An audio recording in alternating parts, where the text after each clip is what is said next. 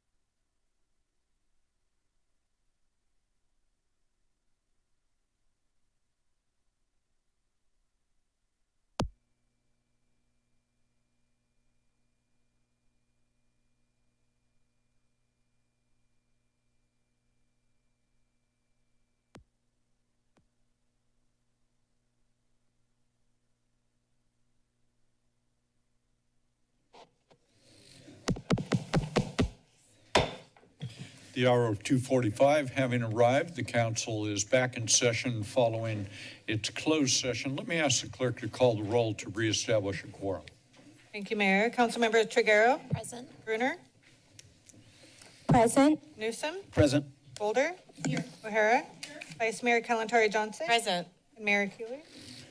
Present. We do have a quorum. We are on oral communication. This would be the opportunity for anyone to address the City Council on a matter under our jurisdiction, but not on today's agenda. If you wish to address us on something on the agenda, we will recognize you as we get to that agenda item. So this is oral communication, items not on our agenda. In the event that we have not only folks who are lined up, but we have folks online, I'll toggle back and forth. Someone present, somebody online, somebody present, and so on. That's how we will proceed. Good afternoon and welcome. Thank you. Good afternoon, Mayor and council members. My name is Marv Lewis. I'm here to submit a letter concerning the Downtown Library mixed-use project and its $55 million low-income housing tax credit award. Public communications from the city as of December 11th, 2024 referenced a planned June 2025 construction start as a requirement for the award.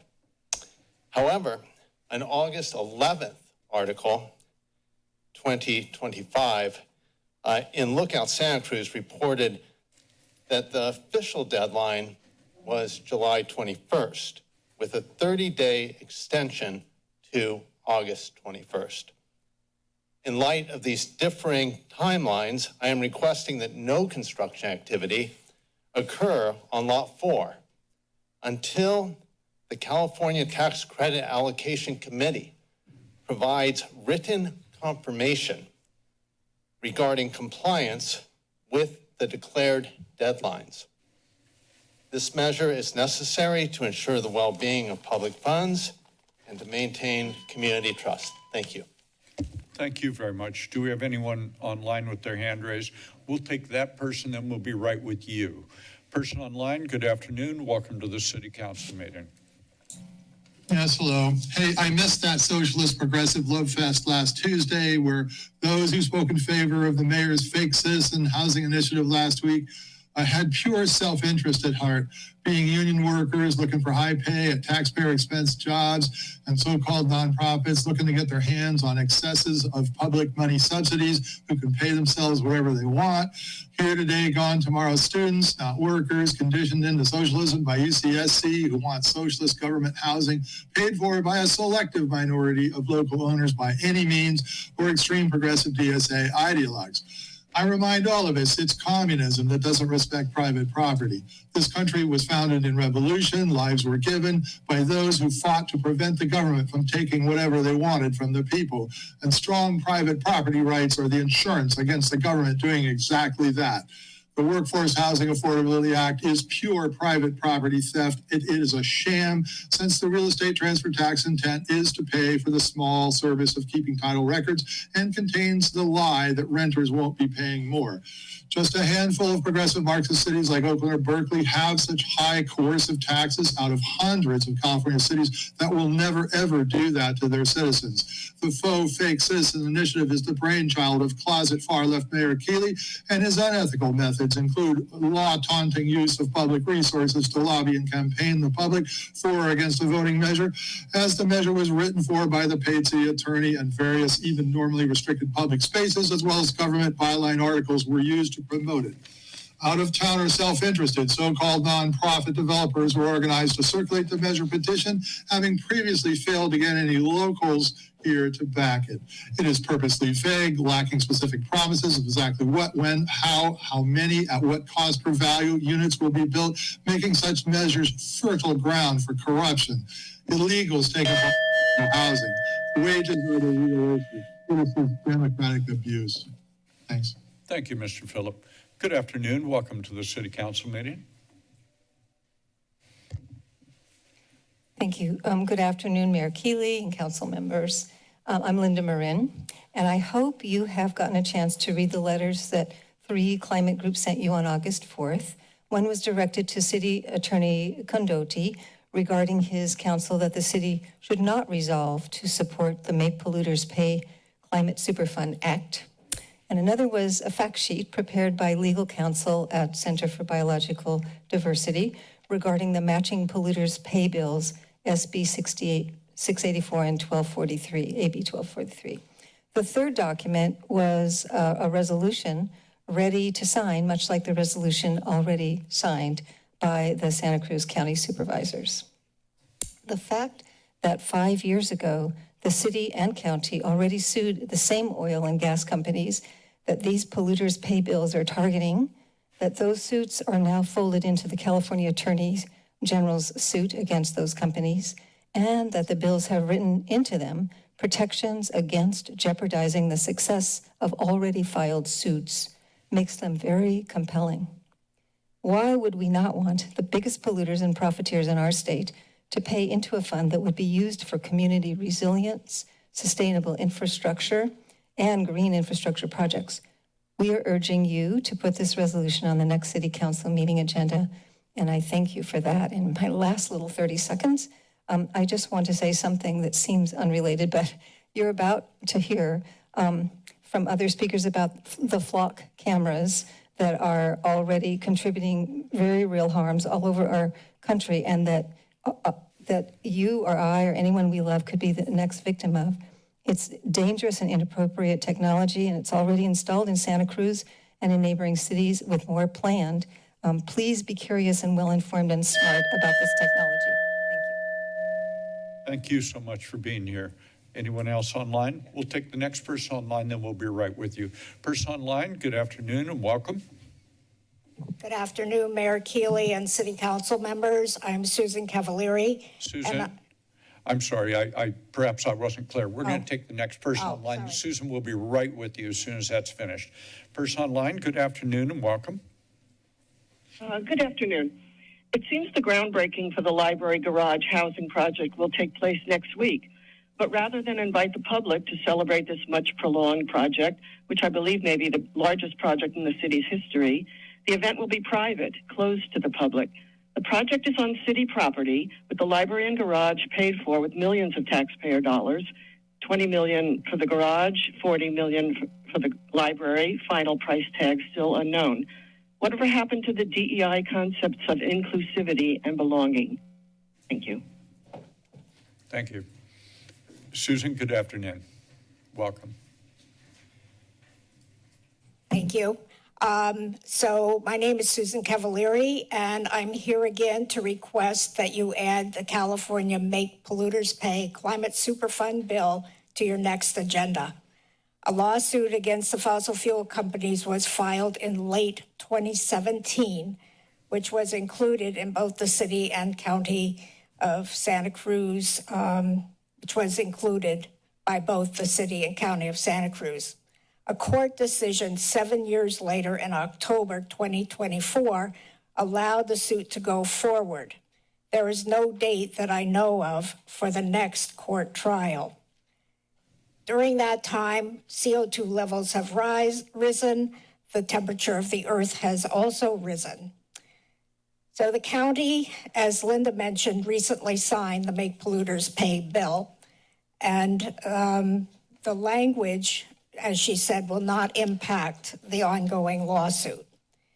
We need help now as CO2 levels and temperatures rapidly rise to unprecedented levels. We all know that 2024 was the warmest year on record, and that the earth, the people, and the biodiversity are suffering. It is now that we need Make Polluters Pay to support the people of the state suffering from extreme heat, sea level rise, and longer fire seasons. Now, how do we pay for the billions of dollars to recover from fire damages and coastal storms in 2025? Again, please put Make Polluters Pay on your upcoming agenda for us, the people, for our children who face a tragically chaotic future. We desperately need the Climate Superfund. Thank you. Thank you. Someone online with their hand raised? We'll take that person. Good afternoon and welcome. Three, two, one. Good afternoon, Ms. Chen Mills. How are you? Greetings. My name is Amy with the committee to Get the Flock Out. Thank you for your service. I'm here to talk about recent revelations about the Flock ALPR cameras installed in our community. There are 8 in the city and more across the county. Data is collected and shared widely across police departments in our state.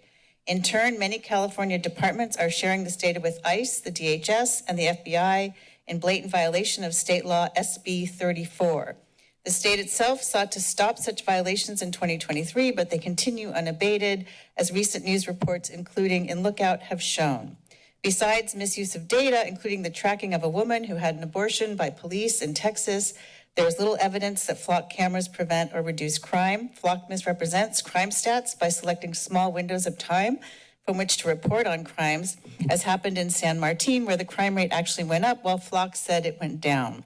Crime in Santa Cruz was going down significantly before the readers were installed from 2022 to 2023, according to police stats. Norfolk, Virginia residents have sued their city, citing violation of their reasonable expectation to not be tracked every day, everywhere, including for healthcare visits. The Fourth Amendment protects individuals from unreasonable searches. There is simply no reason for anyone to have access to all of our travel data without a warrant, and all this data is available without a warrant. You witnessed the brutal manhandling of Senator Padilla by MAGA security. Ohio legislator Melissa Hortman, her husband and dog were killed by a MAGA supporter just months ago. Peter Thiel, backer of J.D. Vance, and the president is a funder of Flock. Thiel's Palantir surveillance company recently received billions more in federal money. I am wondering how the data stored at Flock headquarters in Georgia might be contained in any way by this administration, or if it will be misused instead. Do we want to become a mass surveillance state? Please reach out to me for more information and consider agendizing taking these cameras down and preventing more from going up. Thank you. And you have an email from me, too. Thank you. Anyone else online? Same person. We'll give that a shot again here. Good afternoon, person online. Welcome to the council meeting. Hello, my name is Pauline Seals. Can you hear me? Yes, we can. Thank you. I'm calling in strong support of the Make Polluters Pay resolution. I echo what was already expressed by Linda Marin and the letters that she referenced, as well as what Susan Cavalieri spoke about. I'm going to talk about this in a slightly different way. The previous suit that the city initiated is sort of old news right now, although I realize it's quietly progressing. The citizens, many of the citizens of Santa Cruz are very concerned about the accelerating climate change. And to see the city take a positive step would be a definite positive for the image of the city council. It would be one small step towards reversing some of the horrible things that are going off right now that you are all well aware of, and would make the city council look good. So I urge you to reconsider your position on Make Polluters Pay. Thank you. Thank you. Good afternoon and welcome. Good afternoon. My name is Natalie Beebe. I'm another person here in strong support of Make Polluters Pay. I urge you to reconsider and put this on the agenda. I will not repeat the arguments priorly voiced by several individuals here, but please reconsider. Thank you very much. Thank you. Another person online. Good afternoon, sir, and welcome. My name is Michael Spadafora. I went over your agenda. This part of the Murray Bridge is not being discussed on the agenda, so I feel as though I can use oral communication. I want to hear you say that. I just didn't hear you, Mr. Spadafora. I've read over your agenda. This part of my discussion on the Murray Street Bridge is not on the agenda, so I would like to make a statement. Let me just see. Let's engage for a second with each other. So oral communication is those items that are not on the agenda. So if you would like whatever it is you want to address regarding the Murray Street Bridge, we'll get there, and then you can say anything you want about it. So it's not going to be backed off on the consent agenda and just passed? It's going to be pulled onto the regular agenda, Mr. Okay, great. Spadafora. Thank you so much. Thank you, sir. Good afternoon and welcome, sir.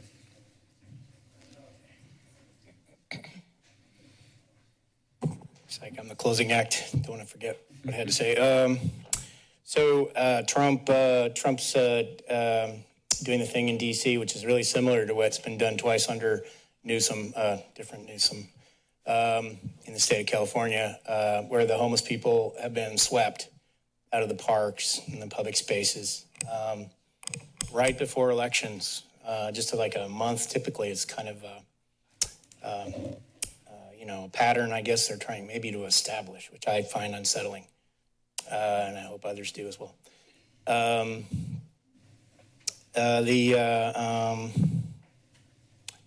Murray Street Bridge closure, that's pretty significant. I hear they have like some kind of shuttle where you can address us on that issue when we get to that issue. Let's stay on oral communication, my friend. That was more pertaining to the harbor shuttle than the actual bridge. But also, that it is unsettling. I was here on the night when they first proposed and approved LPR cameras, the flock, I guess, is that a brand name? I'm not sure. But yeah, it is unsettling because lots of constitutional law, is based on the implied right to privacy guaranteed by the Fourth Amendment. And it's maybe one of the most simple and easy things for them to ignore is the rights conveyed by that particular amendment to the Constitution. But yeah, it is unsettling, some of the ramifications of them having, basically a spreadsheet where anybody travels by any of these cameras. So, from the outset, it's something that I think was perhaps flawed in its intention. Thank you. Thank you, sir. Anyone else online? Last call, if anyone would like to address, please come forward, sir. Mr. Ewing, good afternoon. Welcome.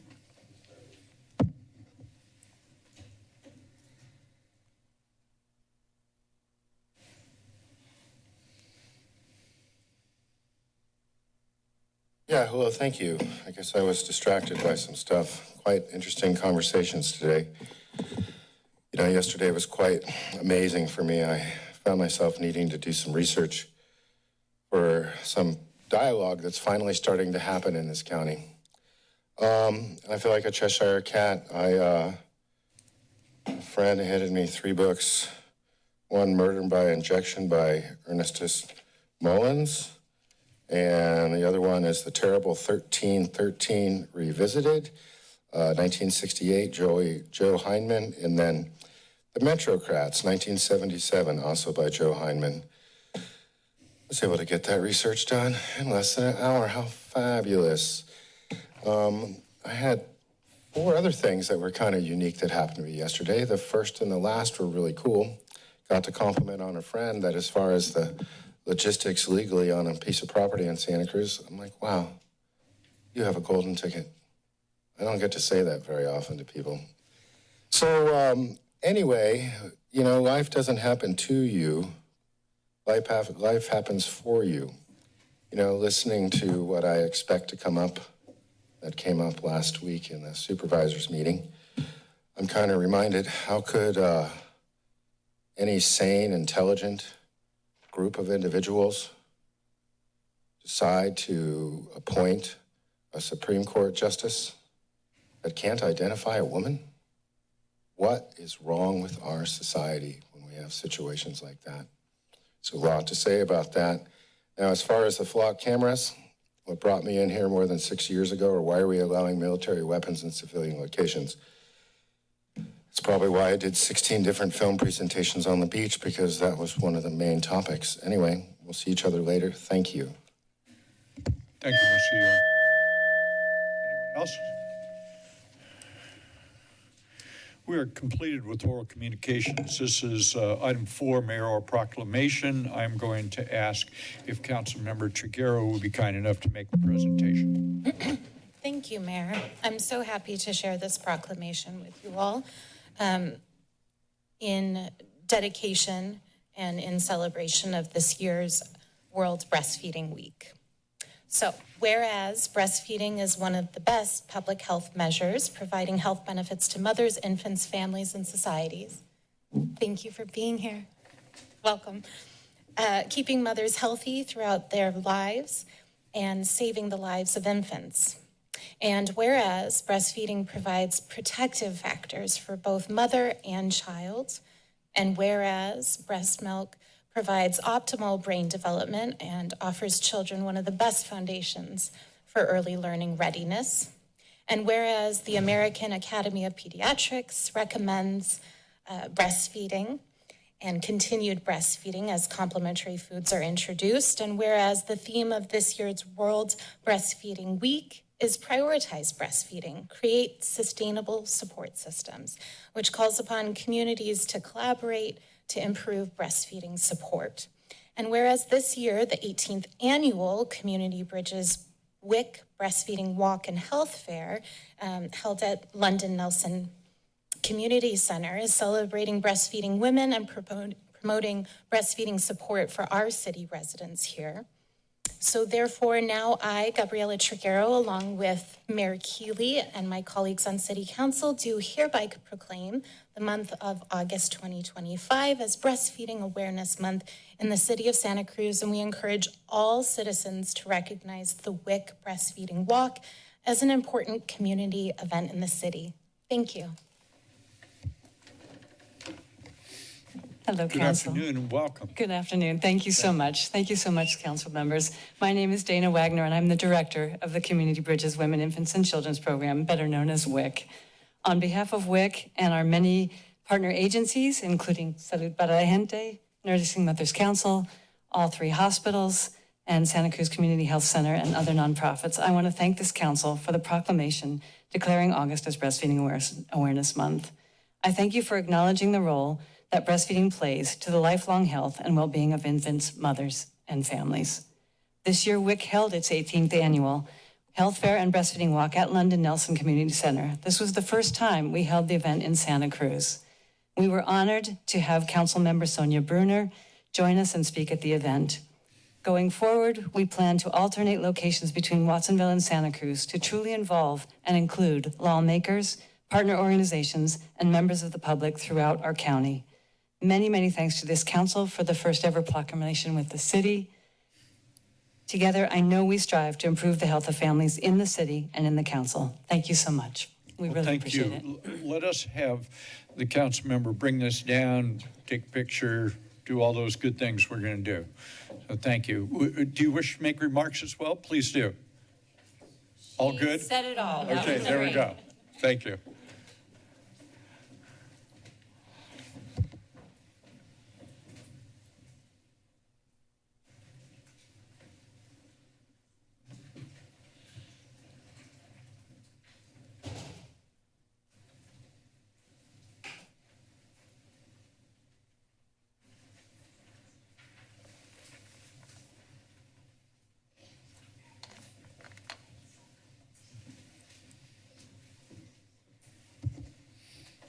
Thank you for your very good work. We really appreciate it. Good to see you. Thank you.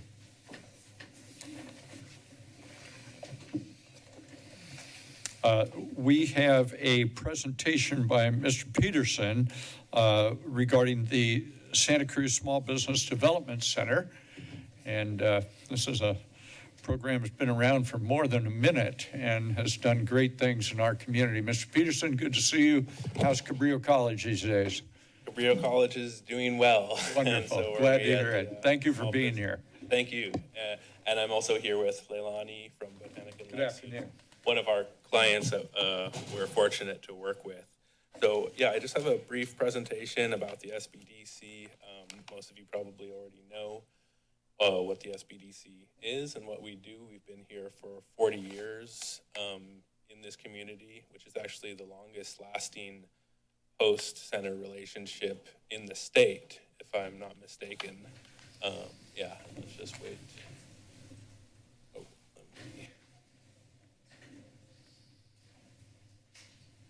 Oh, yeah. So we are part of the Northern California SBDC region, which is a program under the SBA.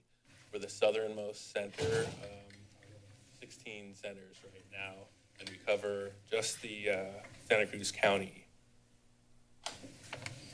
These are some of our main funders and supporters, including the City of Santa Cruz, Cabrillo College. And what we do is we offer one-on-one business advising for small businesses. Any business that is federally legal, which excludes a couple up to 500 employees. So it's really the vast majority of businesses in Santa Cruz County we can support.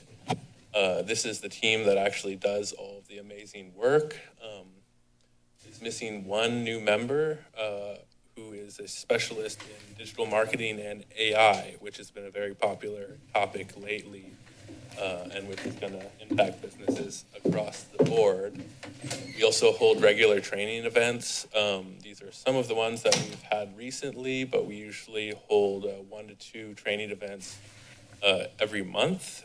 We hold the Small Business Summit for Small Business Week in May every year.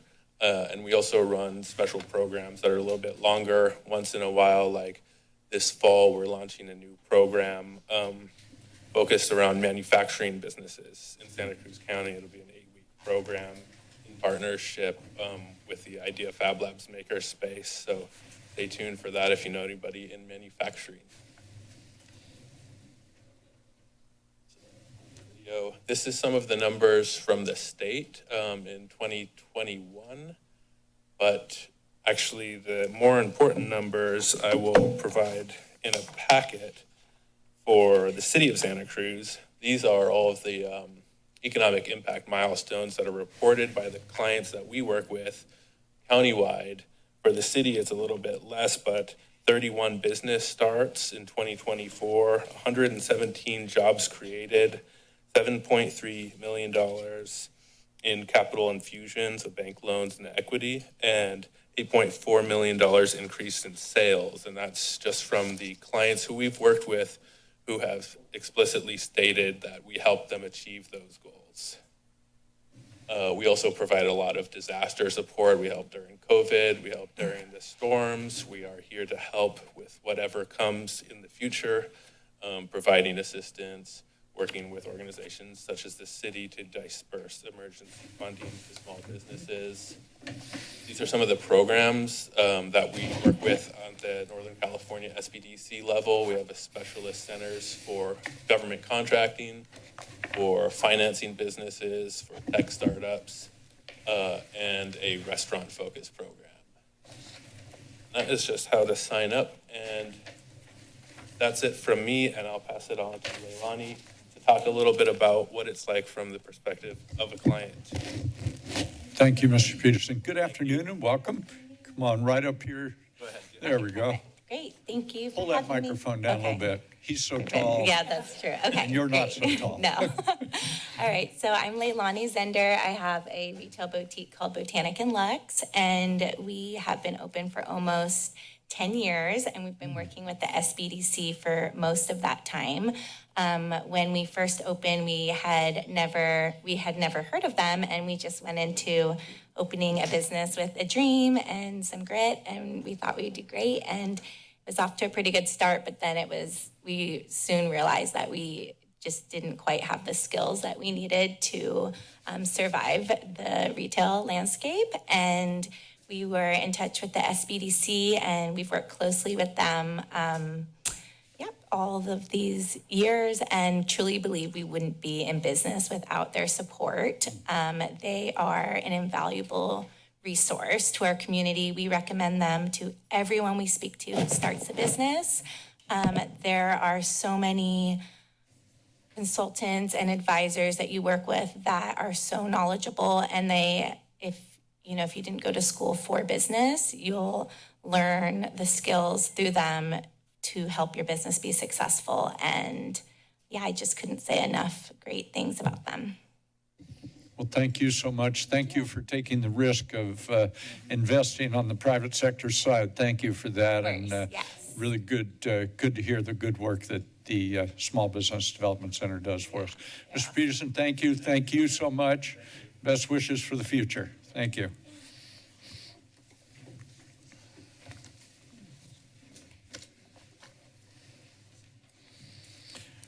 We are on presiding officer announcements. I will make three quick announcements. Number one, the California Coastal Commission will be meeting in Calabasas tomorrow. That's down in mysterious Southern California.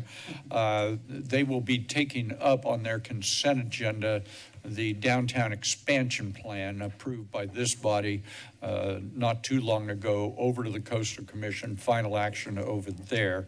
If you wish to provide comment, you go online to the California Coastal Commission, and there's a way to register so that you can make your comments. I'll be attending in person on behalf of the city of Santa Cruz. Number two, we're going to have a pool opening.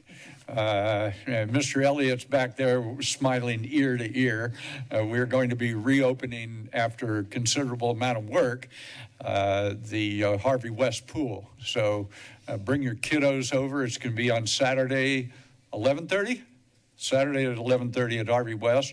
You also might want to look at the park's website, because there are going to be several days of free swimming. Get everybody back into the idea that the pool is there, and there's not only is there swimming, there's lots of activities at the Harvey West Pool, and we're so happy, and thank you to the Parks Department for that. Third, I do want to say, so that there is no confusion, the library groundbreaking is an open public event. What there is limited space, like there is at anything. So that is the idea. It's an open public event, the library event, to disabuse anyone of the idea that it's a private affair. It is not a private affair. This is a public body, and that's a public activity. We are now on statements of disqualification. Let me see if any member has a disqualification on either the consent or regular agenda. Councilmember Brunner. Thank you, Mayor.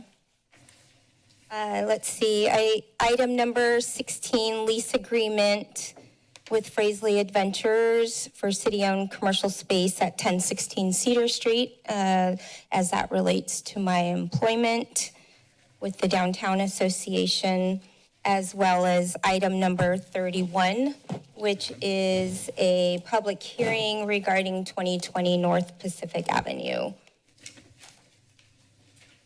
Very good. Anyone else on disqualifications? Seeing and hearing none, we will move along. Additions or deletions? Let me see if we have additions or deletions to the agenda you would like to bring to our attention. I do not know. Thank you. I'm sorry, Councilmember Golder? I'm just wondering, does the public know we're continuing item 30? I'm sorry. Item 30, does the public know we're continuing that? Did I skip something? I'm sorry. I'm not clear what Oh, it's after consent. Sorry. We okay? But sorry. All good. All good. Okay, very good. Additions and deletions. Very good. City Attorney report on closed session. Mr. Condotti. Yes, good afternoon, Mayor Keeley and members of the City Council. The City Council met this afternoon at 1:30 p.m. in closed session in the Courtyard Conference Room. There were 3 items of business before the council in closed session. First item was a conference with legal counsel concerning liability claims. The claims of Braden Coolidge, Frank Ayadiano, William Scott Werger, and Alexander R. Reyes. Those items are also listed on your afternoon agenda for action as item number 19.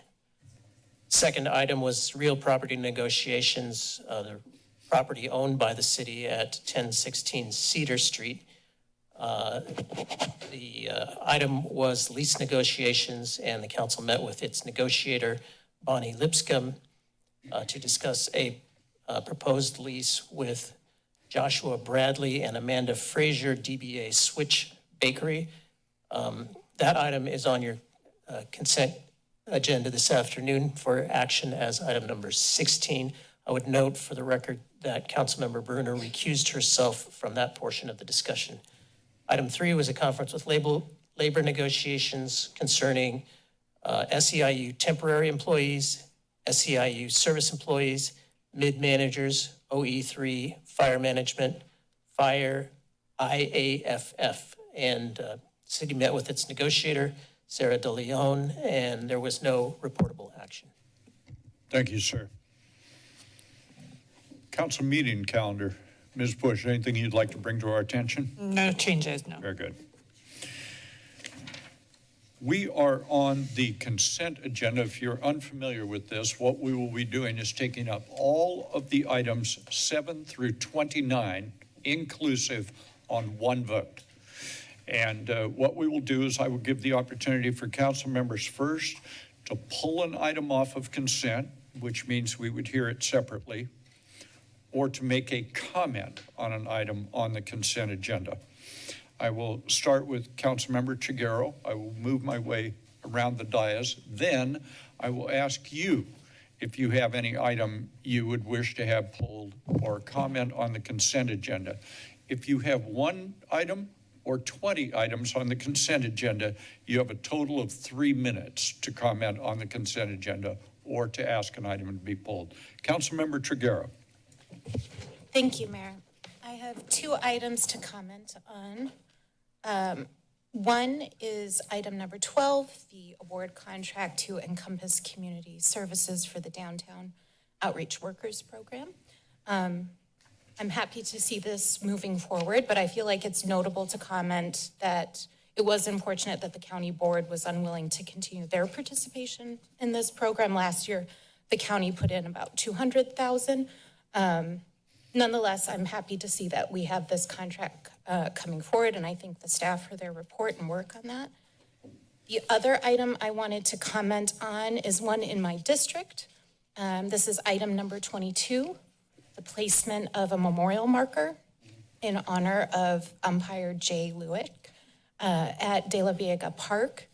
I wanted to, number one, honor his memory while I have a moment.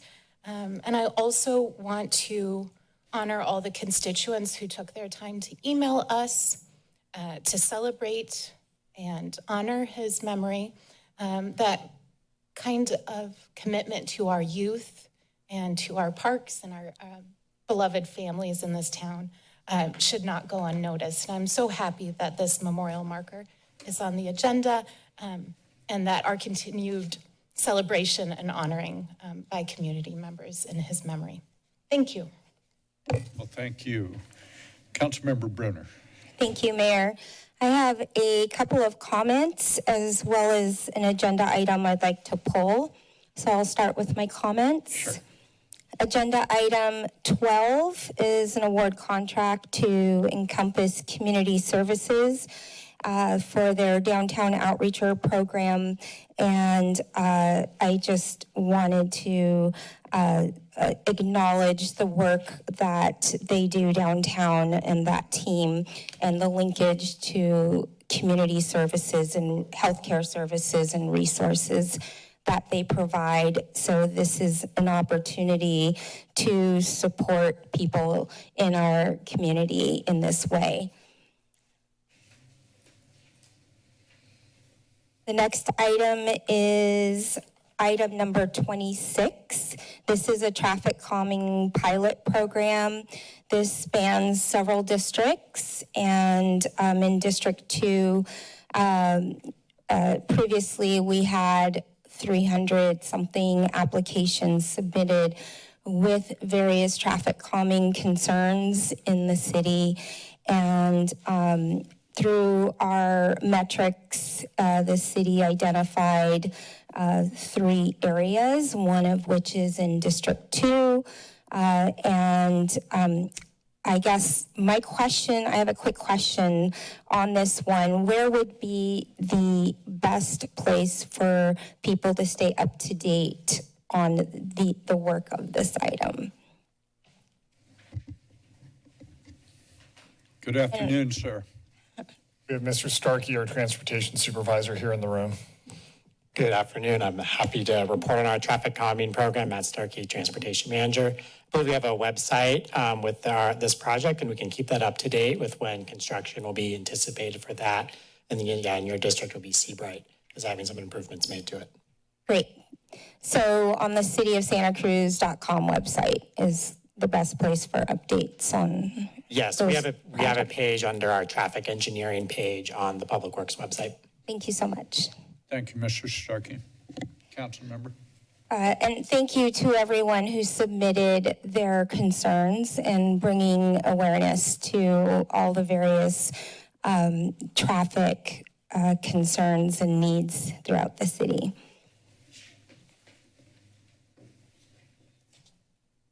The other item is agenda item 14. This is actions to support Seabright and harbor businesses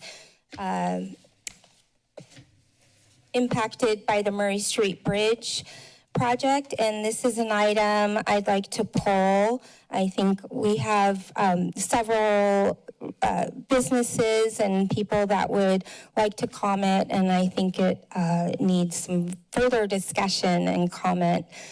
So I'm happy to pull that item out of consent to allow that. 14 will be pulled. For those of you familiar, when we complete our consent agenda, we will then take that item up, separate and apart, not as part of our consent agenda. Council member, further on the consent agenda? That concludes. Thank you. Councilmember Newsom on the consent agenda. Thank you, Mayor. Just have a quick comment on item 16. Just want to quickly say it's great to see a new business working towards opening downtown, and I want to thank Deputy City Manager Lipscomb and Development Manager McCormick for their work on this item.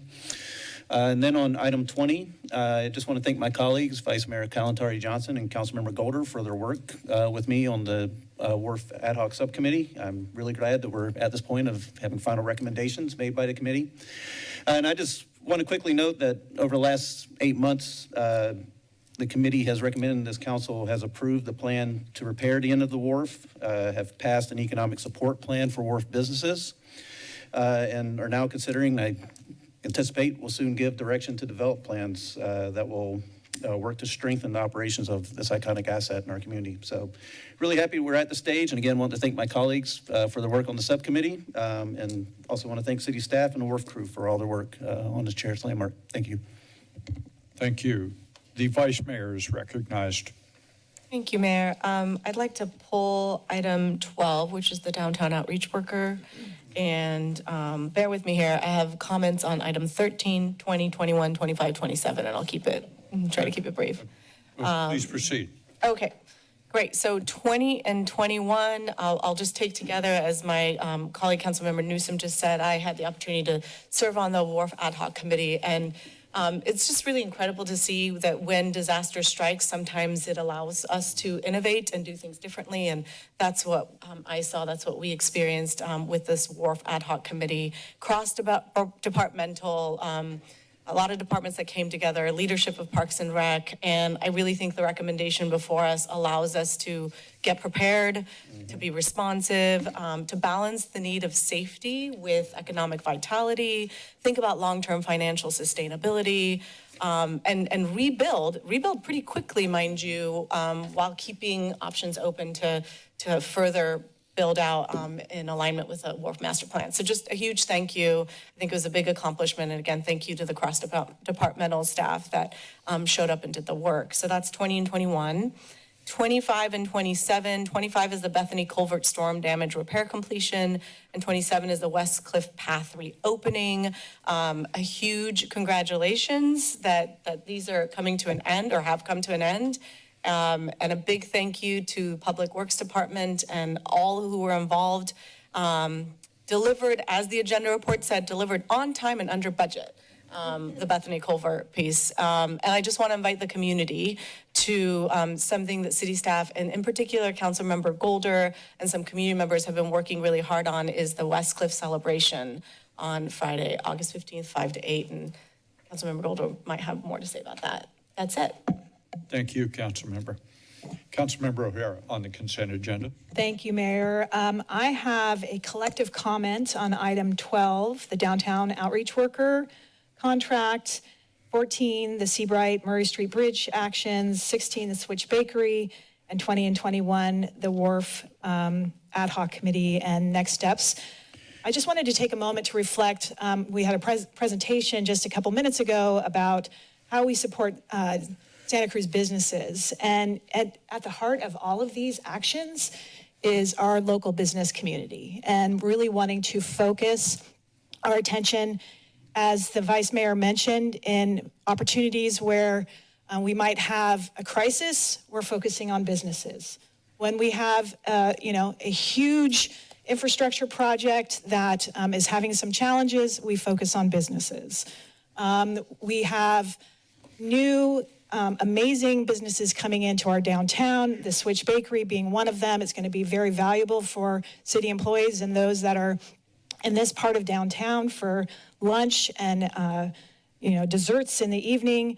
And then the downtown outreach workers, while that main focus is about the client, our businesses very much benefit from that program. So I just wanted to make sure that I brought that all together, because that's a theme that I think resonates with me. And if you look at these consent items individually, you don't see it, but when you look at them as a collection, you start to see that common thread moving forward. So I thank my colleagues for their contributions on many of these, and thanks staff as well for really focusing on our businesses in town. Thank you. Thank you. Councilmember Golder.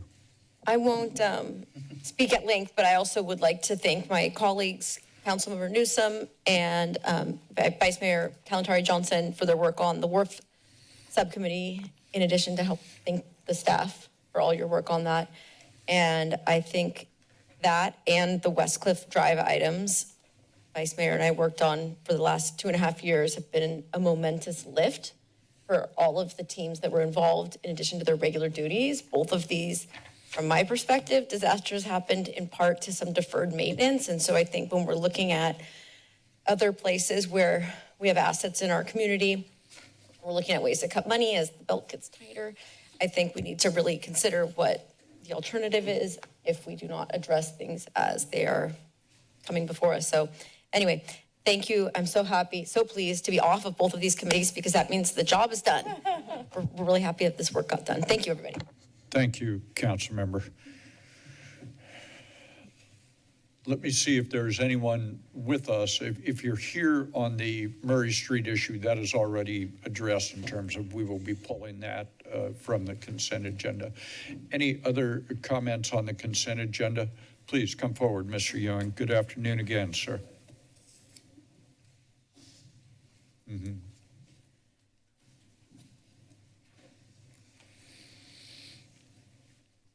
Yeah, I'd like to make 5 comments on the consent agenda. Number 9, the minutes from June 24th. Number 13, the endorsement about the sea level rise Coastal Resilience Commission. Number 14, we're taking off the agenda. The fire department's procurement of a $1.1 million fire truck. That's number 17.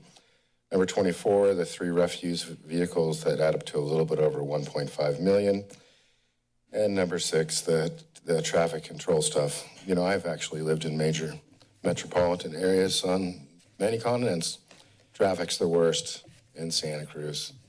Wow, it's not impressive. It's all by design. You know, learning about the Metrocrats and the 1313 syndicates really explains a lot about that. In relation to number 9, the minutes, I want to talk about the businesses that weren't destroyed during the scamdemic. Some of the smaller businesses, apparently they make a lot of money off of selling cigarettes that have butts. Yeah, I smoke, but I don't use filters. So it's all part of the 1313 syndicate stuff. It's really sad. As far as the endorsement about the Coastal Commission, hey, you know, it wasn't Plymouth Rock. It's at the same exact place it was over 500 years ago. Sea level rise is, it's really a fantasy that so many people seem to be addicted to, like it's some kind of special Kool-Aid. You know, about the fire trucks and the garbage vehicles, I mean, we need those vehicles for public safety and to help people. And you notice none of those things are electric vehicles. There's a really strong reason why. Much time? Oh, maybe I won't. Well, you know, it's just really kind of challenging that you guys are you really supporting the citizens? And I just say absolutely ducking not. And it's really freaking sad. You know, if I had my other phone, I wasn't able to take these books with me. It's amazing how people in 1956 were describing seditious acts and treason, those cities and counties that are controlled by city managers. You know, I found information that this crap started going in 1856. That was long before the Organics Act. Now, here's an interesting quote. I don't know how to validate any of the stuff I read in older books. I wasn't there. Thomas Babington Macaulay, London, England, writing an American on March 23rd, 1857. Quote, ... Your republic will be ... laid waste by barbarians in the 20th century ... Here we are, the 21st century. Hey, I'm only here because I care. Thanks.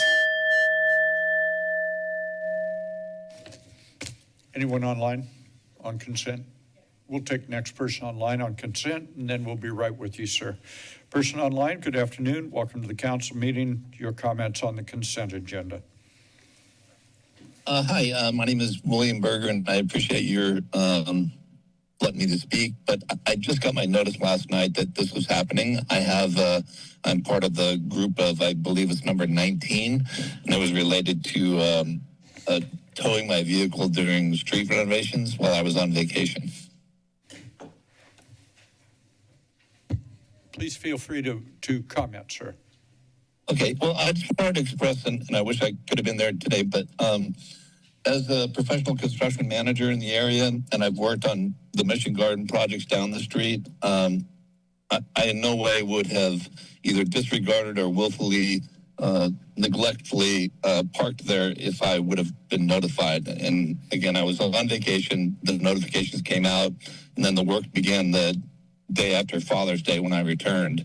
And my vehicle was gone and impounded for 10 days for a total of $2,400. And my budget can't handle that hit right now. That's rent, that's groceries, that's car payments, that's a lot of things. So I appreciate your consideration in the reimbursement. Thank you very much. Good afternoon, sir. Oh, there we go. Good afternoon, sir, and welcome. Hi, thanks, Fred.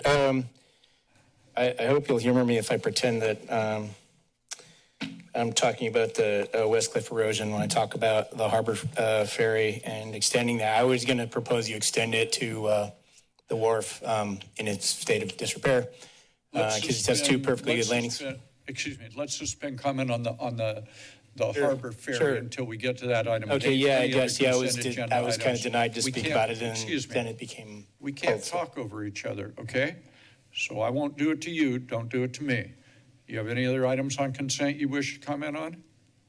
Yes. Please proceed. Quite a few. Please proceed.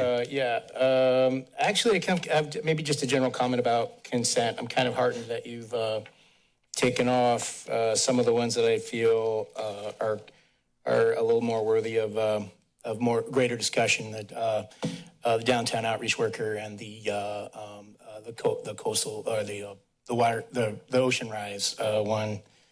I mean, we had an 8.8 earthquake and we saw no tsunami, but they're doing that with the tsunami race the wave thing at the boardwalk. But anyways, yeah, I guess I still have 2 minutes. I'm not going to waste your time, but I do want to just kind of like go through here. There were a few. I was really confused why we're dissolving our sister city status with Puerto La Cruz, Venezuela. I hope it doesn't make it harder for me to get to Aruba. But let's see. There was one I particularly wanted to mention. Okay. Well, the WRF ad hoc subcommittee final report. I feel like blaming extreme weather. I've noticed that it's really like the intention is to blame extreme weather, and we have been having, relatively unusual weather lately. We had the bomb cyclone, we had the tornado, the whirlwind in Scotts Valley that overturned a bunch of cars. And, the CZU was started by, CZU of 5 years ago is almost like to the day it was started by a lightning, very, very active lightning storm, excuse me. But for me to blame the WRF, what you've got, I spoke about this before, you've got two factors. You had very, very overweight stellar sea lions migrating south from Puget Sound down to the Santa Cruz area. And, the only open hotel is the end of the wharf. And it's true. And that crane, you have no idea how heavy a crane is. Most people do not know how heavy cranes are. So a combination of those two factors, far more likely. I've talked about, the principle of parsimony. William of Ockham, philosopher of the history of the philosophy of science. But basically, yes, far more likely that whoever put that crane out there made a bad decision and, with too high of an occupancy at the hotel. Thank you. Well, thank you, sir. Anyone else online? Good afternoon, sir. Thank you for your forbearance. Good afternoon, Council. I'm here to speak to item number 22, the J. Lewis Memorial Marker. My name is Nick Tanza, and I work in our Parks and Recreation Department. A large part of my role is overseeing our adult sports programs. Even though I work for the city today, I'm here to speak to you as a softball player. I've been lucky enough to play in our adult softball leagues for over 20 years. And in those 20 plus years, Jay has umpired too many of my games to count. He was a fixture out on the softball fields. Jay umpired for over 40 years. He started as an umpire with the city in 1982 and umpired until the week of his death in September of 2024. Umpiring softball was so important to Jay. He truly cared about the game and all the players he came across. Jay had this canny ability to remember everyone's name, and he played a huge part in providing a space for our community to gather, connect, and play sports. For 42 years, Jay was out in the softball fields from 5 to 10:30 p.m. 3 nights a week. He umpired over 10,000 games for the City of Santa Cruz Parks and Recreation Department. To me, a small plaque to honor someone who gave so much of their time to the city is a thoughtful, very appropriate, and deserving gesture. Thank you for your time. Thank you for your very thoughtful comments, sir. Anyone else on the consent agenda? Matters back before the body. Pleasure of the body. Council, the vice mayor is recognized for additional comments on consent and then for a motion. Thank you. I'll move consent. And I forgot in my speed to comment on item 13, which is the Ocean Rise and Coastal Resilience Coalition. Dr. Tiffany Wise-West and I had an opportunity to attend the Ocean Rise Summit that was affiliated with the UN Oceans Conference in June. And I'm just really glad to see this, and I wanted to highlight it and bring it forward for everyone. I think this increases our access to global expertise, connects us to a global learning community, hopefully opens us up to potential funding opportunities. It builds on our platform that we established at the summit in June. We were recognized as a model for community-driven adaptation solutions, and it aligns with what we're doing here in our community. So wanted to make sure everyone was aware that that's on our consent, and I hope that we will pass the charter and we'll officially be part of this coalition. Thank you. There's a motion on the consent agenda. Is there a second? Second by Councilmember O'Hara. Any further debate or discussion concerning the consent agenda? I guess I'll clarify it. It's the consent minus item 14 and 12. Oh, yes, absolutely, minus those two. Hearing no further debate, the clerk will call the roll. Councilmembers Triguero, Aye. Brunner, Aye. Newsom, Aye. Boulder, Aye. O'Hara, aye. Vice Mayor Kalantari Johnson, Aye. Mayor Cooley. Aye. Motion passes and so ordered. We're on item 12, award a contract to Encompass Community Services for Downtown Outreach Worker Program. The Vice Mayor is recognized. Thank you, Mayor. I am in full support of this contract, and I'm happy to see that the city stepped in when there were shortfalls and where the program was at risk. I think we all agree. Well, I don't know if we all agree. I think we all agree. We'll see when the vote comes that it's a vital program, both for the vulnerable residents in our community as well as our downtown businesses and employees and patrons. I pulled this because I wanted to add to the motion. I want to explicitly name the dual purpose of the program, that the program is for serving people experiencing homelessness and supporting downtown employees, businesses, and patrons. I want to explicitly name that in our services agreement. And while we have outcome reporting from the great work that Encompass does, and we receive that at the Downtown Management Corporation monthly meetings, I'd like to explore additional outcomes that we can measure and different ways of measuring those outcomes. What we measure is what we change. So I think there's a little bit more that we can do there, and hopefully that will help us have a greater impact with this program. The staff report talks about, this is a 6-month pilot, and then we'll look at continuing that and looking at different configurations. I want to explore having weekends and evening coverage as part of that exploration.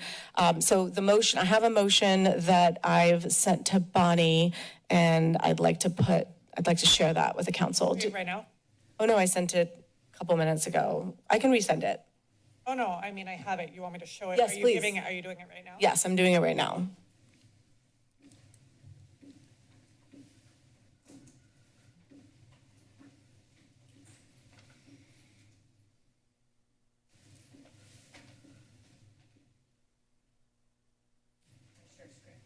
You Okay, I'll read the motion while Bonnie's working on that.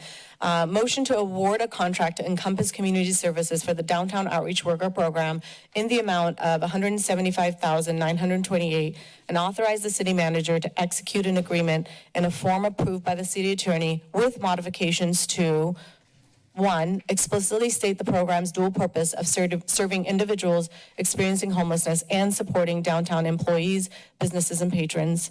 2, include clear outcome tracking and reporting requirements.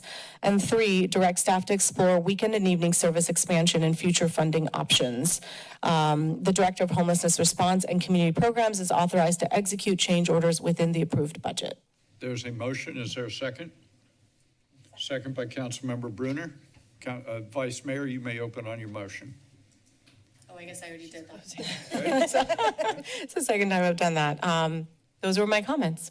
Debate or discussion on item number 12? Seeing, hearing none, the clerk will call the roll. I'm sorry, excuse me, pause for a second. Mr. Ewing, did you want to comment on this item? I just saw your hand. Thank you. I'm sorry, I didn't see it earlier. Please proceed. I'm not really just full phone, whatever. I'm not really disputing the good things that are going on with Encompass. I mean, I've used their services and I think it's really great. But I'm just going to play on it and I'll be brief. You know, people experiencing homelessness. When you guys are actually home, what makes your home your home? It's safe, it's private, it's secure. These elephants in the room that people aren't talking about, like this device that's too full, can't record anything anymore, it's listening to every word I say. Fortunately, when I want to record something, it's excellent fidelity. You know, I'm staying at a place right now. The TV can be on at a loud volume. I can press the button, speak at a regular voice. It hears every word I say flawlessly. So these frequency weapons are being used for surveillance capitalism. So I know this is off subject, so I won't talk too much. Plus, I'm not recording it anyway. But I figured I'd talk because I'm here. Well, and stay on subject because we're all homeless because of these weapons. And we're all affected by it. It'd be nice if we'd start talking about it because we're all in this together. Thank you, Mr. Young. Anyone else? Matters back before the body and the clerk will call the roll. Councilmember Triguero. Aye. Aye. Newsom. Aye. Boulder. Aye. O'Hara. Aye. Vice Mayor Kalantari Johnson. Aye. Mayor Cooley. Aye. Motion passes and so ordered. We're on item 12, action to support Seabright and Harbor businesses impacted by the Murray Street Bridge project. This is in the 2nd District. There's a report as well as recommendations. I'm going to recognize Councilmember Brunner to open on the matter. Thank you, Mayor. This item, agenda item 14, is actions to support Seabright and Harbor businesses. And I would like to thank, first of all, my colleagues, Mayor Keeley and Vice Mayor Kalantari Johnson, for signing and bringing this agenda forward with me. As everybody in the city probably knows, the Murray Street Bridge is currently closed, and there is a huge project underway that is spanning a couple years, and there's state mandated seismic safety standards that are being implemented. So while our end result, a safe and new bridge with compliant handrails and 7.5-foot pedestrian walkways and 6-foot bike lanes, the end result will definitely be appreciated. In the meantime, we have to do everything we can to support our businesses and our employees and residents and community as everybody is navigating through the impacts of this bridge closure. This agenda item has 5 parts to it. I want to thank the businesses that are here today and that have met and come to speak and have spoken with me, many that aren't here as well. regarding some of the impacts. Some of the employees have spoken and have offered solutions. And I think this is a time to really explore all possible solutions. Number one on this agenda item is working with RTC on the rail bridge, and that's probably where I've received the most inquiries about. And I want to thank the businesses for really pushing to explore this. In the beginning, it was brought up, and as it's not city property, it wasn't an option at the time, but thankfully, Mayor Keeley is our City of Santa Cruz seat on the RTC Regional Transportation Commission, and they have granted the permission for the city to explore using the rail bridge. And so those options we hope to look at.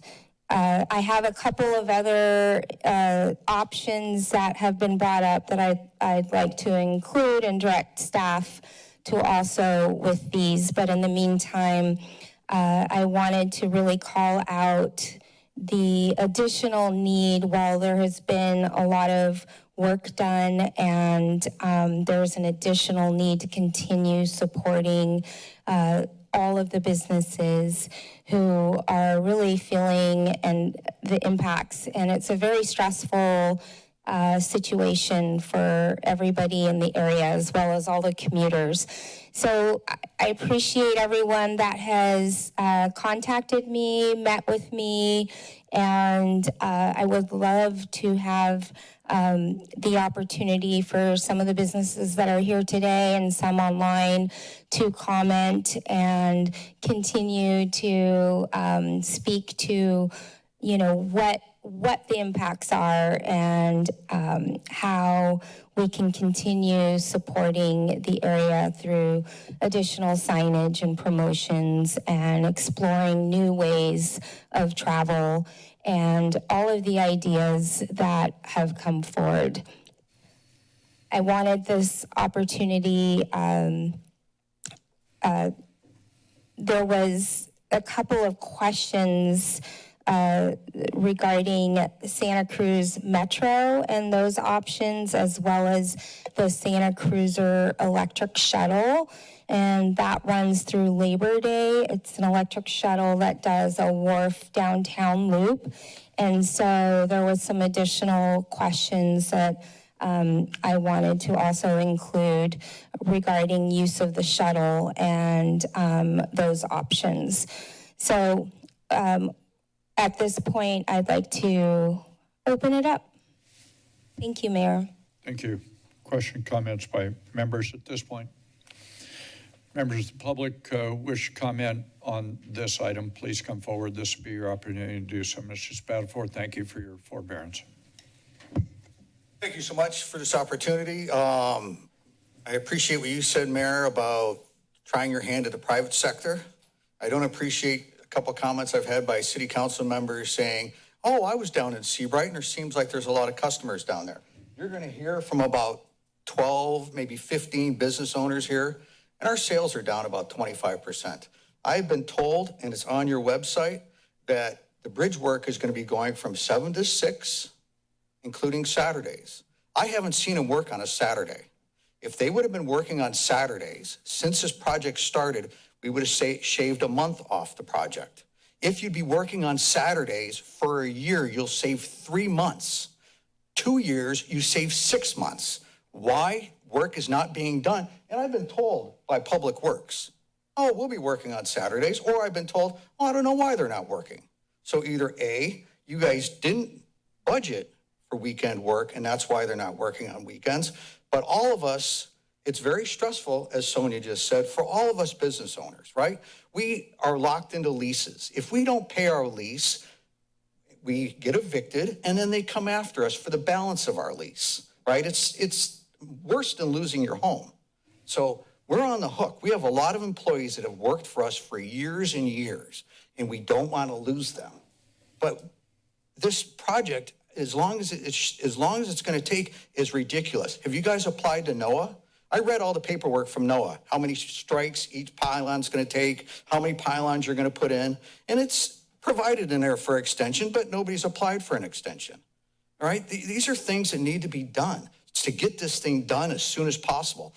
I don't know, Seabright Social just ended their lease. They're done September 1st. They're the first victim to fall. There's several other ones that are not going to renew their lease. And more people, it's going to become a ghost town down there. We're going to have no businesses down there. People are going to learn different ways to drive around. Traffic's a nightmare, right? The whole town. Why this is an emergency, that you guys aren't looking for serious alternatives on how to handle all this, and how you guys agreed to do this the way you have and not done anything to help the businesses prior to this starting, it's just beyond me. So, you guys have, I've already told you guys in the past few times I've been here about how much it's costing me a month to stay open, right? And everybody's got the same story, all of us. Thank you. Thank you, Mr. Spatafor. Ms. Madura, good afternoon. Here in your small business owner capacity. Hi, thank you for coming out and looking into this. And I do agree with Mr. Spatafina that we are behind in getting a jump on this. This is a huge emergency for all of us, and 3 years is very daunting. I've read over the consent agenda, and I agree with all of that, and I hope you can do everything that you can to support us. I worry that it will not be enough. I also have some other thoughts and suggestions I hope it's appropriate to bring up now, and I'm happy to continue to talk to people. And also, for all of us, continuing to sound the alarm on this is going to be a really huge fight, because 3 years will shutter, potentially all of us. So every time that we speak to the press about it, it really helps. People are listening, but we have to have the volume that we have been used to having of people being able to come to the neighborhood to make our businesses succeed. In that regard, when the bridge is able to be opened for one-way traffic, I really would like the city to look into being able to put a stoplight on each end so that we can have traffic move both ways. It doesn't have to be during the busy times. I understand that there's a flow this way, there's a flow that way, but, when it comes to later in the evening and you live in Seabright and you're trying to get from one side to the other, we should be able to have a stoplight that would make that happen. Not only is it better for the residents, but again, we talk about people rethinking their patterns, and that is such an important thing, because people will just avoid that area if they can't make their way through. So please consider that. Another suggestion that I have is if the city would allow us to not pay our district sales tax during this time. I know that we still, of course, owe our state sales tax, but any relief that you could give us would be helpful. I bring up the bridge, and I appreciate the efforts with the RTC, and I hope that we can do anything we can to not only let people come there that way, but also to let people know that that is an option for them. My next ask is if all of the businesses that have their COVID-approved temporary patios could be granted another extension. We're set to expire in 2026, and at that point, we've worked with the city to, hopefully have our applications. Continue on. Thank you. If we could have an extension on that, or if you would be so kind to grandfather us in, it would affect Seabright Deli, Tremonti, La Posta, Brady's, and I know I'm missing one, but, and also your help with advertising and signage has been huge. And again, continuing this effort over this 3-year duration, which hopefully we could shorten, would be really fantastic. Thank you for your time and thank you for your efforts. Thank you, Ms. Madura. Good afternoon, sir. Welcome to council meeting. Ms. Bush, while the gentleman is approaching, do we have anyone online? Very good. Thank you, sir. Good afternoon. My name is Charles Meyer, and this is not a part of my job I enjoy, but I'll be up here doing this. I own the Cruz restaurant, and I am just here to let you know how it's affecting us. And the things that people before me said are all things that can work to get us to where we're going. And I think this whole thing's kind of an emergency for the businesses around there, but really it's for the whole community. Like the whole community is suffering, and getting from across town, people are kind of stopping going across town because of they don't want to go anywhere when there's traffic. So there's a bigger emergency. We're important, but it's a big, and maybe a lot of people don't come and say anything because they're just like, oh, that's just how it is right now. But besides that, I just wanted to put that in there. But we've been a staple of the community since 1969. We are a couple of years ago. I know we were the top 10 employer. We have over 200 employees. We are top 10. I think we're one of the top sales tax providers in the city as well. We are down significantly, and if it continues, then I'll have to start laying people off, and it just continues to go south, and that's not a good thing for anybody. But also, restaurants are having a tough time the last couple of years on inflation and everything else, and the margin's not really super great. So when your volume starts to drop, you have all your fixed costs, and those will continue to go, and you continue to have those. So just so that I'm letting you know how it is for us. There's probably a bunch of other stuff, and you've heard it all. So thank you for your time. I appreciate it. And thank you. Thanks. Thank you, sir. Good afternoon. Welcome. Welcome. My name is Patrice Boyle. I'm from La Posta Restaurant. We started our restaurant in 2006, and hopefully we will be 20 years old at some time, or we won't. We may just have to close. As you've already heard, Seabright Social is closing their doors in a month. So the trolley is nice, but it's not going to be helpful for them. My main point here is, I have a number of points. One, the bridge is really important, but every item on this program, is very important and crucial. And all of these things together are probably not going to pull it out for most of us or some of us. I received a letter from our city manager in April with a list of all the things that were going to be done. And I happened to have some free time on July 29th and wrote a letter saying none of these things have been done. There were like 5 things. So I would like the city to reflect on their timeline versus the timeline that small businesses have to work on.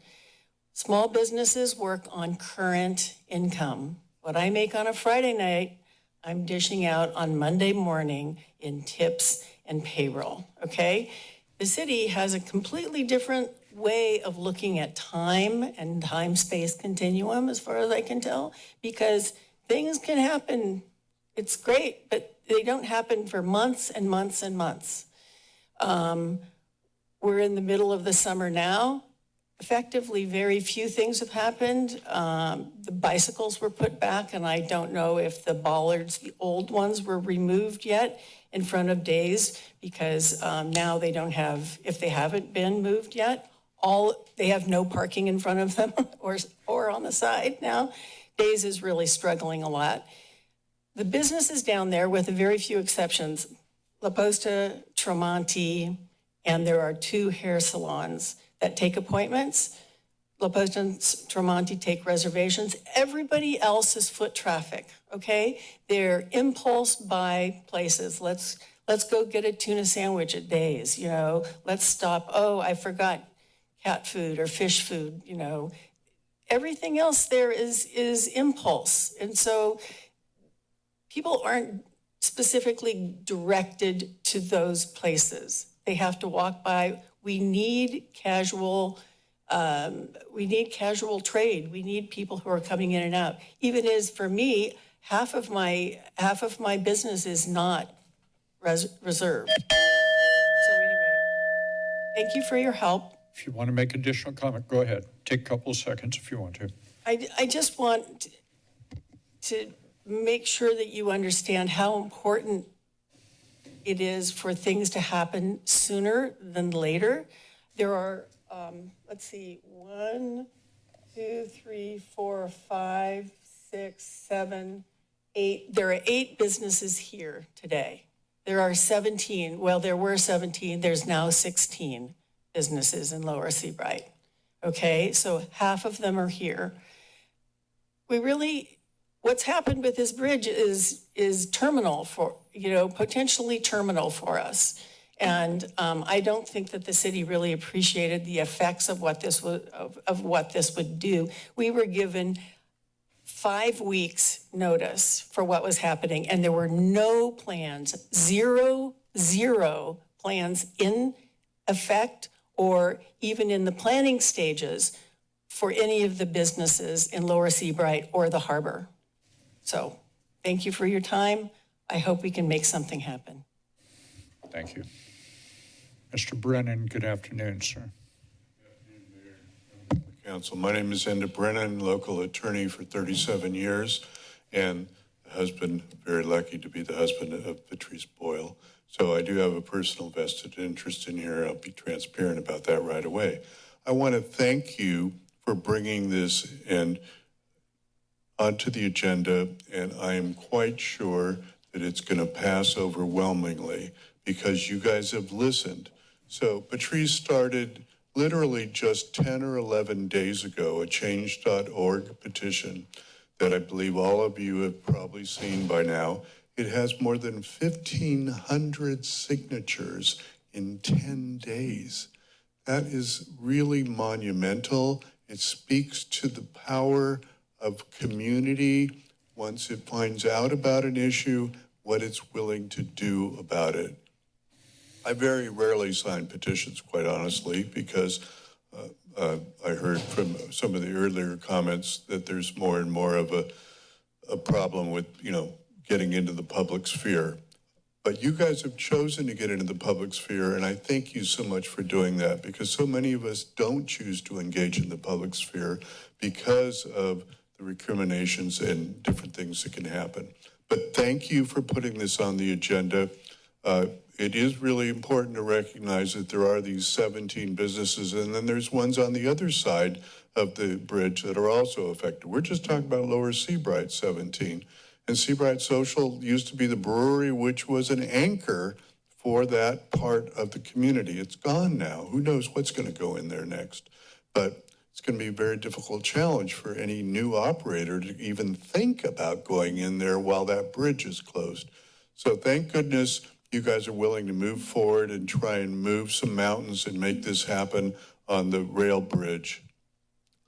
I would ask you to either consider amending this or bringing it back later on. I heard a wonderful suggestion regarding the outdoor dining situation. So that would really be very helpful. I'm not sure you could do it with a friendly amendment to this resolution because it's probably got a little bit more complex nature of how you'd work out the wording for it. But that would make a very big difference for several of the businesses that we're talking about, that if they could not be restricted to the 300 feet, which is what their currently restriction that's going to kick in next June.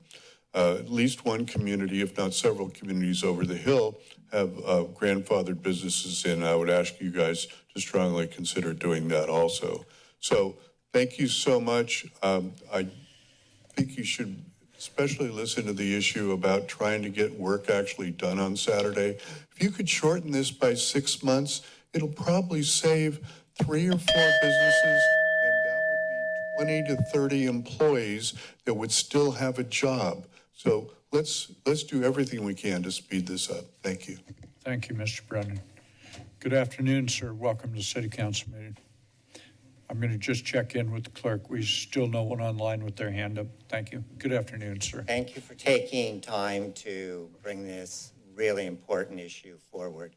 My name's Stephen Lino, and my partners and I own the building that is at 519 Seabright, where the Seabright Brewery was, where Seabright Social was. And there's been just a sense of foreboding. We were notified about the trail 6 months, a year ago, and I felt like we lost contact with like what was happening. The outreach or notification wasn't very good. Then I walked out to the front steps. The city had put up new signage directing people to the harbor, and that sign fell down.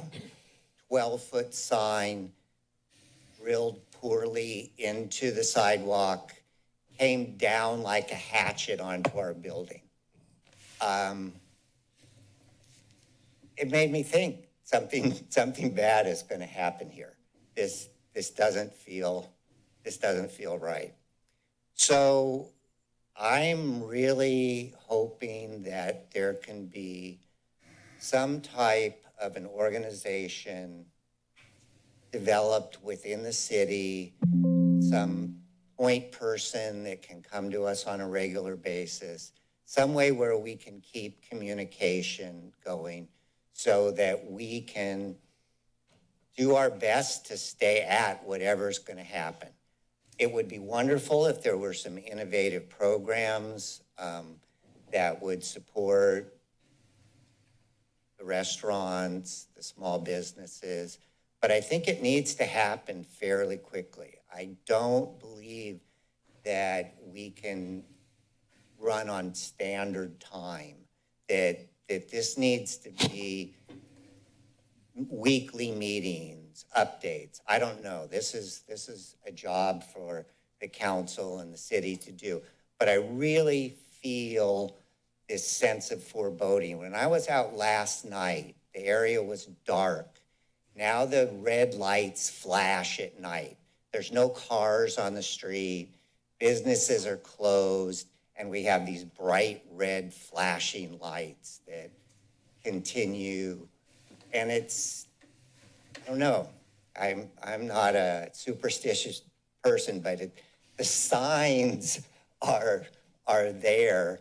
And I want to say that the police department has been absolutely fabulous over the last couple of years. I feel very well protected. I feel like we get incredible service.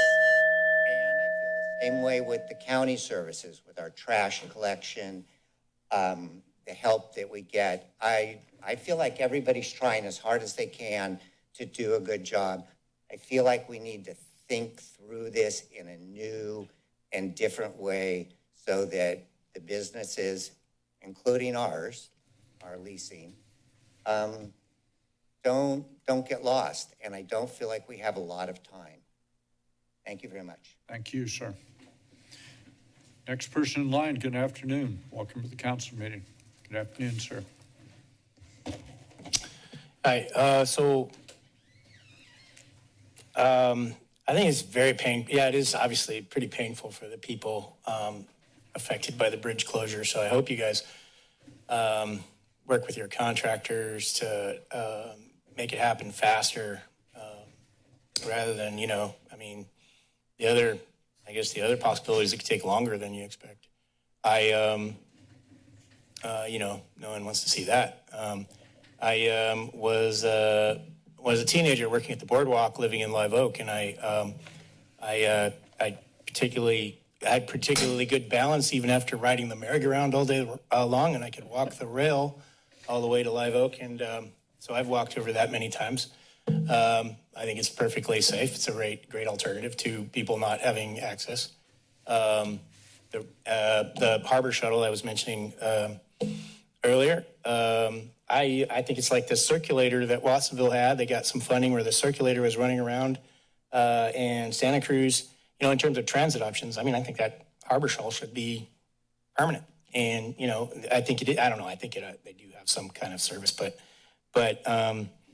yeah, I mean, I only have a minute left, roughly, but when I was at Cabrillo, I was on the Chardonnay too, on a scientific sort of educational thing. And then when I was at UCSC, they had the boating, and I've been out on a cat as recently as about a year and a half ago. And being on the bay is just a really special, great, cool feeling. And just like the people who are very concerned about access to the point, eventually, you know, somehow engineering a solution where people can walk out onto the end of the point, which is just such a gorgeous, it's like as if you had, you know, access to the roof of the, you know, like the lighthouse on, you know, out at Lighthouse Field. It's an amazing view, and we really miss it. We really wish it was possible to you know, cut through that knot of like, well, it's not part. I've talked with Mr. Elliott many times about it. You know, it's a state beach, and you know, it's not say this we can't do it. It's very pessimistic. I mean, it really would be an essential benefit to the community if they could access it. Why am I not talking about the Murray Street Bridge? That's Sonia's district. You know, districts making the council a little more like the county supervisors, where people are sort of, you know, at least for in the voting aspect of things, engaged in certain districts. And I do think it's more of like everybody should be concerned about, you know, how long it'll take until that neighborhood can normalize again. Thank you. Thank you. Good afternoon. Welcome to the council meeting. My name is Lori Negro, and I'm the owner of Betty Burgers. And I think that pretty much everything has been said but two things. The bridge, what I was understood in the beginning is that it would remain open at least one way through the duration of the project. That's clearly not the case. It would be great if we knew when the bridge is going to be closed, way ahead of time. Actually the signage is correct when it's going to be closed. So that would be good going forward to really understand as a business. The second thing, which I'm hesitant to even say anything because I actually mostly support it, is the sugar tax. Is if the businesses in the Seabright area could have a reprieve on that while this is going, I'm just looking at every way in which to save money, every way. Sales tax, somebody already said, sugar tax. Reinstate it, but it literally is. I just am giving my soda away at this point, which is fine because I'm not going to raise my prices because I have businesses in the county. So if that could be addressed, I have cut 50 hours per week in the middle of summer. I have never done that in 20 years. I have never, including the pandemic. I am having a worse summer this summer than I did during the pandemic. That's frightening. We are now rolling into winter. I don't have my summer income to rely on. That gets me through winter without cutting more employees because that I am losing money a lot of times. And I can't account for that. And I keep my people because I need them in the summer and they need jobs. And I am really afraid. So anything you guys can do to help would be amazing. Thank you. Thank you very much. Anyone else? Good afternoon. Hello, my name is James Ewing Whitman. It's been my primary commute back and forth over that bridge every day for 10 years. You know, actually took the time to ride my bike across the bridge yesterday. I hadn't really noticed how interesting it looks. Am I incorrect that all this work being done is to put into bike lanes? I don't know. That's taken over 3 years. The Golden Gate Bridge took 4 years. So the citizens, there's a man who said the last time this closure happened, all those businesses changed hand. Here we have at least 8 different businesses that are talking about the struggling going on. And you know, they're communicating with these elected individuals like you guys haven't signed confidentiality agreements. I mean, I had to do some research because I'm expecting some litigation from some city managers or previous city managers that don't like my tone of voice, referring to them as Dolores Umbridge or the county manager in Santa Cruz. or the county attorney, Jason Heath, as murder puppets to their face. So I'm like, hey, I need to do a bit of research. So it took me less than an hour. It was great. These citizens, it's good that you're here. You really need to fight. These people are frauds. I just want public comment about that, and I'm calling you frauds to your faces. So the 3 books in question that really helped me were Murder by Injection by Eustace Mullins, 1998, Terrible 1313 Revisited.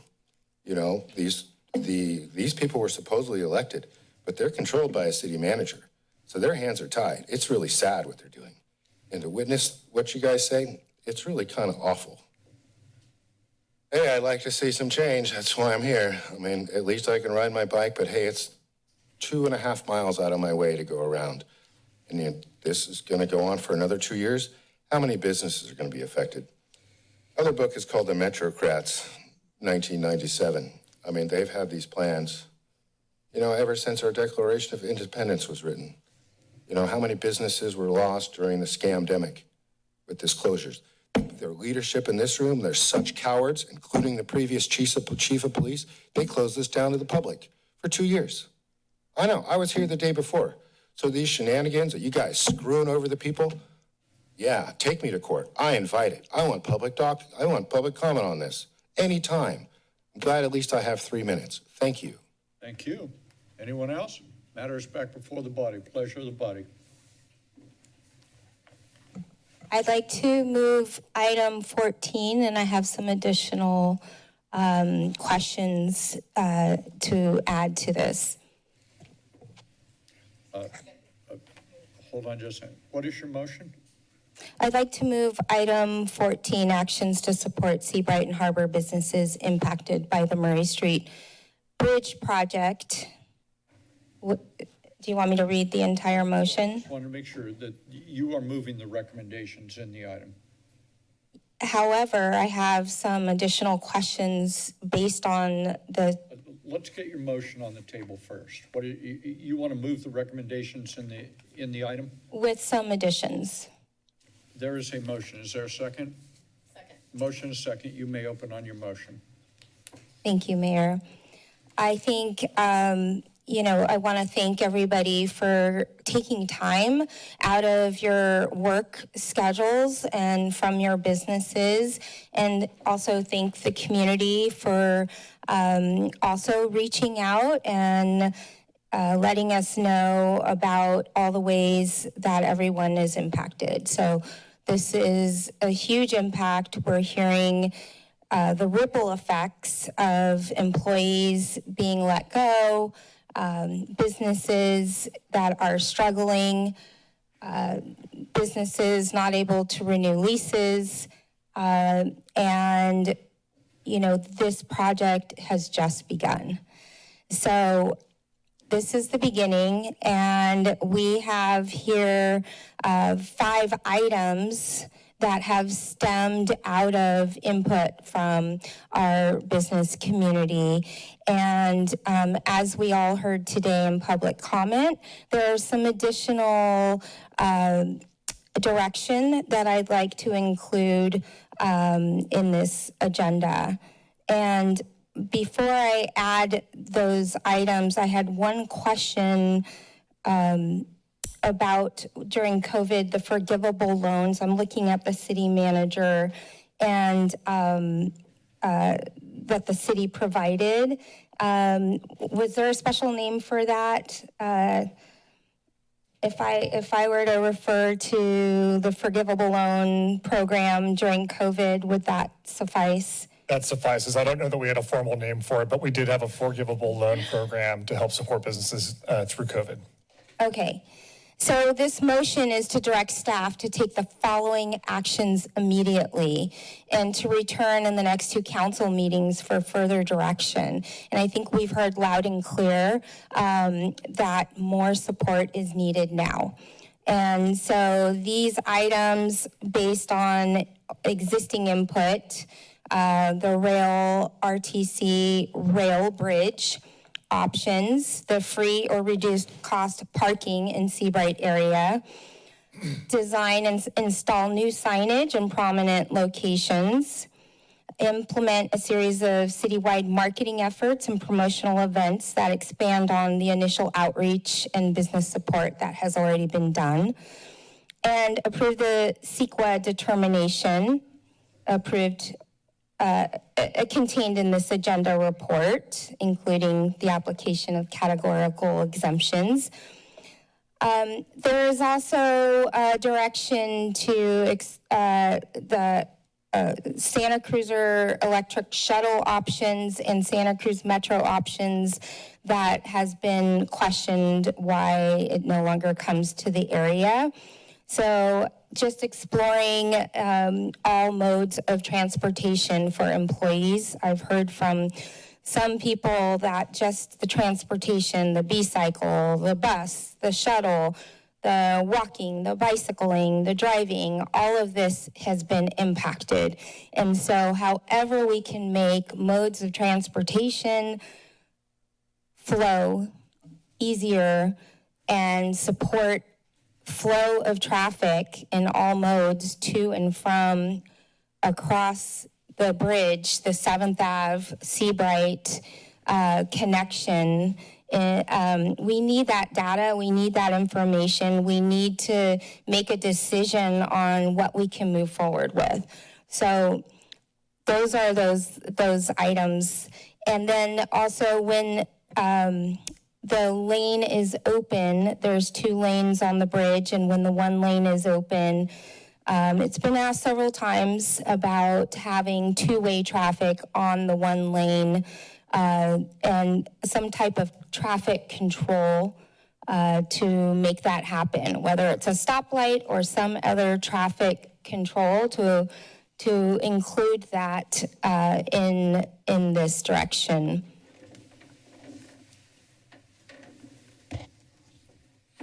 Do you have, above and beyond what is in the recommendations, do you have any of these written down that you are adding to this? Do you have additional items?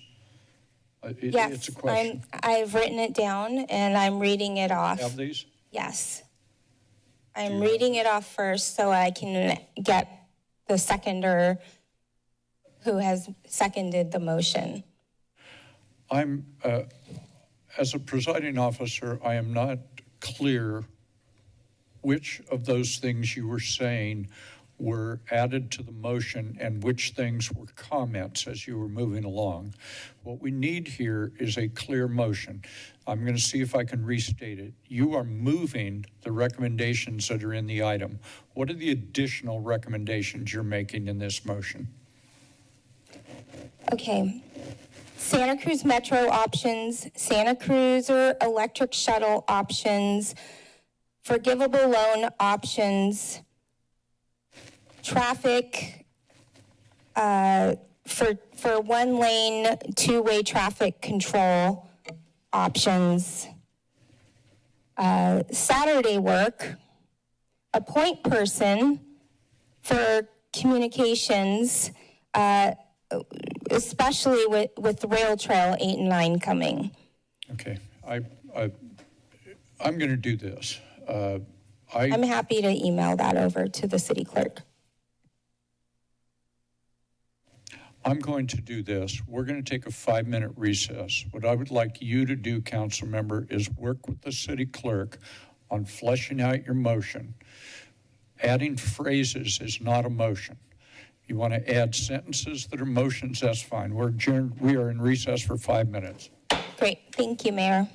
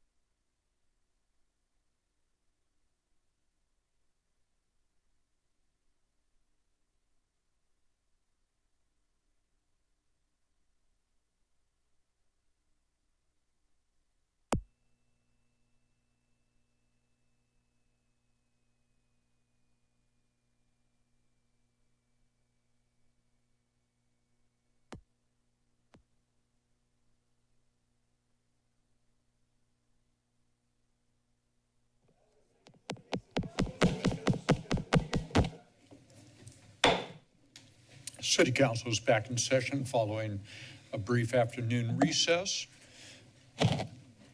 Councilmember Brunner has added more detail to her motion, and that is up on the screen at this point.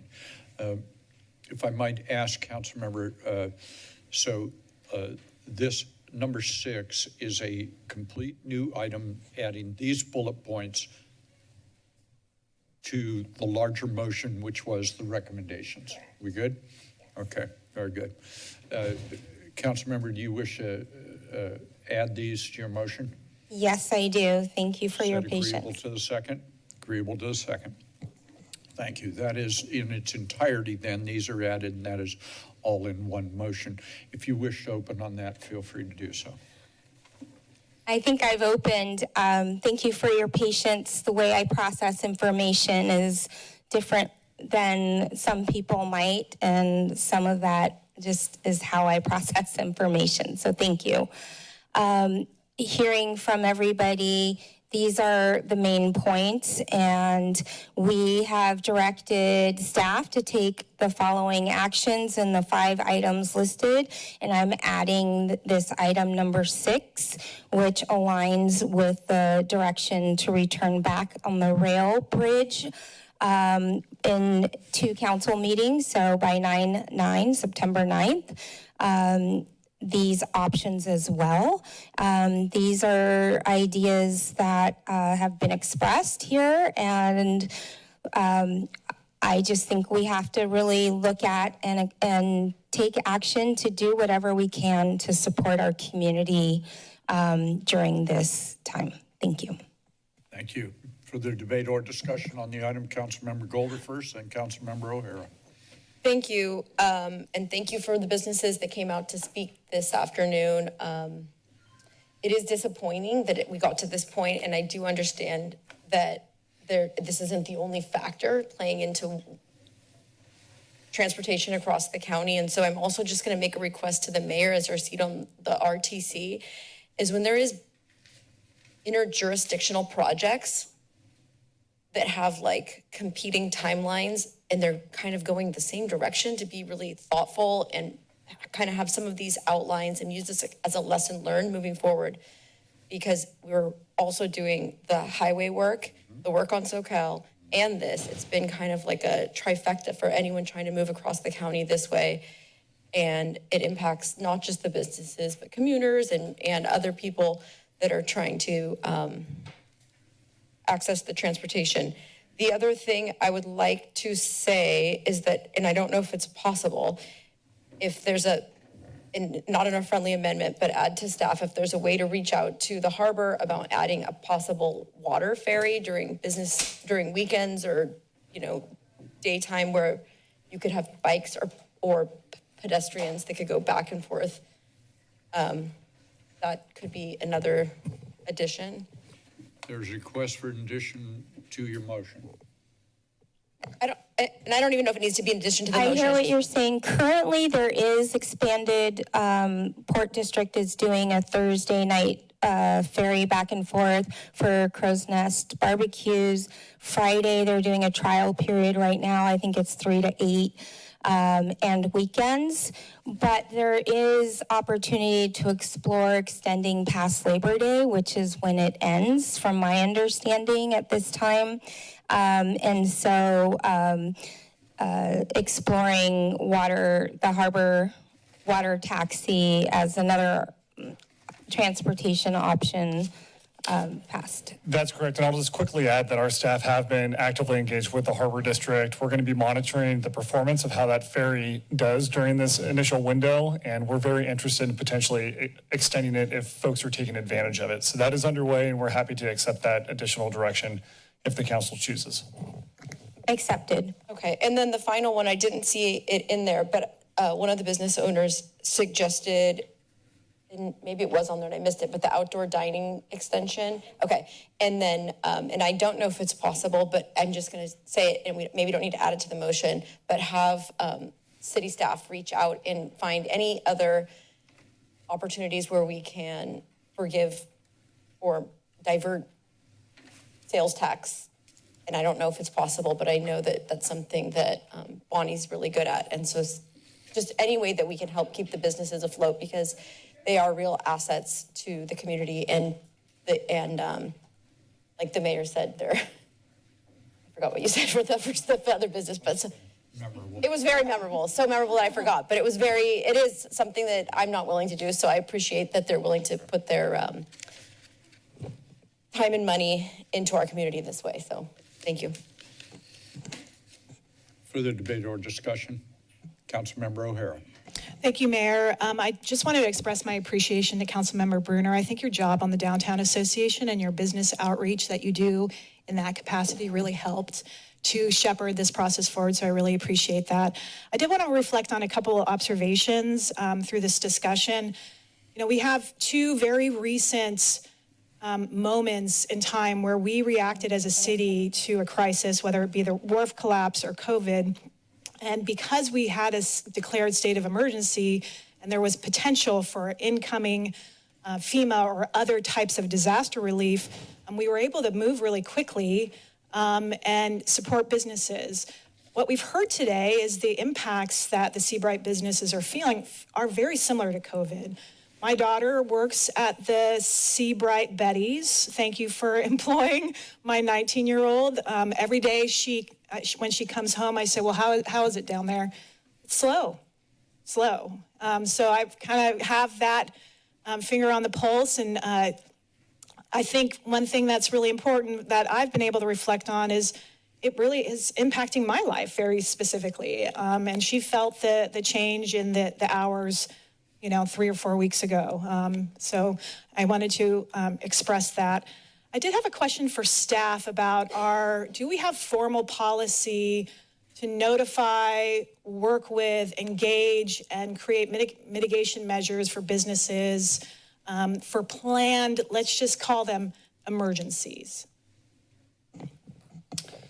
We do not have a citywide formal policy with regards to community engagement, business support, and outreach for, call them large-scale infrastructure projects within the community. We do have such guidance when it comes to development projects and how we notice those, and for those that should receive direct notice, as well as publications we take out, in the local papers. So, and each of our department, although we do have significant, robust outreach, do approach it a bit differently. So I think if the council was interested in entertaining staff bringing forward a more formal citywide policy around how we're outreaching and engaging when it comes to major infrastructure projects, we would welcome that, and we'd be happy to come back with a policy in doing so. On that note, thank you. I would like to add that as a formal amendment. We've heard from... Hold on. Yep. Let me make sure I understand the language. What is the language you want? It's up on the screen here. Direct staff to return to council within 90 days. City manager, if that's too short, let me know. With a recommended formal policy establishing requirements and best practices for business notification, outreach, and support during planned or emergency street, utility, or infrastructure closures. The policy should address advance notice timelines, outreach methods, coordination of access, and potential mitigation measures to support effective businesses. Thank you, Councilmember. Councilmember Bruner, is that acceptable to you? Yes. Acceptable to the second? It is included. Further discussion? Clerk will call the roll. Councilmember Triguero. Aye. Bruner. Aye. Newsom. Aye. Golder. Aye. O'Hara. Aye. Vice Mayor Kalantari Johnson. Aye. Mayor Cooley. Aye. Motion passes and so ordered. Item 30 is an item that is continued, the Heritage Tree Mitigation Replanting issue. Item 31 is a hearing to be held at a time specific, which is 5 o'clock. What we are going to do at this point is we are going to take a break.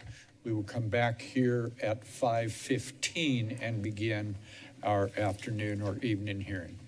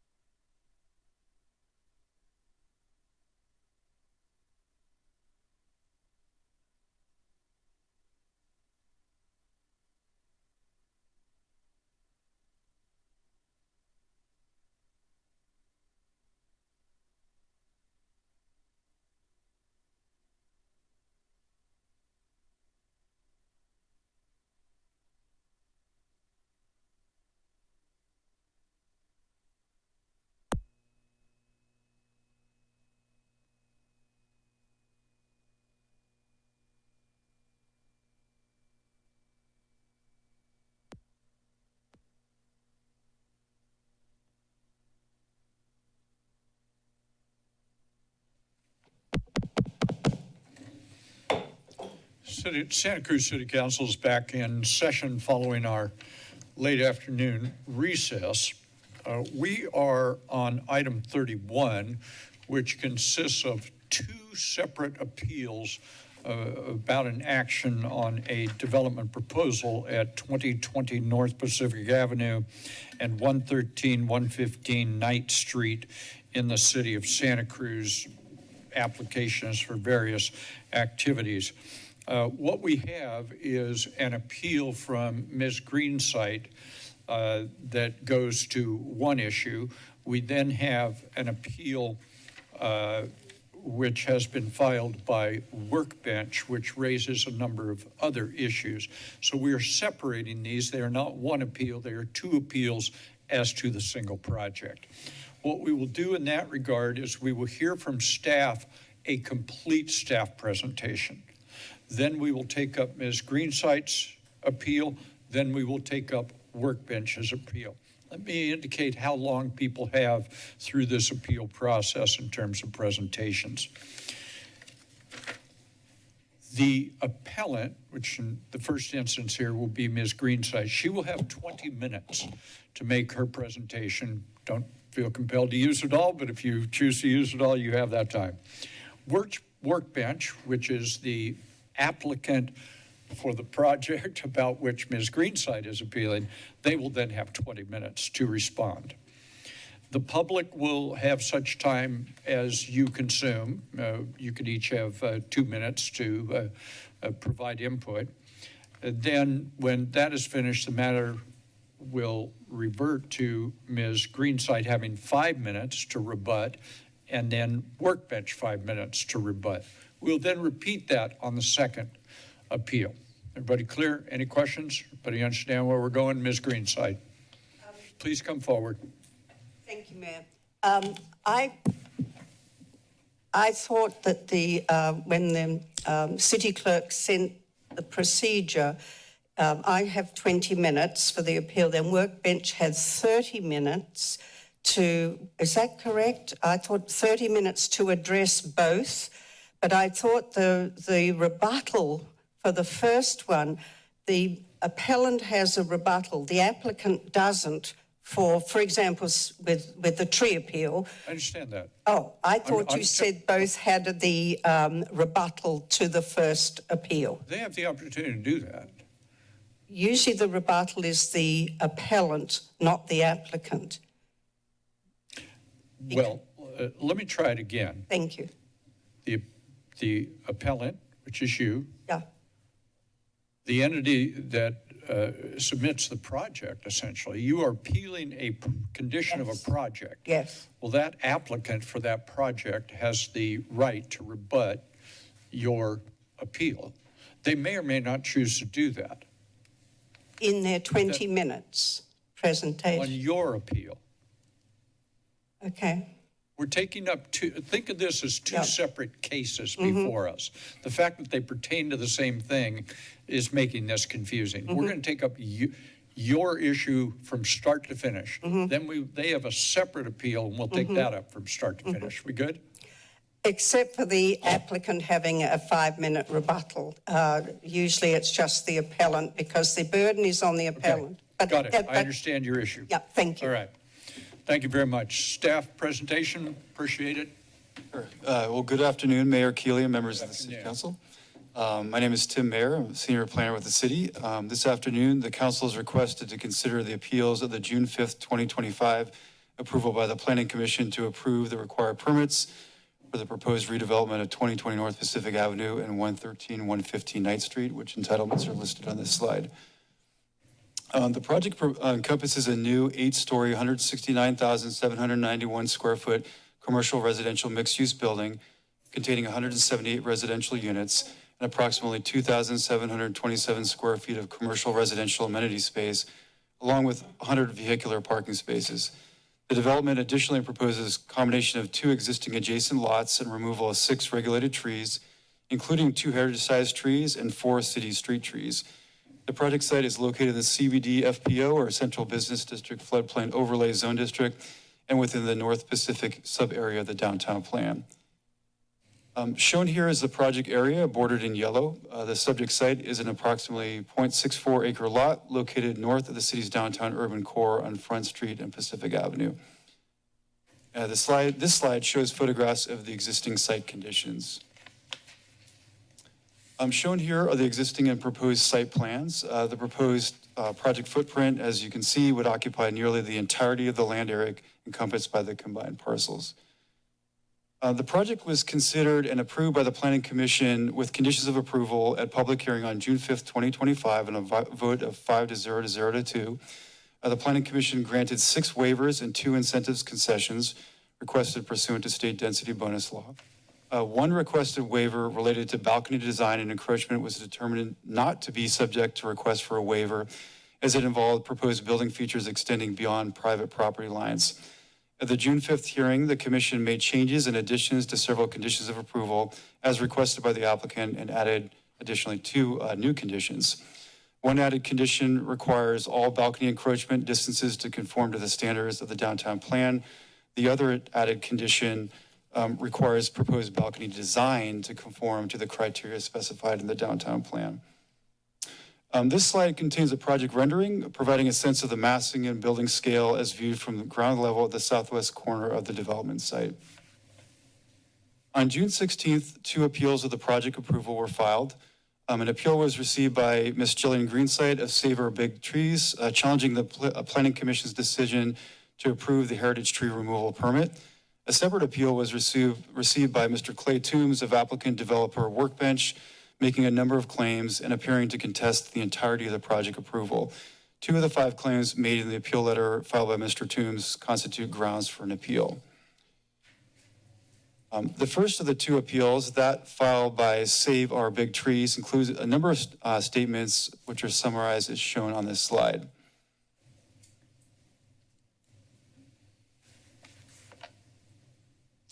This slide shows the 2 coast redwood trees forming the subject of the first appeal. Retention of mature redwood trees, including maintenance of required clearances to ensure long-term tree health and vitality for access to sunlight and water, as well as space for root expansion and propagation, holds a number of adverse effects potentially to project design. Preservation of existing trees would result in a reduction of the number of residential units and impacts to the building design as listed at the top of this slide. Restrictions on the building design induced by the size and dimensions of the project site, as well as limitations to the building's height imposed by the city's downtown plan, further limit the area of buildable space. An arborist report presents recommendations which include removal of all 6 trees due to locational conflicts with the proposed building and associated site improvements. 23 new trees would be planted to offset the loss of the trees removed, exceeding the minimum replacement ratio. The findings have been made for approval of a heritage tree removal permit authorizing removal of all 6 regulated trees. This slide shows an exhibit submitted by the project applicant, also appellant, illustrating the impact to the building design resulting from the preservation of the existing heritage trees. As seen, retention of the existing trees would result in notable impacts to building design, including the loss of many residential units. A second appeal was submitted by Clay Toombs of project applicant Workbench, also on June 16th. The appellant asserts that the city violated the 5th Amendment of the United States Constitution through the city's alleged taking of private property due to required widening of existing sidewalks and the disallowance of aerial encroachments by balconies into the city's public right-of-way in a manner inconsistent with the applicable provisions of the municipal code and standards of the downtown plan. The appellant also contests the Planning Commission's determination of the ineligibility for a waiver under state density bonus law of proposed encroachments of balconies of the building into the public right-of-way as incorporated in the submitted project design. In response to the first substantive claim, case law clearly supports the city's ability to apply standards as done with the submitted project. As shown on this slide, the city's requirement for sidewalk widening satisfies both criteria established in the Supreme Court case of Sheets versus County of El Dorado, resulting in no 5th Amendment taking and thus producing no entitlement to compensation. An in-depth analysis in response to this claim is also found in the staff report. It's obvious that no taking of private property would logically occur from disallowance of encroachment of balconies beyond private property lines, as the applicant holds no ownership of the public right-of-way. The left-hand image of the slide here shows the ground floor site plan in which the project was designed with sidewalks of width as required by the downtown plan and not contested by the project applicant until the filing of the appeal. The right-hand image of the slide shows balconies encroaching beyond the property line as proposed by the applicant. In the second substantive claim, Appellant Workbench makes several statements asserting that the distance of allowable encroachments and design of balconies proposed as part of the project need not conform to the provisions of the downtown plan. The downtown plan provides specific exceptions to the general rule that all private development occur within the bounds of private property and allows balconies to encroach by 3 feet into the public right-of-way over sidewalks of 10 feet or greater in width, and also allows balconies to encroach by 2 feet into the public right-of-way over sidewalks of less than 10 feet in width. A further encroachment of 18 inches into the public right-of-way is provided by the downtown plan for planter boxes attached to balconies when such planter boxes are no greater than 2 feet in height. The applicant proposes the respective 3-foot and 2-foot encroachments, which is supported by staff, but proposes to use a waiver to allow for the 18-inch planter box depth to be used as additional balcony area. The proposed depths of encroachment for each frontage are listed on the bottom of this slide. The applicant's statements related to this topic remain fundamentally unchanged from those previously presented and refuted in the agenda report and presentation to the Planning Commission on June 5th. This slide shows sidewalk widths along various streets included as part of the project design, including Bulkhead Street along the top of the slide, the North Pacific in the middle of the slide there, and Knight Street with a proposed balcony encroachments of 4.5 feet on Bulkhead and North Pacific and 3 feet along Knight Street. The city's downtown plan allows for balconies of up to 15 feet in length with a minimum distance of separation of 3 feet between balconies. The project includes uninterrupted, continuous bands of balconies of 112 feet or greater in length, not in keeping with the objective design standards of the downtown plan. As with distance of encroachment, deviations from design standards as stipulated in the downtown plan are not subject to the request for a waiver under state density bonus law. This slide shows on the right-hand side the distance of balcony encroachment into the public right-of-way, as mentioned previously.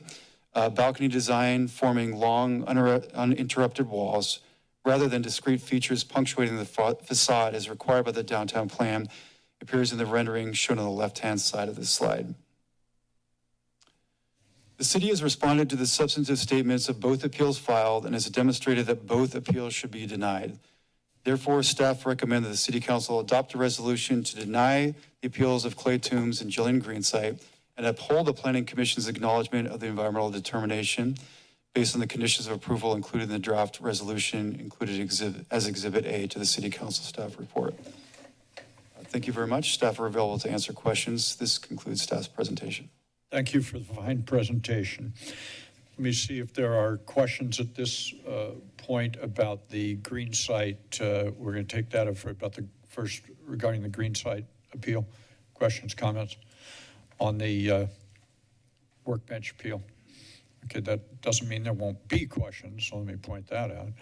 Ms. Greensite, your opportunity. Good afternoon. Welcome to the council meeting. Good afternoon. Before, I do need the clicker.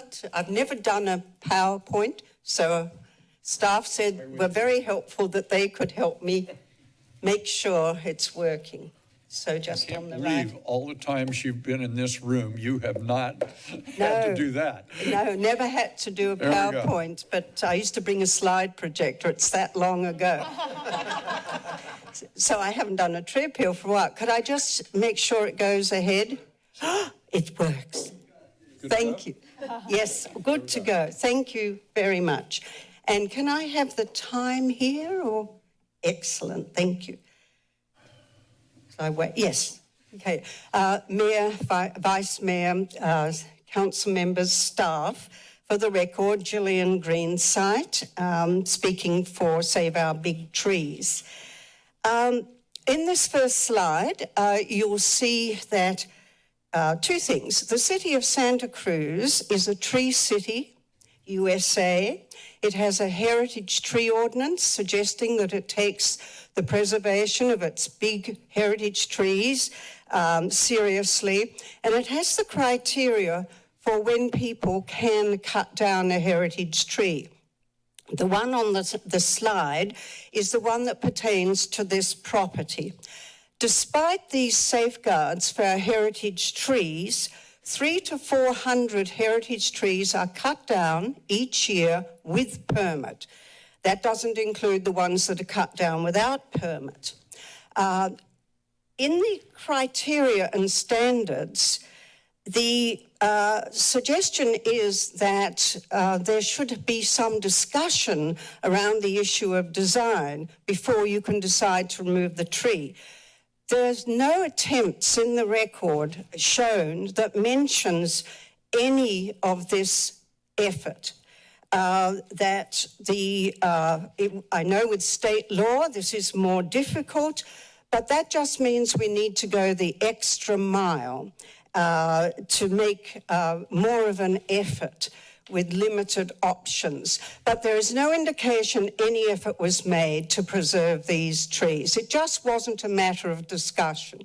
In fact, the city planners said at the Planning Commission, where again there was no discussion of this issue of reasons, did they try a design, was this tried, we couldn't do it, but we did try, nothing at all was discussed. The only reference to heritage trees was when the planner said the tree removal permit was to facilitate the scope of work and the project design. I assure you that that is an accurate quote. I don't just take notes and sort of wing it. I was at the meeting, took notes, I then watched the tape twice to get every word accurate. That is an accurate quote. Nothing else was discussed, although it was probably a 2-hour meeting, maybe 3 hours on this issue. Why is not slide B coming up? I'm pressing it. Oh, okay. I hope I have an extra 30 seconds at the end. This is obviously a photograph of the 2 coast redwoods. They're doing their thing. They're breathing in carbon dioxide, breathing out oxygen, storing carbon, a habitat for birds, beauty for our city. Right now, there's an exhibit at the Santa Cruz Museum of Natural History through November 16th. It's titled Treasured Trees, the Story of Coast Redwoods, a celebration of our region's identity. Semper Byron's executive director described redwoods as, quote, one of the most iconic trees on the planet. These 2 trees are located at the city's town clock. What could be more special, more iconic than these trees in this location? So why was no effort made? Why was there no demonstration to try and save these trees? Were they in the way? Apparently. Was it a low priority? Apparently, if any priority at all. Was it based also on incorrect data? This is a summary of what arborists look at, including the workbench's arborist, to determine how much room you need to accommodate a tree. And at the top, you have the workbench arborist measurements. The DBH is the diameter of the tree. One is 44, one is 41. I have my reading glasses on, I can't see a thing, but I've memorized it. And then you have the distance, the radius that is needed to protect the tree. The workbench arborist is 25 feet. That is 7 times the diameter of the trunk. That is not supported by any evidence. Underneath that is the best management practices that are based on the American National Standards Institute. And this is what is quoted throughout the industry. It is less than 3 or 3.5 times the diameter of the tree. So for these 2 trees, you need at most 12 to 15 feet room.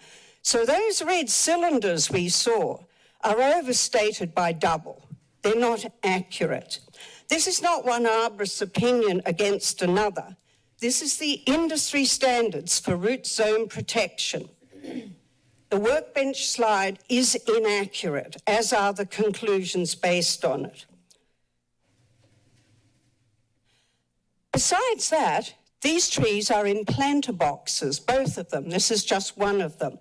So the roots may even be more constrained than that 12 to 15 feet that is the industry standard for a tree of this diameter.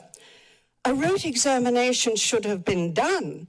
We can't conjecture that they would be less, but a root examination would determine how much room they would need. A construction can be defended against any future root growth once you've determined how wide. Maybe it's only 5, maybe it's 8. We don't know because the effort wasn't made. If you want to see prime examples of buildings next to redwoods, you only have to go to UCSC, where the architect, retired architect, said they shoehorned the building, the science library, right next to the redwoods. So this is the floor plan, the revised floor plan for this project. Now, staff says that the retention of redwoods would mean a reduction in the number of residential units. That's simply not true. If you look, the blue space is residential, and the Planning Commission meeting, the green space was for future conversions to ADUs, which apparently in the court ruling is illegal under local and state law. Now, the green area was recently changed by Workbench to, quote, amenities. But if you look at the 2 trees, if they only need a 12 to 15, let's be generous, space, it's not encroaching into the blue areas whatsoever. So that is an inaccurate statement. Now, each of the 8 stories has similar sized and named amenities, all at the corners of the property, arguably the most desirable place if you were having housing units. All are located on those corners, and on Knight Street alone, which is at the bottom of the slide, floor 1 has fitness studio and fitness center. Then there are 3 stories, each with event space, lounges and music rooms. That's 3 stories with music rooms just on Knight Street. 2 stories with chef's kitchen and dining, 2 stories with art studio, and the 8th story with planters and event space. That is a lot of other than housing space. And the city staff and developer is saying there's no room for the trees. The city staff says preserving the trees may result in the omission of the above amenities. How about a slight reduction? Staff says preserving the trees may result in the omission of components generally supported by the community, such as commercial space. We don't have a poll, but I don't think actually the community would prefer more commercial space versus preserving these 2 trees. And what about the fact that we have a heritage tree ordinance that should factor in more than simply preserving more commercial space? The central courtyard in this slide is open space, and that goes all the way up to 8 stories. We have an objective standard that says if you preserve a heritage tree, you get double allowance towards open space requirements. Was that discussed? It's not in any of the staff report. It wasn't at the Planning Commission. Here's what you can do when the city and the developer works to save a heritage tree. That is a Carimbia. It's on Cedar Street. Front Street used to be lined with these trees until they were all cut down. This was done that close to the building, which was built after the tree was there. So you can see that this 25 feet distance, which is not even the industry standard, is an overstatement. I'm not saying that the redwoods could be that close, but we don't know because there just hasn't been enough concern and looking into it.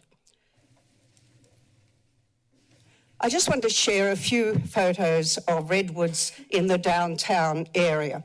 We are blessed with redwoods, not only in our forests, but in the city and particularly in the downtown area. They are trees with age and stature. Saplings are no equivalent. Unless there's a baby in the room, we will all be long dead before any sapling planted this year gets even close to these trees in size, age, beauty, and carbon sequestration. These are also redwoods in the downtown area on Chestnut Street. Again, on Chestnut Street. This is one, I parked under it. I took a moment to sort of appreciate it. It's actually more beautiful than my photo shows. Very close to the building, opposite City Hall, and there it is, quite close, a magnificent tree that has been respected and preserved. So, back to our two redwoods, clock tower redwoods, I guess we're calling them. Their fate is in your hands, and you do have choices. You could allow Workbench to legalize their considerable amenities, which I believe, doing a quick arithmetic, over a quarter of the space in that project. You could have them sign an agreement to keep that non-habitable space as such and not convert them to ADUs, which was the plan and which apparently is not legal under local or state law. If you do that, though, and you don't try and preserve the trees, you are condemning the trees. Or you could ask for a redesign with reduced amenities, not getting rid of them all, just reduced to accommodate the trees with the accurate critical root zone measurements and examination of the roots as they exist in those planter boxes. Workbench is wrong when they write that the HAA, Housing Authorization Act, which I read, and I read all the frequently asked questions about it, they're wrong when they say it does not allow for redesign. It does. You just can't reduce the number of units or render the project infeasible. Preserving these two trees would not reduce any units, and I don't believe it would make the project in any way infeasible. Or you could have a signed agreement from Workbench to relocate the two redwoods into the town clock area. I talked with the Vice President of Environmental Design, who's the leading expert in the country in big tree relocation. They've done quite a few in Pebble Beach and other areas, some in Santa Cruz. And I sent photos, asked their opinion. Yes, this could be done. Very doable. Redwoods are relatively easy compared with an oak or anything with a big spreading canopy. It is expensive. Over $100,000 per tree. But as you saw, and I hope you did read arborist James Allen's report, the value of these trees is well in that area. So environmental design, if that was a choice that Workbench signed on to, environmental design could give more in-depth quotes and could be involved in that relocation. In conclusion, while it's nice to have an exhibit at the Natural History Museum celebrating the iconic species of coast redwoods, it is far more meaningful to save the lives of these two beautiful living specimens in the heart of downtown. We urge you to take that stand. Thank you. Thank you, Ms. Greenside.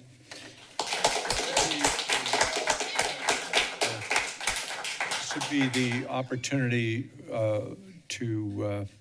for Workbench, if they choose to do it, to provide up to 20 minutes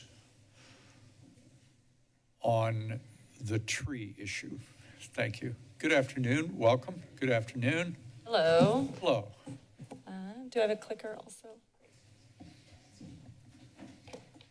So, hello and good evening, council members, staff, and members of the community. Thank you all for being here this evening. It takes a lot of hearts and hands to bring a project like this to life, and I want to sincerely thank this community for their hard work, input, ideas, and conversation around the future of this site on our road to get to today. I have a little bit of an intro that's geared more towards everything, but then I'll speak just to the first appeal.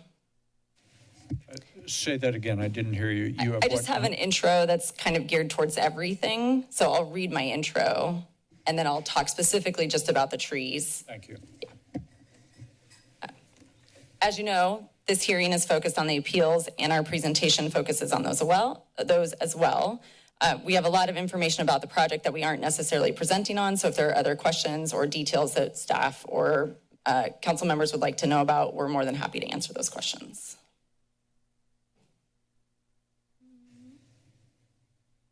Where do I point?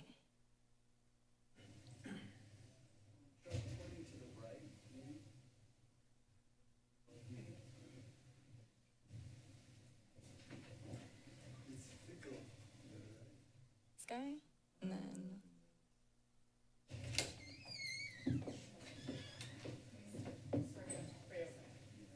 I can just ask you to advance the slides too. Okay. I don't think I need the full time, but.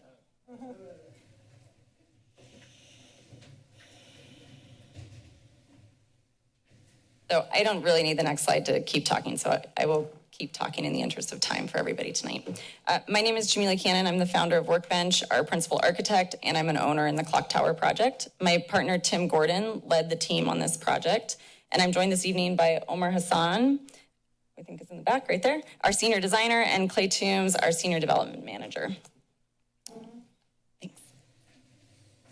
At our last public hearing, which was the Planning Commission, the project was on a consent agenda item because it met all of the required codes and standards. It was pulled from consent and there was lengthy discussion about a variety of topics, and ultimately it was unanimously approved. We are really excited about this project, both in terms of the design as an anchor for the north end of downtown, as well as for all the housing and life it will bring to the downtown district. The project includes 178 units, including 30 affordable units, 244 bike parking spaces, 100 car parking spaces, and one of our favorite features, a publicly accessible rooftop gathering space, which was a recently added approved use in the downtown code. Okay, so let's talk about the tree removal appeal. This diagram, which I believe was also in Tim's presentation, shows the 6 protected trees that are on the site. There's 4 along North Pacific, and there's 2 mature redwood trees along Ninth Street. The appeal focuses on the 2 redwood trees, but I just wanted to outline this for clarity for everybody to see that there are 4 additional trees on the North Pacific side of the site. The protection zone is an area that we would have to stay away from, not just from a design standpoint, but also from a construction standpoint. Oftentimes construction is larger than what the site is, what is actually shown on the edge of a building. So I just want to take that into consideration. This axon view shows the impact of the 2 redwood trees on the building. So you can see how deeply into the building the protection zone impedes. In addition to just the impact of the trees physically on the building, there are other issues with large trees on this site. There are conflicts in the city code, which happens. This is not abnormal, but I'm pointing them out to further explain the hardships with keeping the trees. The downtown plan requires that we have access to the ground floor commercial space. As you can see, the building steps back out of the tree protection zone, then the ground floor, parking, commercial, et cetera, would become severely impacted. There's a 0 lot line requirement on Ninth Street, which means we have to build to the lot line on Ninth Street. Public Works commented in our original application that we need to fix the sidewalk, which would require some kind of tree work with the roots. I'm not an expert in that. I don't know exactly what that would require, but that is a consideration in our application. And And then even if the loss of buildable area isn't great along the North Pacific Street, the construction access and ability to physically build the building is impacted were the trees to remain. There's a few points that aren't on this list that I'd just like to mention. This site is in a liquefaction zone and extensive foundation work will need to be done, likely across the entire property, in order to make the building meet applicable health and safety laws, really for occupant safety. Do I want to go? And then in addition to all of those things, if we were to modify how the building were designed, to get the same number of units, it would require an additional 1 to 2 stories, pushing this into a 9 to 10 story building.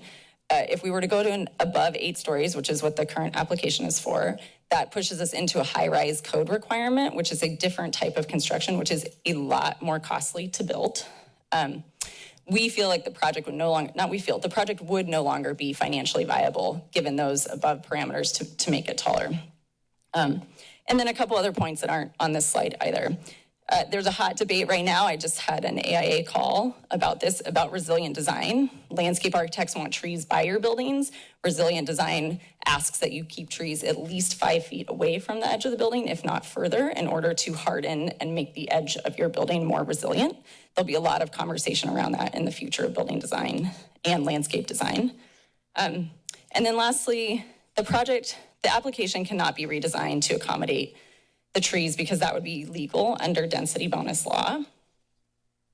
And with regards to amenities, those amenities are required to be approved as proposed per state density bonus law. We are providing 30 affordable homes and the state has protected amenity spaces as a way to offset the cost of building affordable units. And then lastly, just to show what we are replacing with on the site, there's 17 new street trees going in on the ground floor. So there are 6 regulated trees removed, 14 trees total, 17 new trees going in. There's 29 new trees at level 2, which will be open and available to residents, and then at level 8, which will be open to the public. There's trees and lush landscape on both the podium deck and the rooftop, future restaurant, bar, gathering space. We worked really hard to make those very appealing, nice spaces for the public to be in. And I think that is it on this first one. Yeah. Very good. Ms. Greenside? I'm sorry, excuse me. Let me ask for public comment on this. Up to 2 minutes each.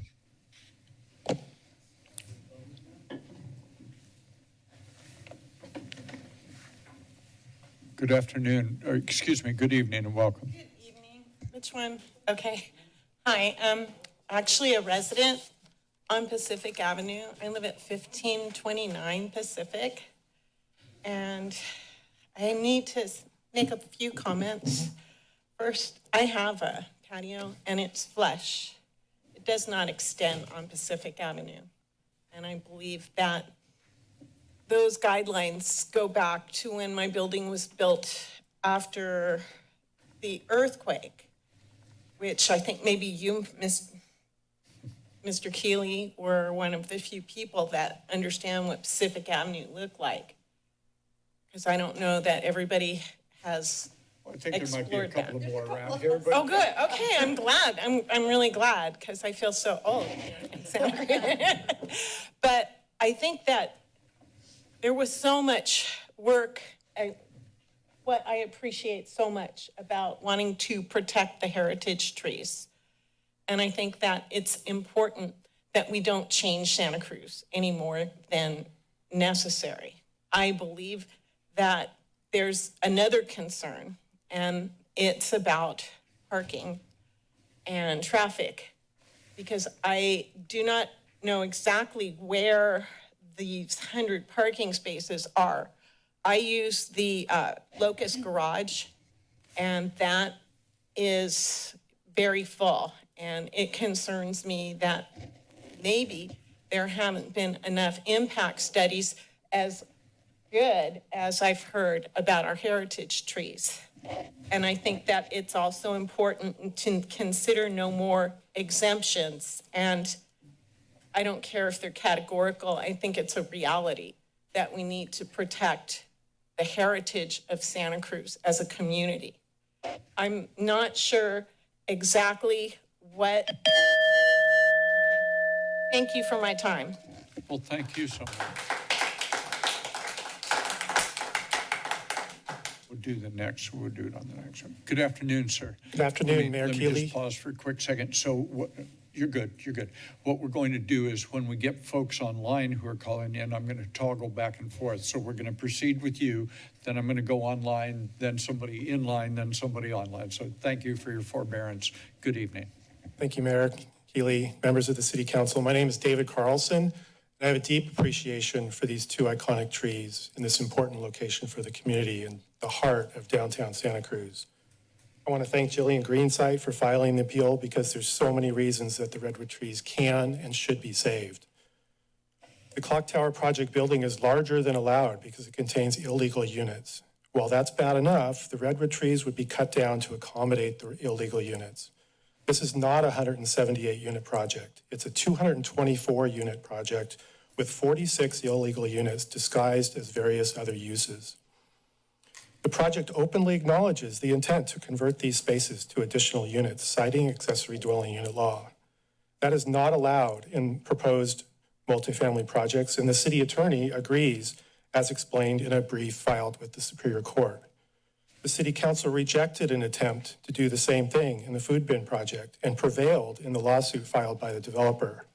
The Superior Court agreed the City Council has the authority to remove these extra spaces from the project that the city attorney confirmed are illegal. Please do the same thing here and require the developer to remove the illegal 46 units, redesign a 178 unit project around the existing trees. Thank you. Thank you, sir. What I'm going to do, I appreciate your enthusiasm, but what I'd like to do is, this is more, what we're doing right now is more akin to a judicial kind of hearing. Sometimes we act in our legislative capacity when we approve ordinances. Sometimes we're in our executive capacity like we did on a previous item involving the Murray Street Bridge. This is more like a quasi-judicial hearing. So I would appreciate it if what we do is let people speak. We don't need to support and oppose with your comments or applause or whatever, but I appreciate your presence here, but let's conduct it that way. I'm going to take the, excuse me? Okay, no problem. Thank you. Let's take it with the person who is online. Next. Person online, good afternoon and welcome. Hello, can you hear me? Yes, we can. Welcome. Thank you very much. My name is Becky Steinbrunner, and I also want to thank Ms. Greenside for launching this appeal and doing such an excellent presentation to defend these two trees, rightfully so. I would also like to thank Mr. Carlson, who has extensive planning knowledge, to bring forth the point that the developer is actually planning more units than would be allowed. So please, your council has the discretion to uphold the city's heritage tree ordinance. It is incumbent upon you to preserve these trees for the cooling effect that is so needed in these times in our paved downtown area, to provide shade for the residents who will live there, to provide and maintain the habitat for the wildlife that we must also be mindful of and do appreciate as part of our valuable city-rich fabric. I implore you to please uphold and grant this appeal Ms. Greenside has so artfully and accurately put together, and save these two trees. Ask that the developer redesign their project to have 178 legal units and to not damage these trees at all. Thank you very much. Thank you, Ms. Steinberg. Oh.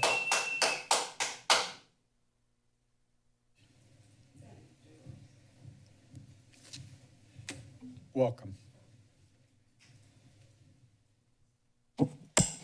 Good evening. If one reads the Park and Rec director's letter on page 3 of the fall activity guide. It says, we're highlighting one of our most vital resources, trees. Trees play an essential role in both our environment and quality of life, end quote. The letter goes on to mention city efforts, quote, to shape how we protect, expand, and care for our forest canopy. Good intentions, encouraging words. I question the protect part when hundreds of heritage trees have been cut down and many more are likely to be doomed as unceasing development occurs and developers are allowed to ignore the heritage tree ordinance. I urge the council to send a clear, strong message to the planning department that they must inform developers at the very outset that projects be designed to save as many healthy heritage trees as possible. Uphold the ordinance. Start now and save these 2 magnificent redwood trees. Thank you. Well, thank you. Do we have some? Okay, I'm going to ask you again if you would be kind enough not to do that. Do we have anyone else online? Next person in line, let's go. Good afternoon. Welcome to the City Council meeting. Hello, my name is David Vamberto Gillis. I am an architect who practices in Latin America in the radiation oncology field. So I don't save trees, I kill them because I do lots of cement. So I'm very happy to be here today. Also, I'm changing my career. What I do want to say is I'm only involved in one professional organization because I don't care much about the world, and it is the Congress for New Urbanism. I want to say that being environmental and economic is possible. I really believe that strongly, and definitely I believe in the redesign of the space. I'm an architect. I would make that so beautiful. I would live there with those trees. And obviously I'm emotionally charged. I love them. That's it. Thank you, sir. Do we have anyone else online? Next person in line, good evening. Welcome to the council meeting. Good evening, council, mayor. My name's Elise. I'm a longtime activist in Santa Cruz. I was there the night the Planning Commission approved this project. I cannot understand how we are going to be able to accommodate 178 units in that area, because it just seems quite small for what is being planned. I also was offended that night because the city planner, Mr. I think it's Coombs, I hope I'm getting that right, they just kept being allowed to bounce out of their seat and come up. And I'm asking the council to please respect our city, the public, our Heritage Tree Act. I want to say that I went to the College of Environmental Design for 3 semesters. What I learned there, before I got my degree in philosophy and the arts, was that we can design, even designs like this one, where we're designing a lot of units in a very urban space, we can accommodate these trees. It's important to retain some of the character and feeling of the land. That cliff that's behind the 2 smaller trees, if you're facing the clock tower, there's 2 smaller redwood trees. I'm sure they're going to go too. We have to take our Heritage Tree Act seriously. Now, as an activist, I've watched a lot of films over time, and I can't remember the name of the film I saw years ago, but a CEO, a man who is very well-to-do and had a lot of responsibility, said, in future times, people like him would be thought of as criminals because of the way they destroyed the environment. We will too. You all will too. If you don't easily protect, as you can, as Ms. Greenside has laboriously pointed out, you can protect these trees with a redesign. Thank you very much. Well, thank you very much. Good afternoon and welcome. Thank you, twice in one day. Hello, Mr. Mayor and Council. The impact of this project on the 2 mature heritage coast redwood trees calls for deeper consideration beyond mere technical compliance. While the staff report thoroughly addresses balconies and sidewalk easements, it fails to fully recognize the vital importance of these trees to our community's identity and environment. These trees are living symbols of Santa Cruz's natural heritage, connecting us to our past and sustaining our future. Although the applicant's proposal complies with the downtown plan's balcony limits, such compliance cannot justify the irreversible loss of these irreplaceable trees. The applicant's claim the removal is necessary due to site constraints disregards city policies that explicitly require serious exploration of all feasible alternatives before approving tree removal. The arborist report acknowledges conflicts with the building footprint, but does not rule out meaningful redesign. Yet no transparent effort has been made to reduce the footprint, rethink the layout, or apply innovating engineering ideas. Furthermore, claims that redesign is prohibited under density bonus law are incorrect. That law allows and sometimes requires modifications to protect significant environmental resources so long as density entitlements are maintained. I urge the council to require the applicant to revisit their design and seek a balanced solution that honors our city's sustainability goals while protecting these irreplaceable natural assets. Thank you. Thank you.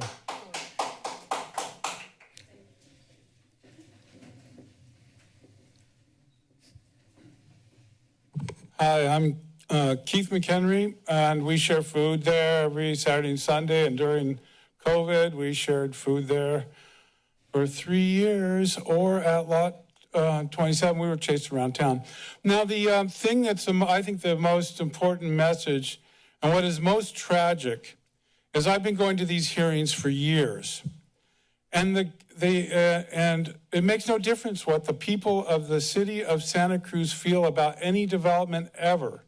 We have rejected all of these developments, and yet they still go through because we don't have any say in how our city runs. I would go to the library meetings. All the local people were against stealing the money from Measure S and building a parking garage over at where the farmers market used to be, and we were all against cutting those heritage trees down, right? Then we were against having like high-rises everywhere, but outside money, defeated that ballot measure. So basically, it doesn't make any difference what the people of Santa Cruz think or say about anything.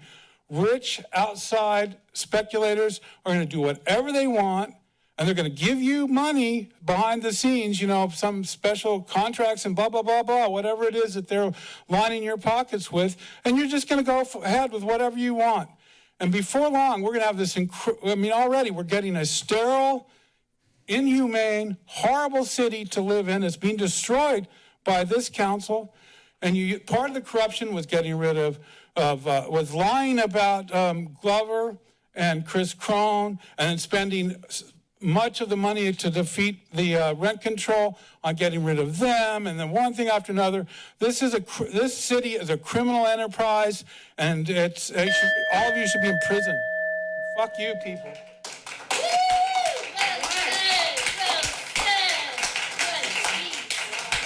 It's this one. All right, did I launch right into it? Okay, well, I agree with all that. I would say, I doubt that whatever units are slated to be affordable are actually affordable by any normal metric whatsoever. They may be less unaffordable than the rest. So I don't think this project is addressing housing at all, really. It's going to make somebody some money.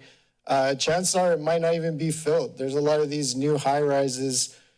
They talk a great game of, we're solving housing, but it's the same overpriced housing that we already can't afford. There's already empty units all over this county, all over this town, probably thousands of empty units.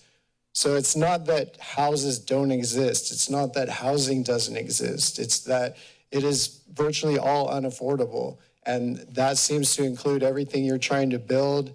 I certainly don't think you should be cutting down trees for it. I don't think we should be demolishing buildings in general if they're functional buildings. I think you should respect the wishes of the people. People don't want high-rises all over our town. We don't want people to say, we know what's best for you. We're just going to engineer like the new Santa Cruz. no, like, we live here, you're supposed to represent us, we say no. I mean, I don't know how many ways people can say it before it's acknowledged, but, you know, the public of Santa Cruz, the citizens of Santa Cruz do not sign off on any of these projects. We don't want them, you know? We would love to address housing. We would love actual affordable housing. In fact, housing should be a human right. Nobody should have to pay to just have the basic modicum of shelter that any prisoner in jail gets. You know, no matter what crime you commit, if you're in jail, you get housing, you get shelter. Everybody in Santa Cruz should have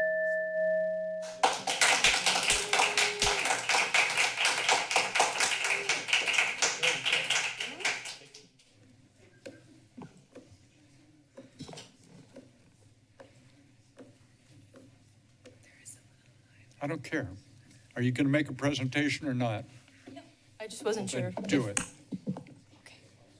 All good. Hi, my name's Annika. I've been here before. Hi, Mayor Keeley and council members.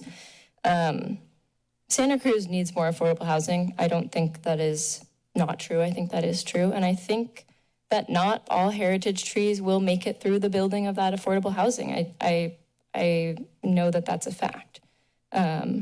But I do think we have the heritage tree ordinance for a reason. And that reason is to protect and preserve these trees, and for the city to uphold its promise through this ordinance to do its due diligence to preserve these trees. As citizens, we rely on our city council and the planning department to ensure that the future of Santa Cruz is not boxy and gray. New builds should bring beauty, culture, and greenness into our city and create the future that I think we all agree that we want to live in this place that we think is really beautiful. And I think we are asking for you to show us that you believe in that future too, and show us that, in my opinion, I think we can increase housing and preserve the trees that hold this town together. I know that it's possible. I see it in other cities. And so, can we ask the developers to design in order to preserve these redwood trees? And if they can't, I think we should know why they can't. The heritage tree ordinance should be used to encourage thoughtful and intentional development, including these trees, in the future of our city. We and you can change the status quo always at any time with enough effort. So please change the status quo today. Thank you. Thank you for your testimony. Take the next person online. That's not you. That's not me. We're going to take the next person online. Next person online, good afternoon. Welcome to the council meeting. Yeah, this is Garrett. Hey, I apologize for not actually knowing the specifics of this as well as I should, and calling during happy hour. But hey, I think in general on the heritage tree ordinance, you disrespect private property, and worse. I think private property is the linchpin of capitalism. It cannot exist without it. Gone are the days of the Emperor of Rome, Maximus, who looked out and proclaimed, "All I survey is mine." As far as I'm concerned, I keep it pretty simple. Trees that are on private property are the private property of the owners of that property, and you don't really have any business saying anything about whether they can cut down or not. I don't know what the status of these trees are, but that's how I feel about it. And if they're on public land, then they play by the rules you set up, and it's that simple for me. That's all I have to say. Thanks. Thank you. Good afternoon. Good evening.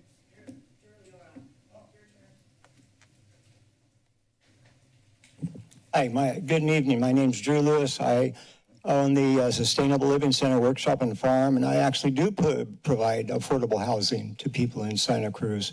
And I would like to say that this whole thing is part of a global agenda. I think everyone should look up 15-minute cities. It's basically a design plan by a group who are called the globalists, and their design is to crowd us all into these high-rise buildings where they can have better control over the population and dictate our coming and going through the use of the mechanisms called digital currency and social credit scores.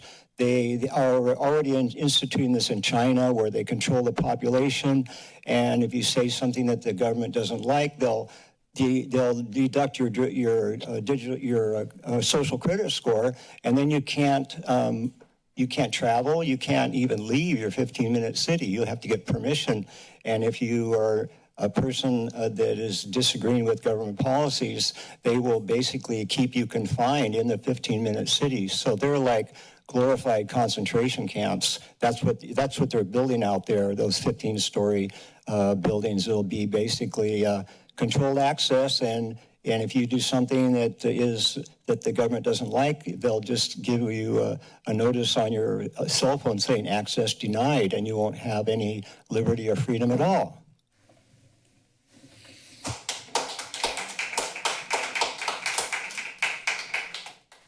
Anyone online? Next person in line.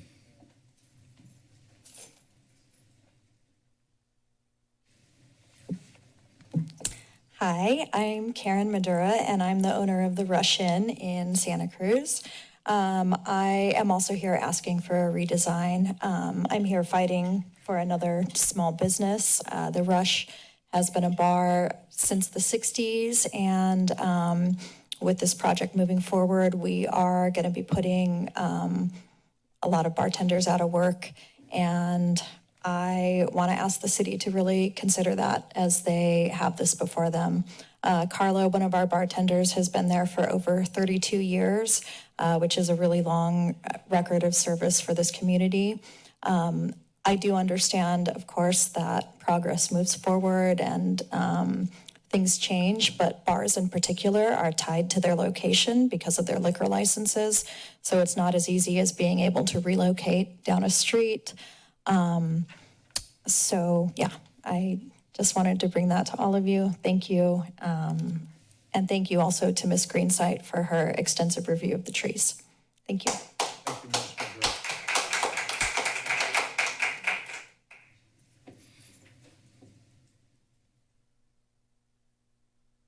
Council members, Mayor Keeley, members of the audience.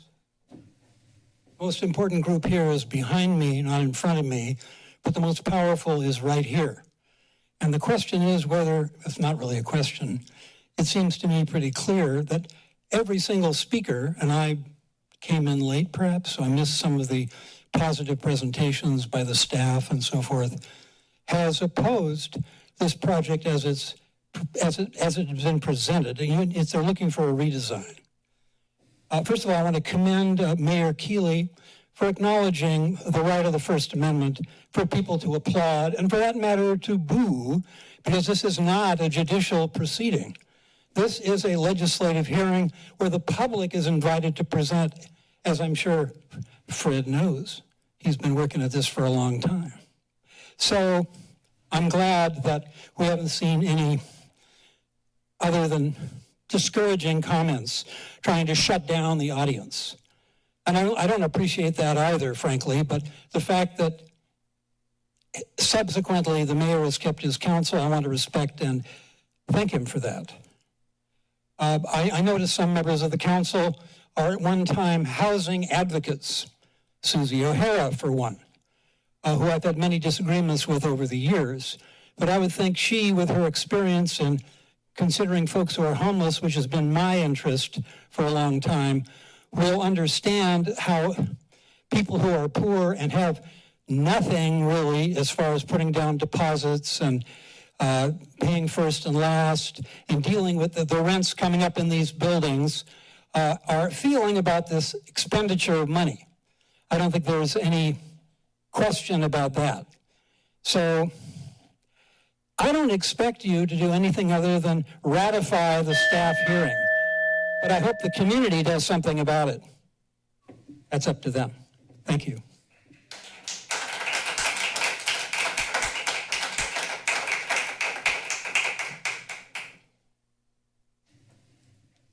Good evening. My name is Kathleen Lynch. I'm a local senior citizen and also a licensed clinical social worker. I'm here to say, save Santa Cruz from becoming a sterile, dystopian, smart city of expensive, ugly, high-rise condos, which I think says it all. And, you know, those of us who are a little bit older can remember the time when we didn't have cameras on every corner. We can remember the time when our phones didn't record us and report everything we were doing to a central database. I've studied about the 15-minute smart cities. It is a worldwide movement of total control, bringing in a total control grid. We have to think about the legacy we're leaving our children and our grandchildren. A legacy of control, loss of freedom, and those of you who are going to vote for this project today or tonight or any day for any of these high-rises that are super expensive, by the way, think of what you're doing to your future generations, your offspring, their offspring. America is about freedom, and that is because of local people like you guys who are going to vote for this, and I hope some of you are going to vote against it. Would you raise your hand if you're planning to vote against this tonight? I'd like to see. Well, anyway, so just think of, you know, when your grandkids are like, Mom, why can't I travel, you know, more than 5 miles? And I get cut off, my social credit score. Is that my time up? Yes. Okay, thank you very much. Well, thank you very much.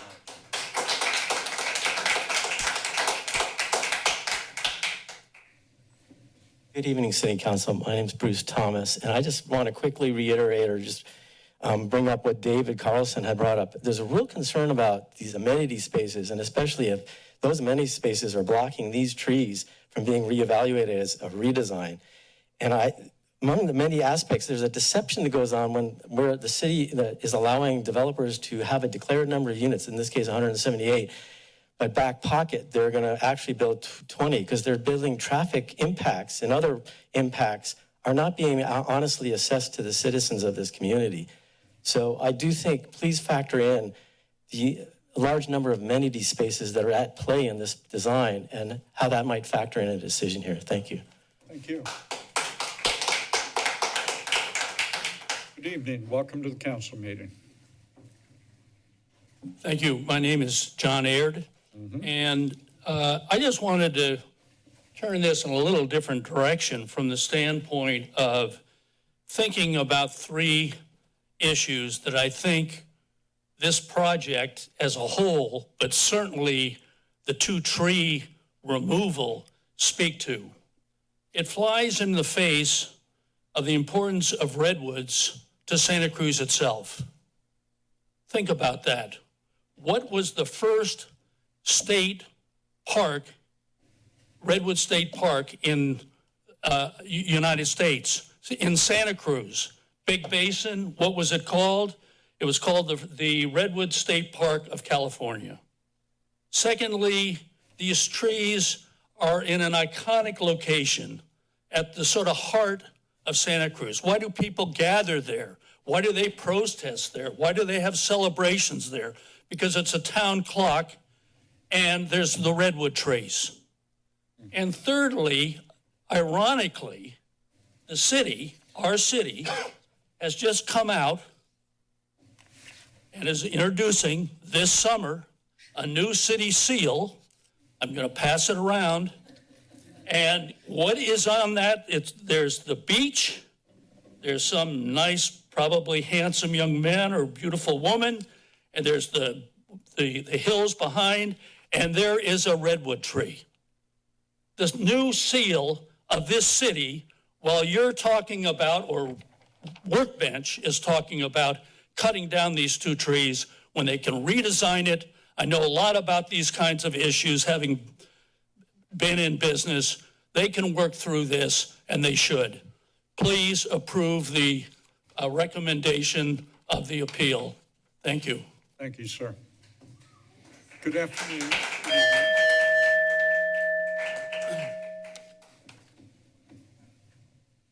Hi, Gavin Roth, a back-to-school student at Mission Hill Middle, on behalf of Santa Cruz YIMBY today.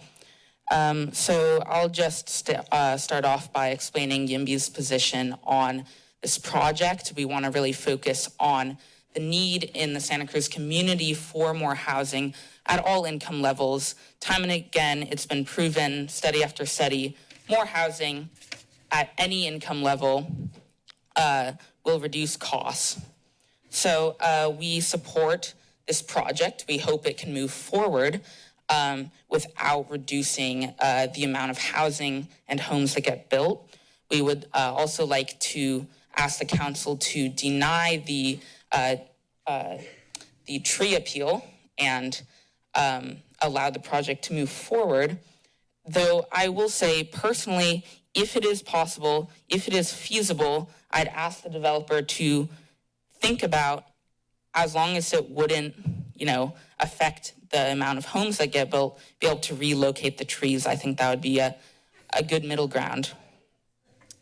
And then we also want to add that pertaining to the balconies, balconies provide livability for apartments and add on to the amenities. So as long as, lost track, we already allow flower boxes to go into that space. So I would just like to say, maybe we could allow balconies into that space. And then finally, with the 15-minute city thing, that's hilarious. Really about freedom. We want the freedom. I'm the next generation. I want the freedom to not sit in traffic, breathe clean air, and be able to go where I want. Yes, but 15-minute cities are not going to take away those freedoms. They'll enhance them by allowing me to ride a bike, take public transit, et cetera. Thank you. Thank you. Anyone else wish to address the council on this matter? Do we have anyone online? On the first appeal, Ms. Greensight, you are now up for a closing set of comments. Thank you. Could we just have the timer at 5? Yeah, right. Just wait till it's at 5. Oh, you're going to do it up there? Where can I see it? When you start it, we'll start. Thank you very much. Okay.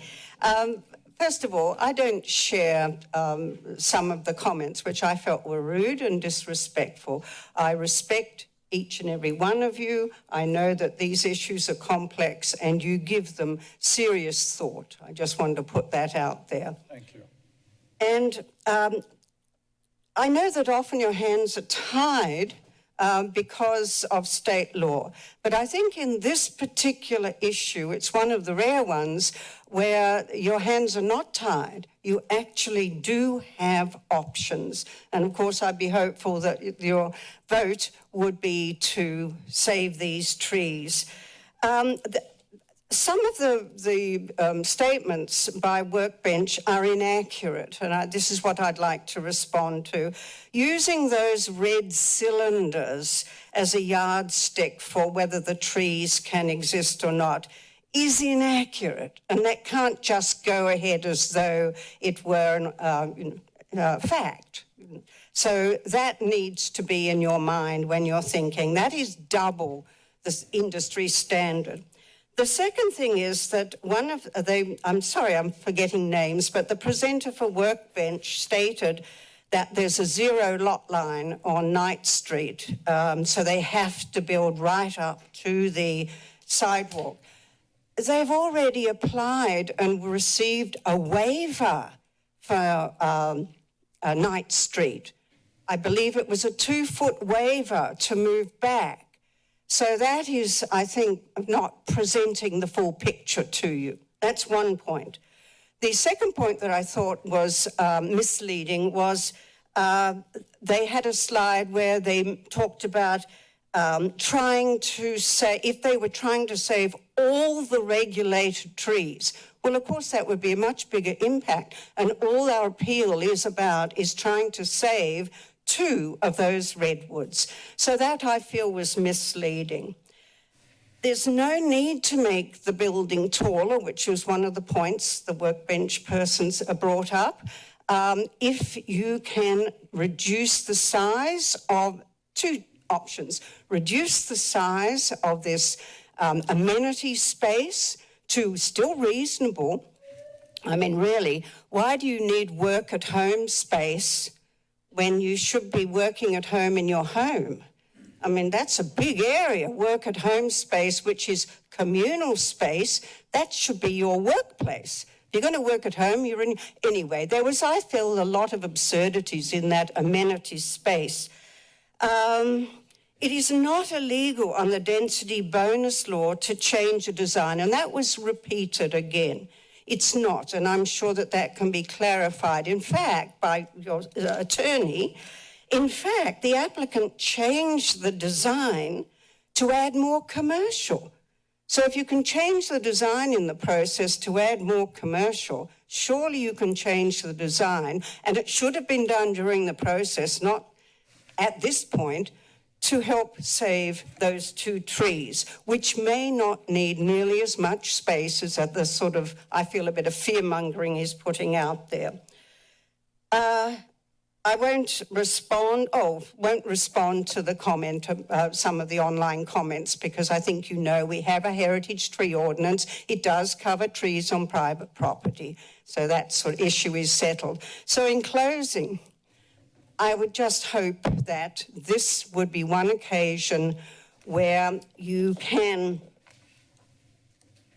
find it, not just in your heart, because I know a lot of things are in your heart and then state law gets in the way, but I hope you can find that there is a legal basis for preserving these trees or the option of relocating them next to the town clock, but that would have to be something Workbench would agree with and willing to pay for. But I hope that there is no conclusion to this meeting, which means the destruction of 2 more of our beautiful heritage redwood trees. Thank you very much. Yeah.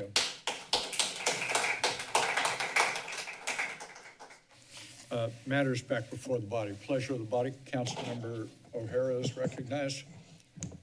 Thank you, Mayor. I do have some comments and questions, and then I had a procedural question for the mayor. I imagine you're asking for comments and questions, and then we are going to hear the other appeal, or what would be the expectation? We're going to go through this, act on it, and then we're going to take up the other appeal. We're going to take these as 2 separate cases. Okay. 2 separate appeals on separate topics. Okay. All right. So I did want to respond a little bit to public comment and then also to what we have in the record from public correspondence before the meeting. And I think, Ms. Greensight, your perspective on what's in our hearts and then exploring the legal requirements is exactly what the process that I went through. And I will say, when I read this agenda report on Thursday, what was in my heart was that we should grant your appeal, for sure. And that was largely because I agree that the trees are iconic. I agree that they are critically important to the space as we enter into downtown. They are meaningful specimens that truly are a remarkable, species. It's, in terms of where my heart is, the trees should be preserved. But then, as a council member, we have to go through a very critical process of understanding the legal constraints. So I did want to walk a little bit through that. For my own benefits, it was a process of pretty significant discovery over the last 72 hours or so, and I wanted to make sure that the public was able to walk along with me here. So I do have some questions for staff. Oh no, I just got logged out. Hold on one second here.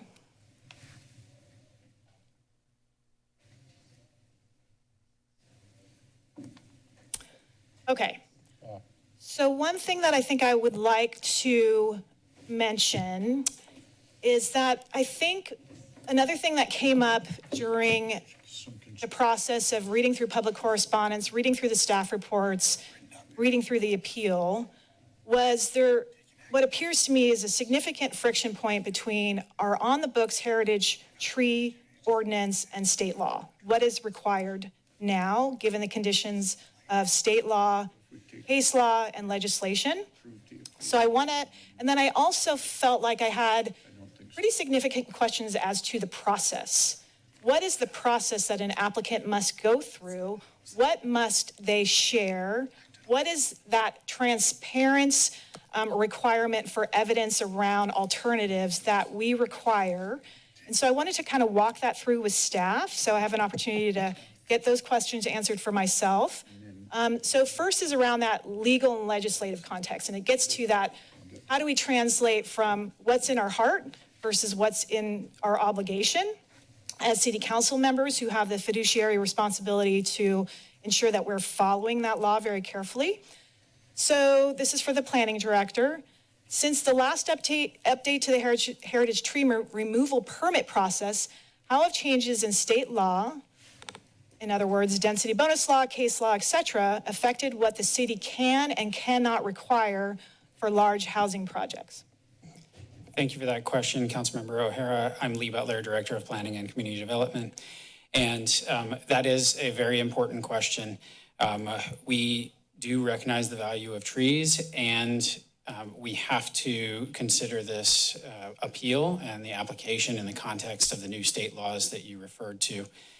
There are quite a few, literally hundreds of bills that have been adopted over the last 8+ years, and they nearly all provide deference to the provision of housing.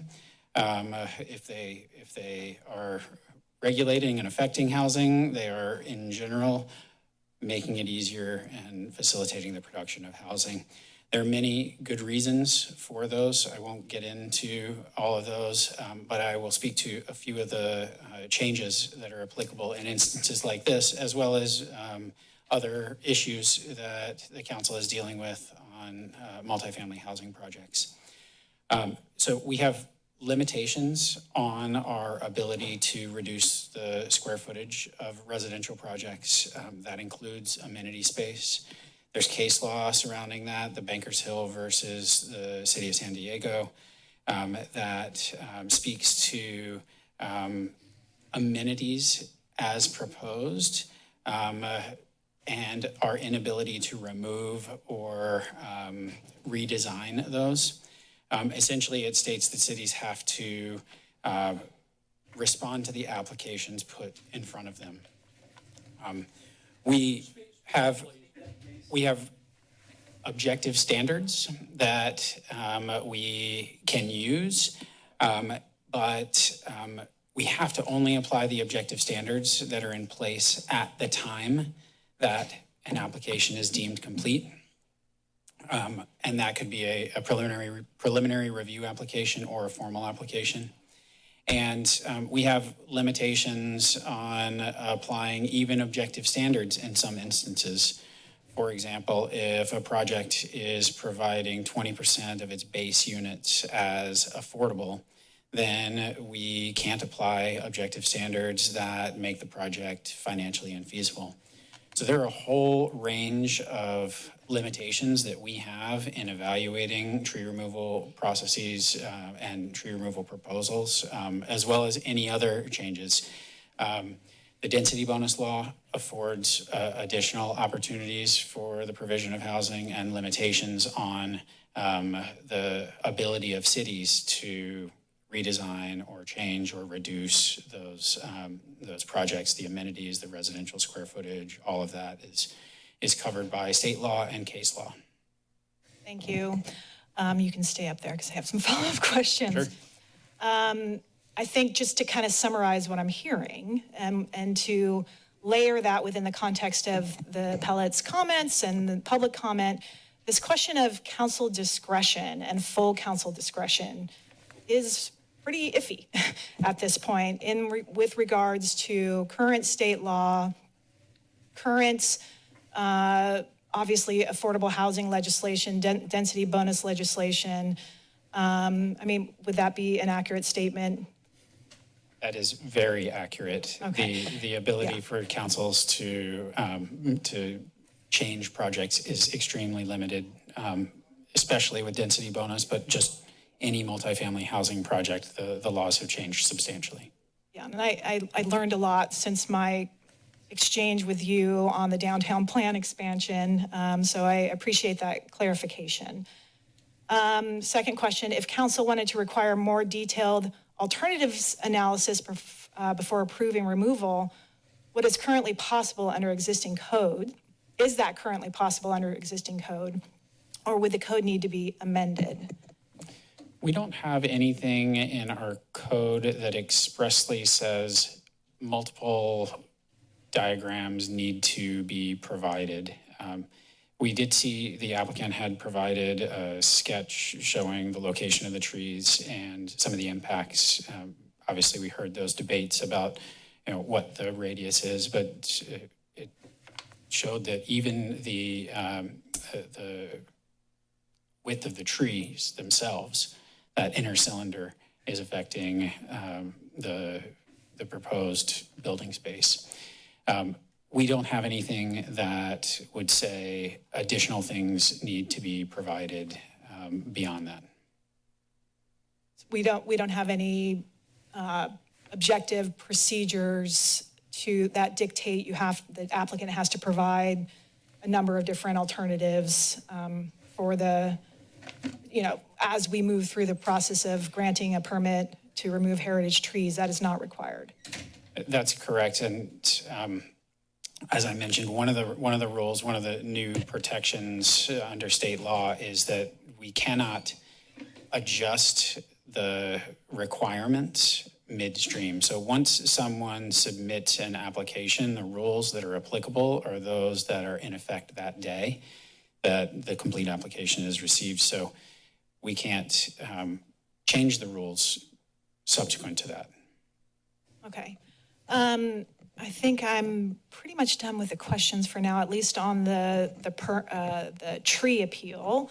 I did just want to reflect, my thinking on this was really process oriented. I mean, I think that what you brought up, Ms. Greenside, what the public brought up in terms of where can we have access to that alternative analysis? What objectively is the impact of keeping the trees on the design, and ultimately what is within our jurisdiction or our ability to change within the context of current state law were questions that I really needed answered before today's hearing. So happy to get those answers, and I might have follow-up questions after the rest of the council goes. On the tree appeal.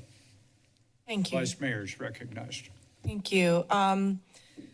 This is probably for Director Butler again. And I do want to thank Ms. Greenside for your testimony and the comments you made after about some of the rude comments not being aligned with your perspective. So thank you for that.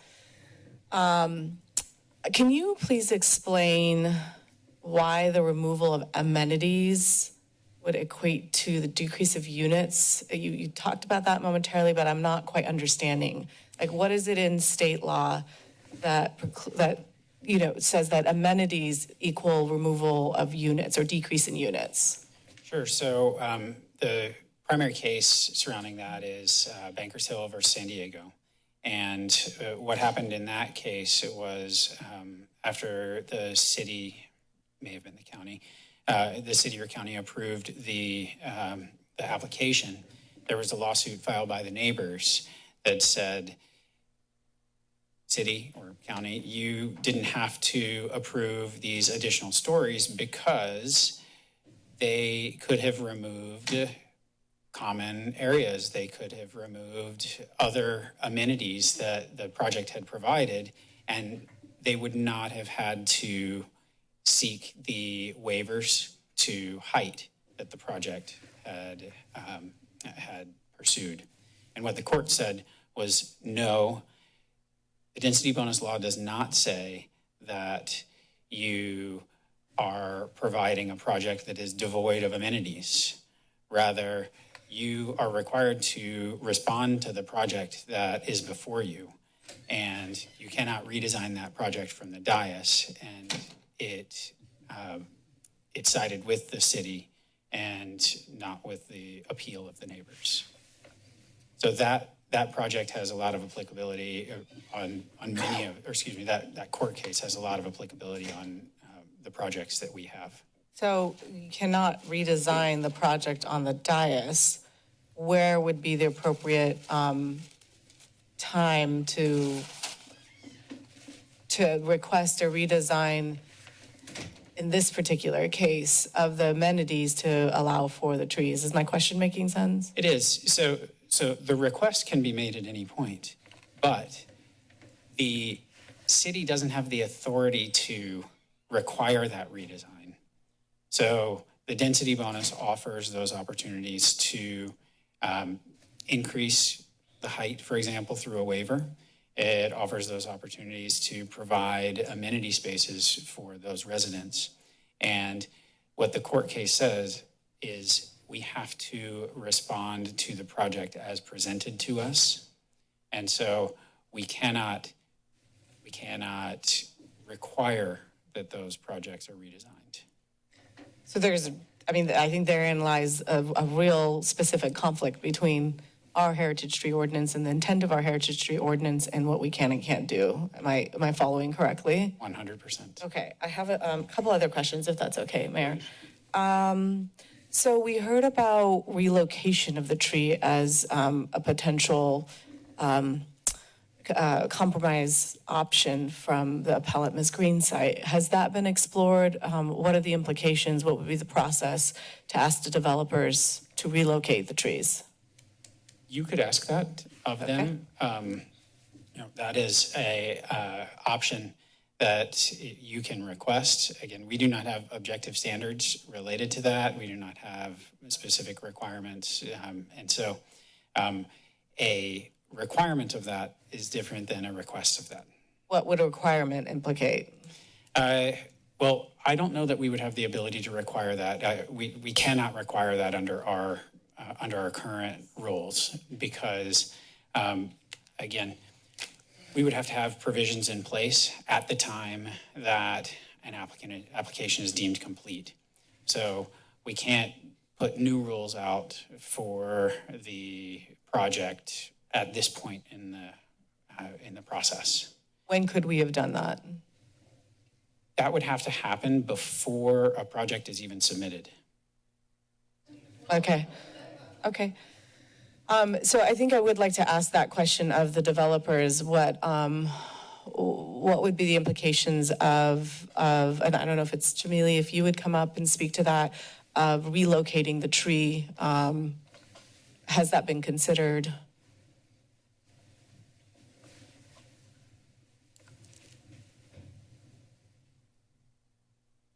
Sure. So I would like to say that we met with Jillian to try to resolve this appeal and attempted to resolve it. We have spent a lot of money in carrying costs between the time that this project was approved at the Planning Commission and now. It's over $100,000 a month. I believe Jillian's report said the cost to move the trees would be $100,000 a piece. Yeah, so had we been able to resolve it or not gone through this process, possibly we would have had money in the budget to relocate the trees. We're not willing to spend that money. We are happy to donate them to the city, to anyone else, if somebody else would like to relocate the trees. Okay, and then I do have, I think, one more question for you, Jamili.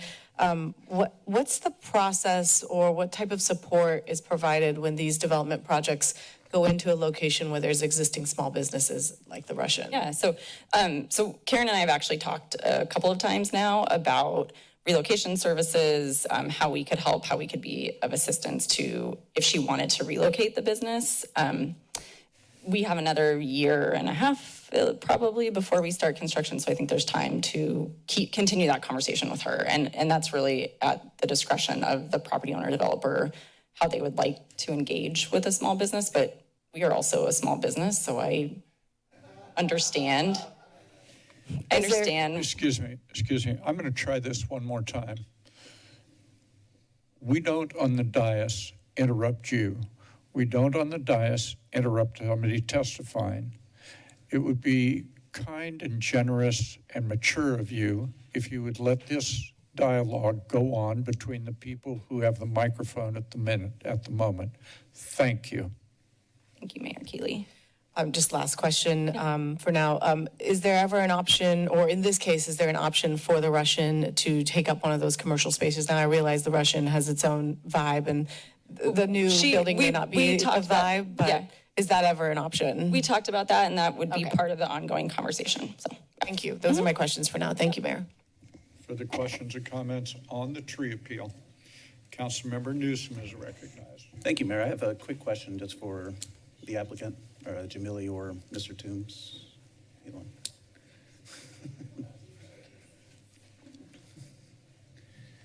Just a quick question. I noticed when I was going through the whole package that the Planning Commission report stated that your intention with the amenities, which at the time were labeled as non-habitable space, were to convert them to units post-entitlement, and that the project was designed to do so, and you basically, or I believe Mr. Toombs kind of confirmed that at the Planning Commission, and I didn't see any mention of it about that in our packet. So my question just is your intention still to convert those spaces into units post-entitlement? So we may consider other applications in the future, but the current application that you have in front of you is to build the amenities as shown. The question, comment? Councilmember Triguero is recognized. I have a question. Let me suggest something. Come take a seat in the front row. Thank you. Thank you. Okay. You save us all a little bit of time here. Councilmember Triguero. Thank you. I have a question for Director Butler, actually. And I want to echo Councilmember O'Hara's comments and Ms. Greenside's comments about how so many of us have the heart, but we find our hands tied by these rules. I'm wondering, Director Butler, is there an opportunity for council to add a condition of approval? What Councilmember Newsom was just speaking on about the amenities that are being incorporated. Is there an option for council to create a condition of approval that the amenities incorporated into the revised plan as voluntary contributions proposed by the applicant could be added as project deed restrictions? Is your question, can we condition, I want to rephrase and make sure I'm understanding it correctly. Can we condition the project such that the amenity spaces are deed restricted as amenity spaces? Precisely. I am not aware that we can do that. And I say that in part because we have a set of standard conditions of approval that we publish when at various times they're updated. And so we have those available, and those are the standard conditions that are applicable to a project based on when that application is deemed complete. So once again, it's the timing. What we have in place when the application was received, that makes it. Yeah, it looks like our attorney might have additional info. We actually looked at that question. Thank you. And really what that would conflict with is existing both in the state law and in the city's ADU regulations that allow for the conversion of non-habitable space to ADUs in an existing building. So we couldn't craft a condition that wouldn't conflict with both our own municipal code, ADU provisions, as well as those in the state law. Thank you. Thank you so much, Mr. Kandati, and thank you, Director Butler, for my impromptu question. I just wanted to make sure that we examined it in its entirety. And, you know, I once again find myself on council, of course, wanting to steward our city in a way that feels like Santa Cruz. And these trees are iconic. And I also feel deeply that we have to prioritize housing in this city right now. Our deep love of trees and our deep love of people, it's hard to see those come into conflict in situations like this. And I really want to thank everyone again for making comment, for being present, and especially to Ms. Greensight for such a thoughtful appeal, such a well-studied and community-engaged appeal. I really appreciate that from you. That's it from me, sir. Thank you. Further on this item, what we're going to do is we're going to take up your appeal now. You have 20 minutes to take up your appeal. If there's a rebuttal to that, we'll take that up, and so on and so on. So please come forward on the second item on the appeal.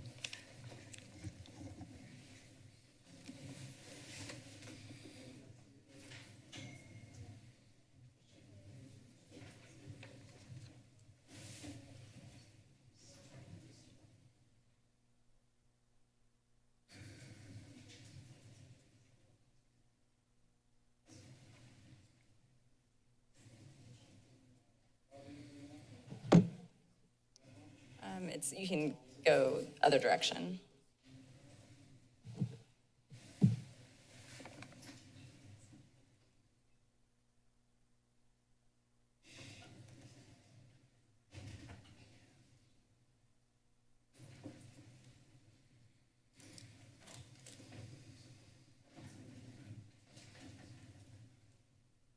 Is there a way to center it on the...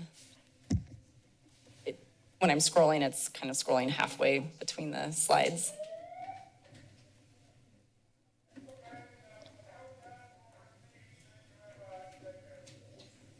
Yeah, there we go.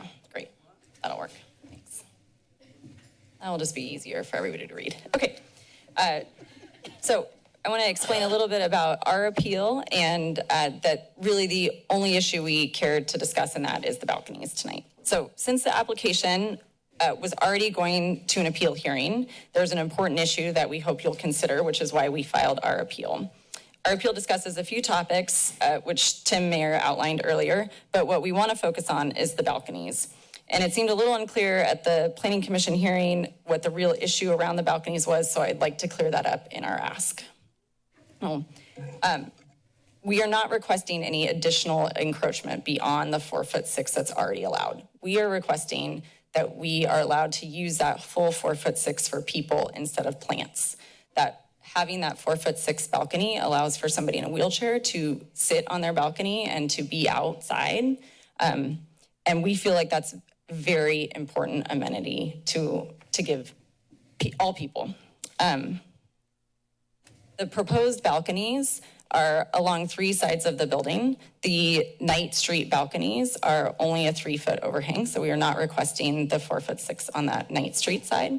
The 2 sides of the building where the balconies are 4'6" are along North Pacific and along Bulkhead. There are also 2 types of balconies designed in the project. One way that we achieved the curves and the curved look of the building was to build it in, so the balconies are not all just cable rail. They are actual full height walls on some of the balconies, which allows for a little more privacy from the street, from both inward and outward looking, and also a little bit more screening of stuff that people have on, that people might be storing or having on their balconies. And this is just a little bit more kind of a blown up plan view of that. So you can see where the dark lines are on the B balconies. Those are actually full height walls on the balconies. And then another diagram on the right-hand side that shows the amount of space in the wheelchair accessible space on the upper is the 4'6" balcony, and then the lower one is the 3-foot balcony.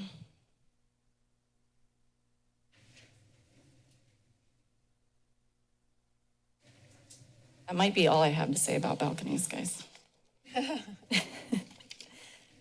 I think that's it. We just want to thank everybody for their work on the project. Sure.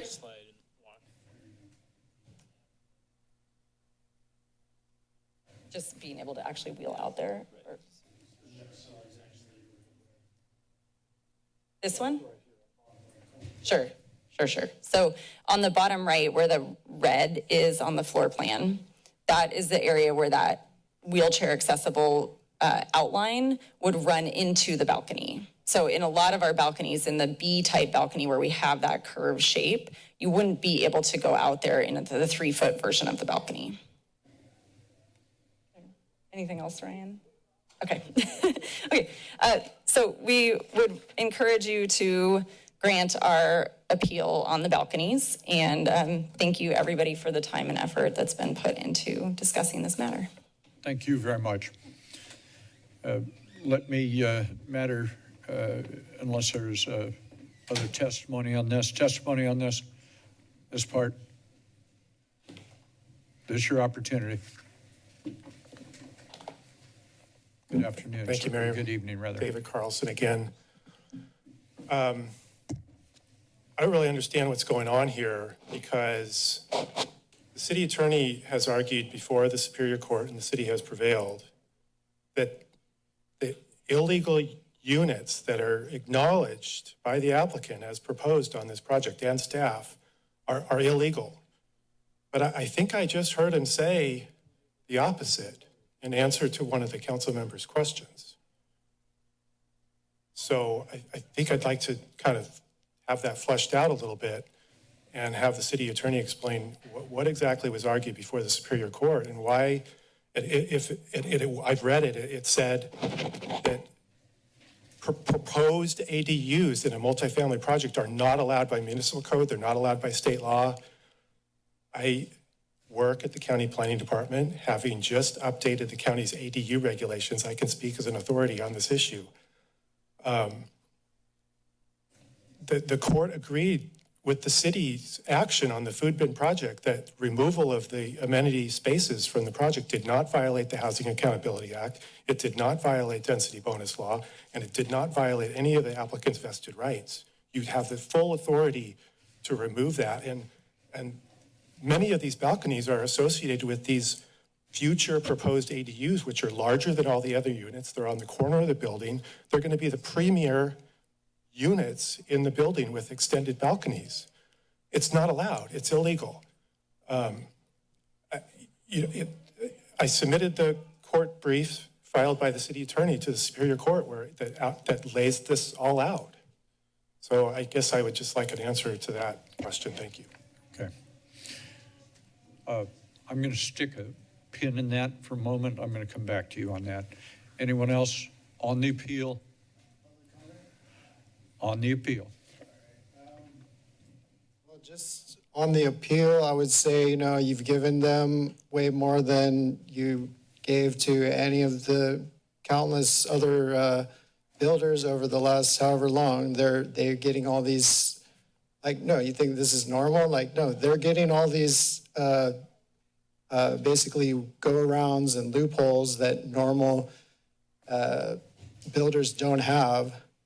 So, if you give them this too, then you're just oh my God, you're basically just saying this is their town and we're just living there. We've already if you let everything else go through, it's already way too much. But on top of that, they're oh, we don't need to follow this law. We don't need to follow these local laws. To anybody else, to any honest observer, it just shows who you work for, basically. If that's how it goes, if you just cave into their every whim, that tells us, if we didn't already know, who you work for. Anyone else?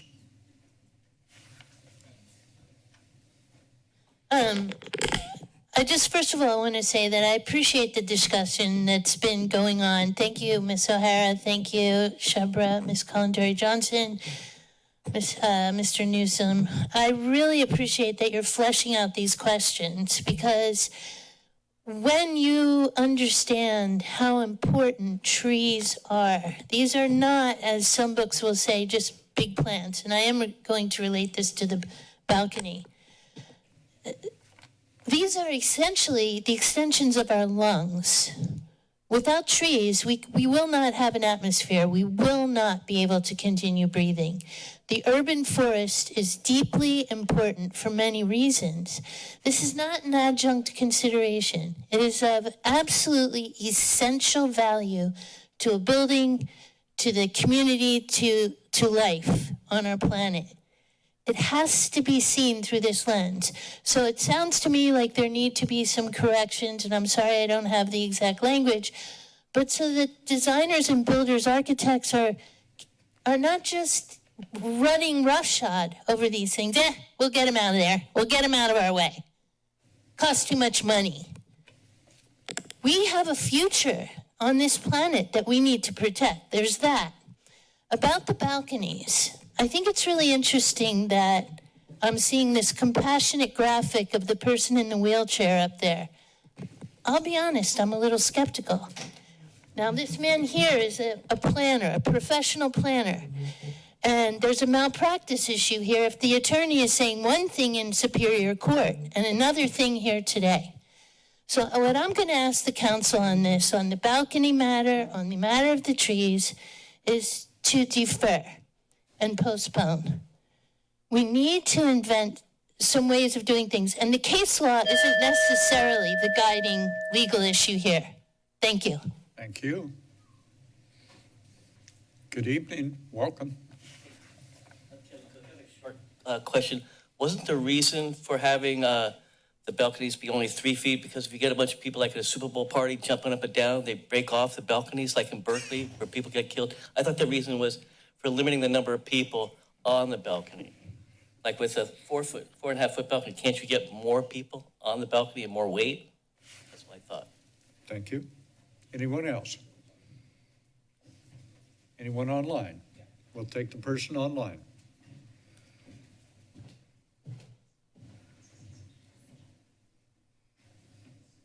Person online? Can you hear me? Yes, we can. Welcome. Thank you very much. I appreciate this discussion and also think that this should be tabled for more careful legal consideration. I really want to thank Mr. Carlson for his expert testimony and pointing out the incongruity, the incongruity here between past Superior Court rulings on the conversion of amenities and ADUs and what we are being told now.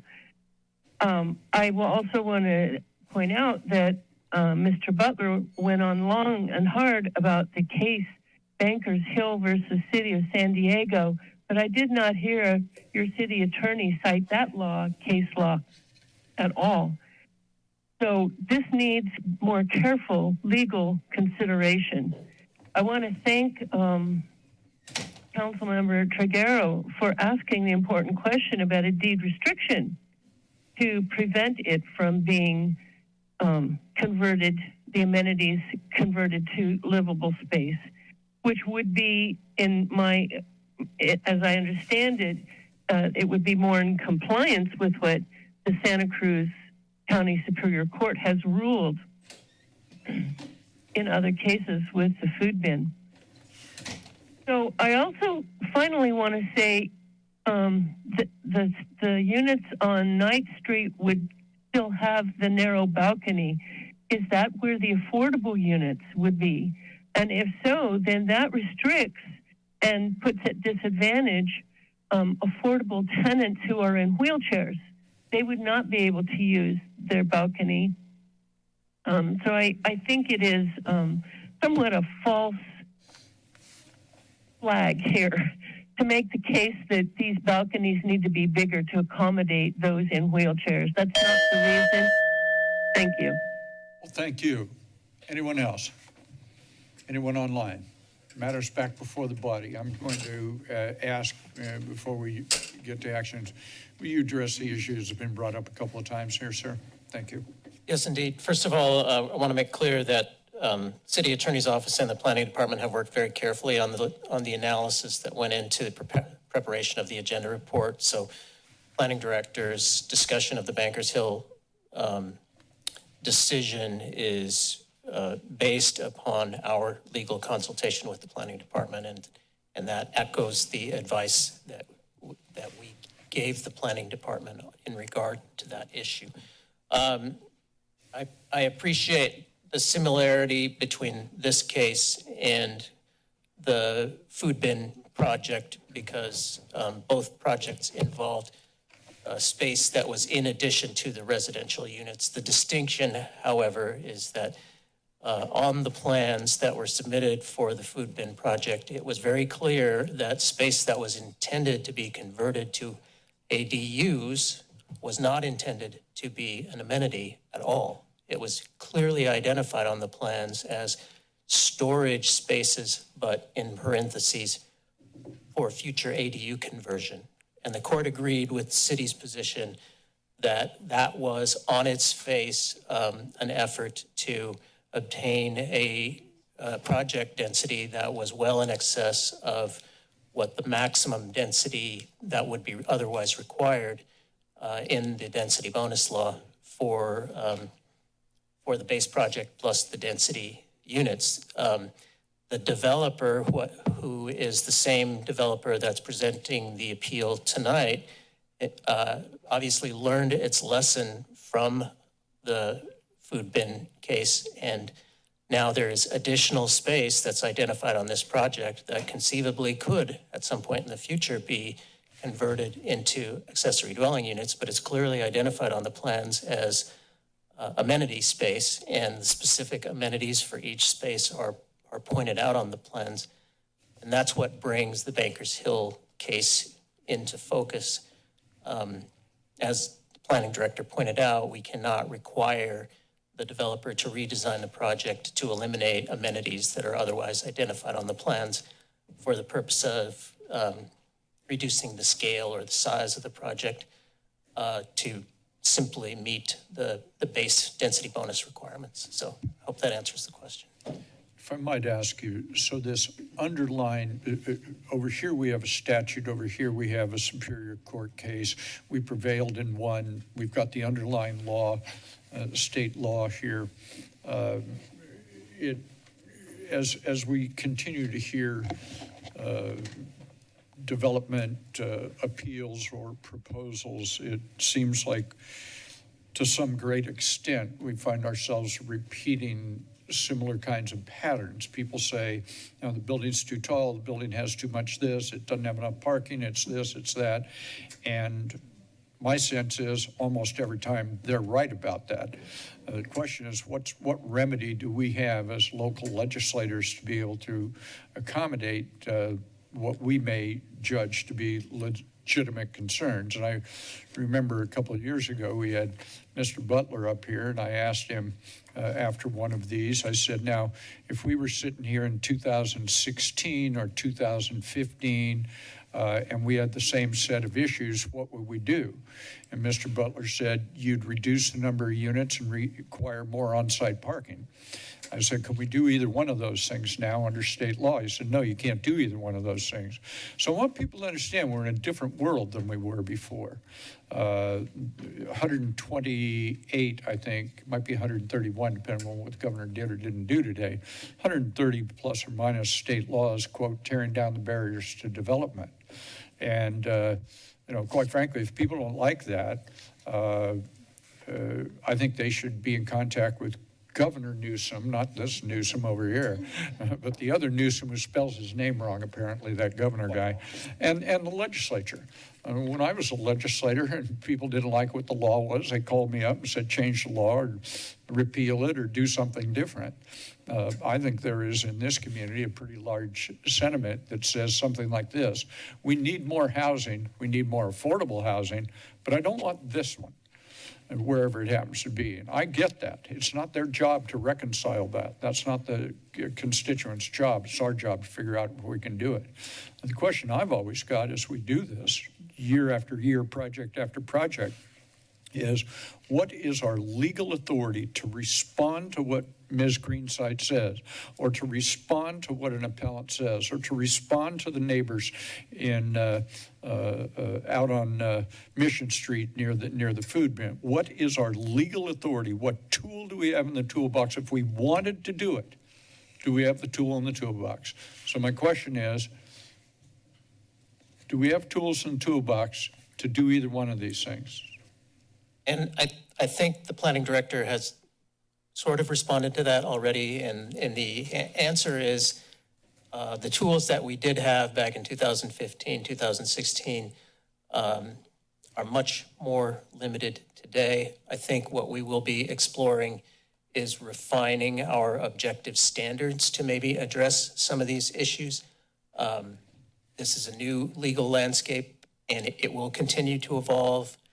And in the meantime, that's probably the best way that we could go about addressing some of these very valid concerns for future projects. But obviously, we can't do that once an application has been submitted. It's subject to the rules that we have currently. That's going to become very interesting as time moves on. I'll be gone in 15 months or so, but it's going to be very interesting as time moves on because the legislature and the governor are nowhere near finished in what they think is tearing down barriers to development. Nowhere near finished doing that. All you got to do is go to the Housing Committee in the Senate Assembly and watch a day, just one day of hearings, and see the dozens of bills that are going through to do that. So I get it that people are concerned, upset, want to raise their voice in objection. I think that's legit. But these are, in my judgment, I used to be a state legislator. We were enamored of other particular hobbies to go legislate on besides this one when I was there. But the legislature and the governor are rolling along on this with no end in sight as far as I'm concerned. And I think that continues to limit every city and every county. If you want to make the argument that cities and counties overreached and didn't approve enough and so on, you're not going to get an argument out of me. But responding legislatively with a gross overreach in the other direction is not good public policy. Councilmember O'Hara is recognized. Oh, if I might, Mayor, I neglected to mention one point that I think bears mentioning at this point. We did prevail in the trial court in the food bin case, and I think the judge, with the very narrow set of facts that we had there, came to the right decision and rendered the right decision in the Superior Court. But the case isn't over. It has been appealed to the 6th Appellate District. So the issues that were presented there are still being litigated. We do have a win in our pocket, which is, which I think is in the city's favor, but the case is far from finally resolved. And thank you to you and your staff for doing such fine work in the Superior Court. Councilmember O'Hara is recognized. I'll be right with you. Councilmember. Point of order here, Mayor. I'm working on my motion. There's a couple amendments based on our robust. A little bit more time? Yes, please. So Councilmember Goldman is going to kill some time for you. Great. Thank you. I just have a couple of comments. I feel a little farther ahead in the process than my colleagues here. I've asked the same kind of questions with them and wrestled with them the past several years on council. I feel like I have a little bit better understanding of our obligations under state law. I've even changed my email signature to include links to our state legislators. If you have concerns, you could reach out to them directly. In regards to the trees, Ms. Greenside knows that I'm also a tree lover, and we're working on some things together in regards to the heritage tree ordinance. The other thing that I've had the privilege to do this year was sit on the board of directors for the League of California Cities. And so there's a couple of other things that I kept thinking about throughout this tree appeal. And one of them is somebody brought up is in regards to hardscaping.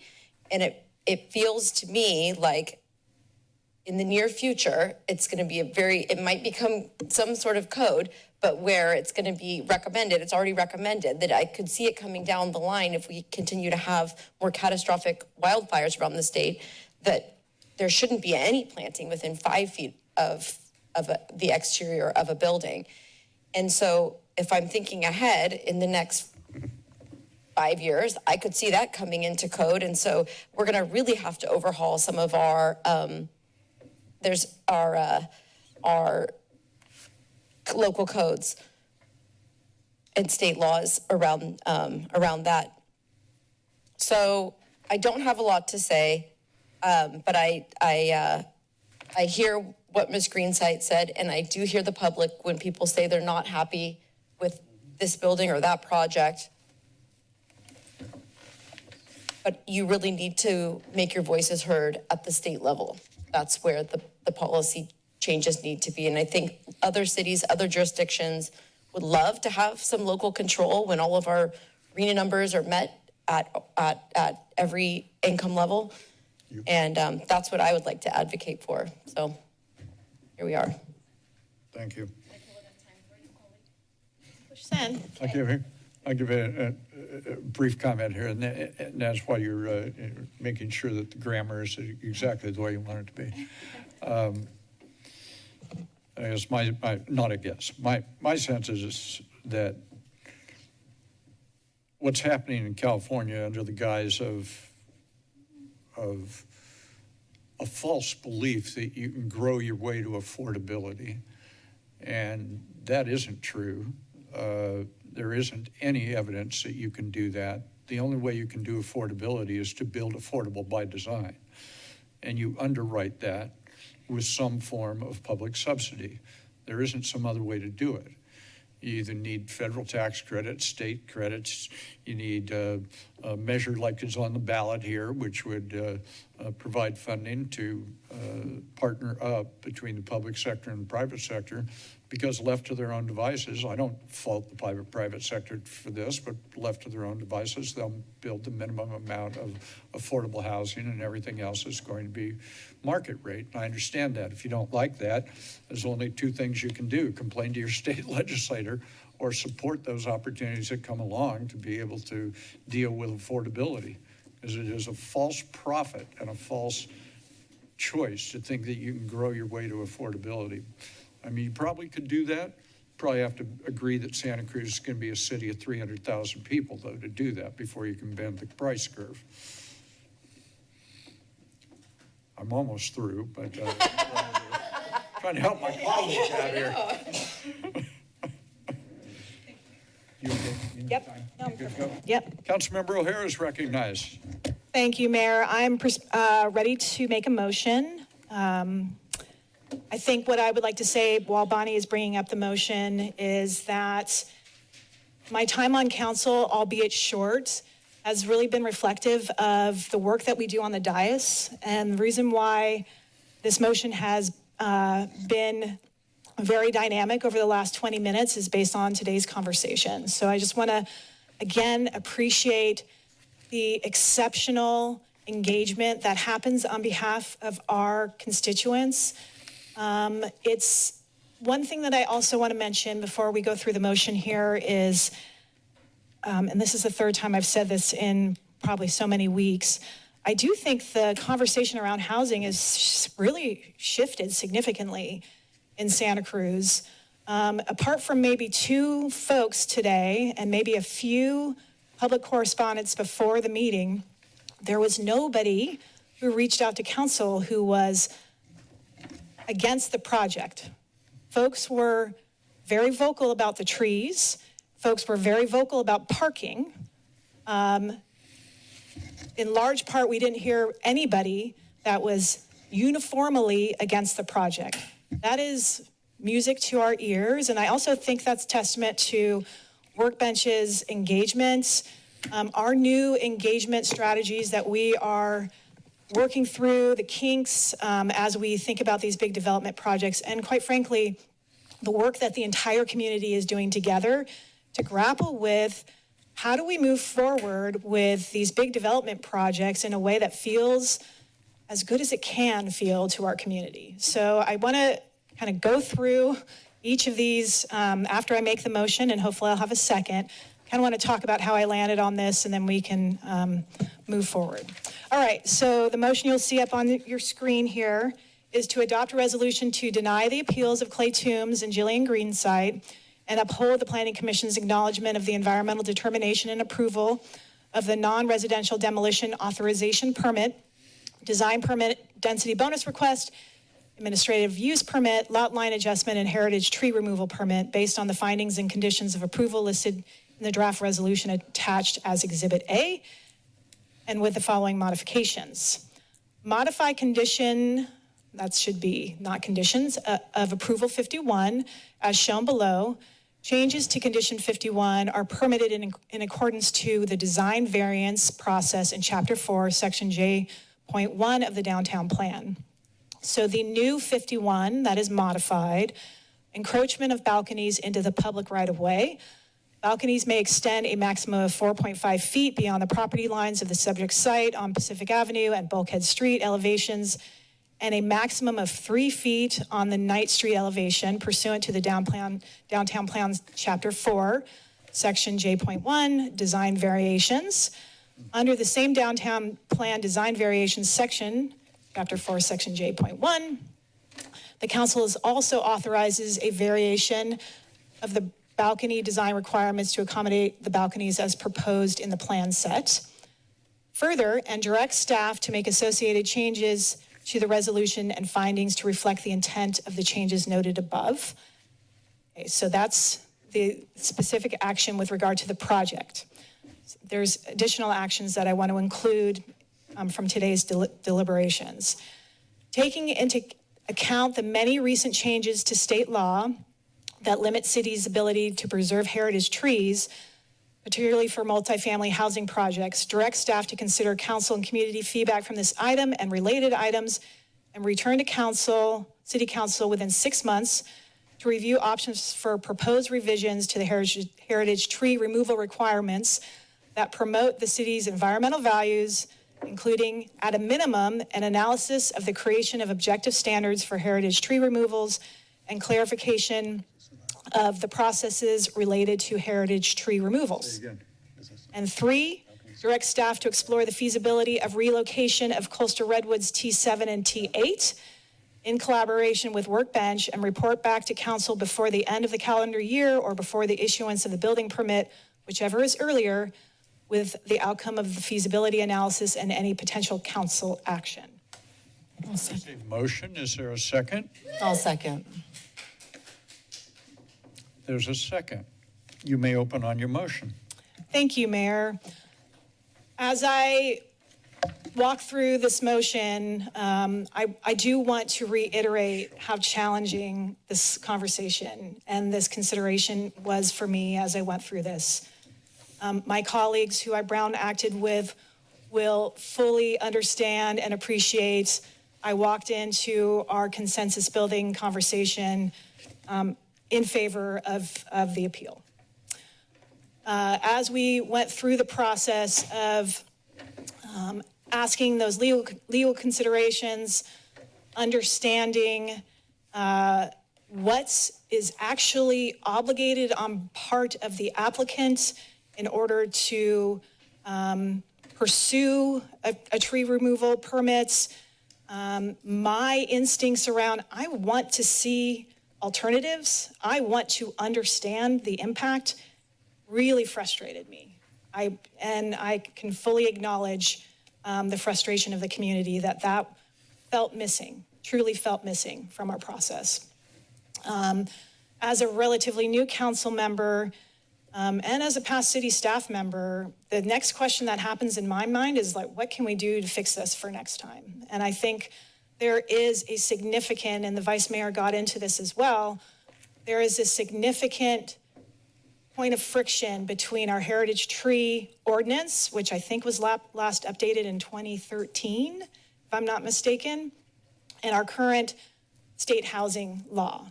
And I'm quite positive that is not the only local law on the books where we have that level of friction. And so that was unearthed for me, and I think it's really important that we work on rectifying those points of friction and where there is inconsistencies with our local municipal code and state housing legislation and case law. So while both of these are denials of the actual appeals, they attempt to, one, meet the objectives of the applicant with regard to the balconies, and then also meet the needs of the community with regard to the process and the need for transparency around our heritage tree ordinance. So let's move down, if you wouldn't mind, Bonnie. So the change in 51 is direction to staff to allow essentially what Workbench requested via their appeal. So allow the 4.5 feet beyond the property line on Pacific and Bulkhead and 3 feet on Knight Street, but through a different mechanism. So we have, as council, the discretion to apply a design variance, which is the pathway that I'm suggesting we take with regard to the balconies. So we are denying your appeal, but we have found a different pathway to allow for the balconies. And then if you keep moving down, 2 here is my and my colleagues, Councilmember Triguero and Vice Mayor Kalantari Johnson, our really strong and earnest attempt to get to the bottom of where we have this challenge. And as I mentioned, I don't think this is the only place where we have discrepancies, challenges, local laws on the books that don't speak to statewide laws and vice versa. But we've got to start with this, because I honestly think if you go deep into preserving heritage trees in our downtown, and largely with these big development projects, there almost is no pathway to do that. And so I really want to make sure we are clear about and clear with the community and having that conversation. So that's 2. And then 3 is based on the Vice Mayor's question about relocation. We should explore the feasibility. Why not? It might be incredibly expensive, it might be infeasible, but we should know that, and we should have the conversation with staff, we should have the conversation with Workbench, and we should have the conversation with the community. So those are my comments. Thank you. Thank you. Mayor Keeley. Sure. Through the chair, I would like to ask for clarification of one point. The direction would be to modify the resolution consistent with the condition of approval as revised, number 51.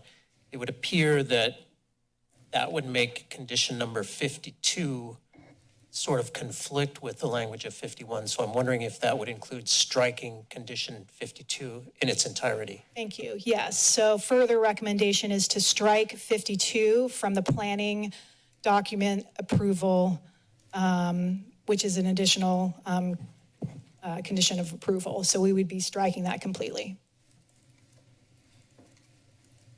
The Vice Mayor is recognized.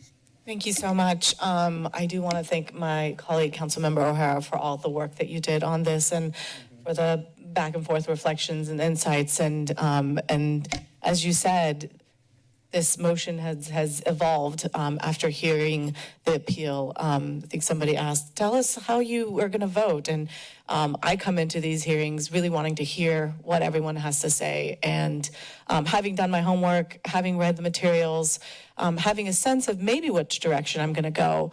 But then as I hear members of the public and appellants and the applicants speak, that changes and evolves. So thank you for your work, and thank you to Councilmember Triguero for your work. I echo my colleagues' sentiments. If I were to vote with my heart, it would be to preserve the heritage trees where they are. It would be to preserve retain the number of units that are there, and even the amenity spaces. Keep it as it is and keep the trees. Well, it doesn't work that way. As you've heard, there's friction between local laws and discrepancies between local laws and state laws. And so I think this motion really does try to at least attempt to address some of that. I do want to say to the public, as we've asked you to reach out to state legislators, we are also doing the same. We're working with state policy advocates to look at some of these state laws, see where there can be some shifts that would help bring back some jurisdiction back to local government decision bodies. We're making some roadway, haven't quite had the success, but I think we're heading in that direction. So I just want you to know, while we're asking you to do that, we're doing it as well. As Councilmember O'Hara said, currently, there isn't really a pathway to preserve these trees. And Ms. Greensight, your testimony proved that with the numbers that you shared. I value these trees. We have policies, our health and all policies, that share the values of sustainability and well-being. And so I do think that this is a step towards resolving those discrepancies the best that we can. So that's it. Thank you. Councilmember, thank you. Councilmember Golder. I would just have a question about the feasibility of that last line that was on there in regards to the relocation of the trees. We heard from somebody that it was possible, how much it cost. Why do you want it to come back before us? Well, I think that was from a public correspondence from another arborist. I think we would want that analysis to happen within our own staff, with consideration of our own staff's perspectives. If I may just chime in real briefly, the numbers that were cited tonight are very preliminary. We also don't have the benefit of our city arborist, who was unfortunately not able to make the meeting this evening. So we would want to do some feasibility work, speak with our engineering team, as well as collect some quotes on folks that are qualified to move a tree of this size, which is not insignificant. So there's a number of factors we would need to consider, as well as suitable relocation sites for the trees as well. So that's all information we would bring back that we're not prepared to speak to tonight.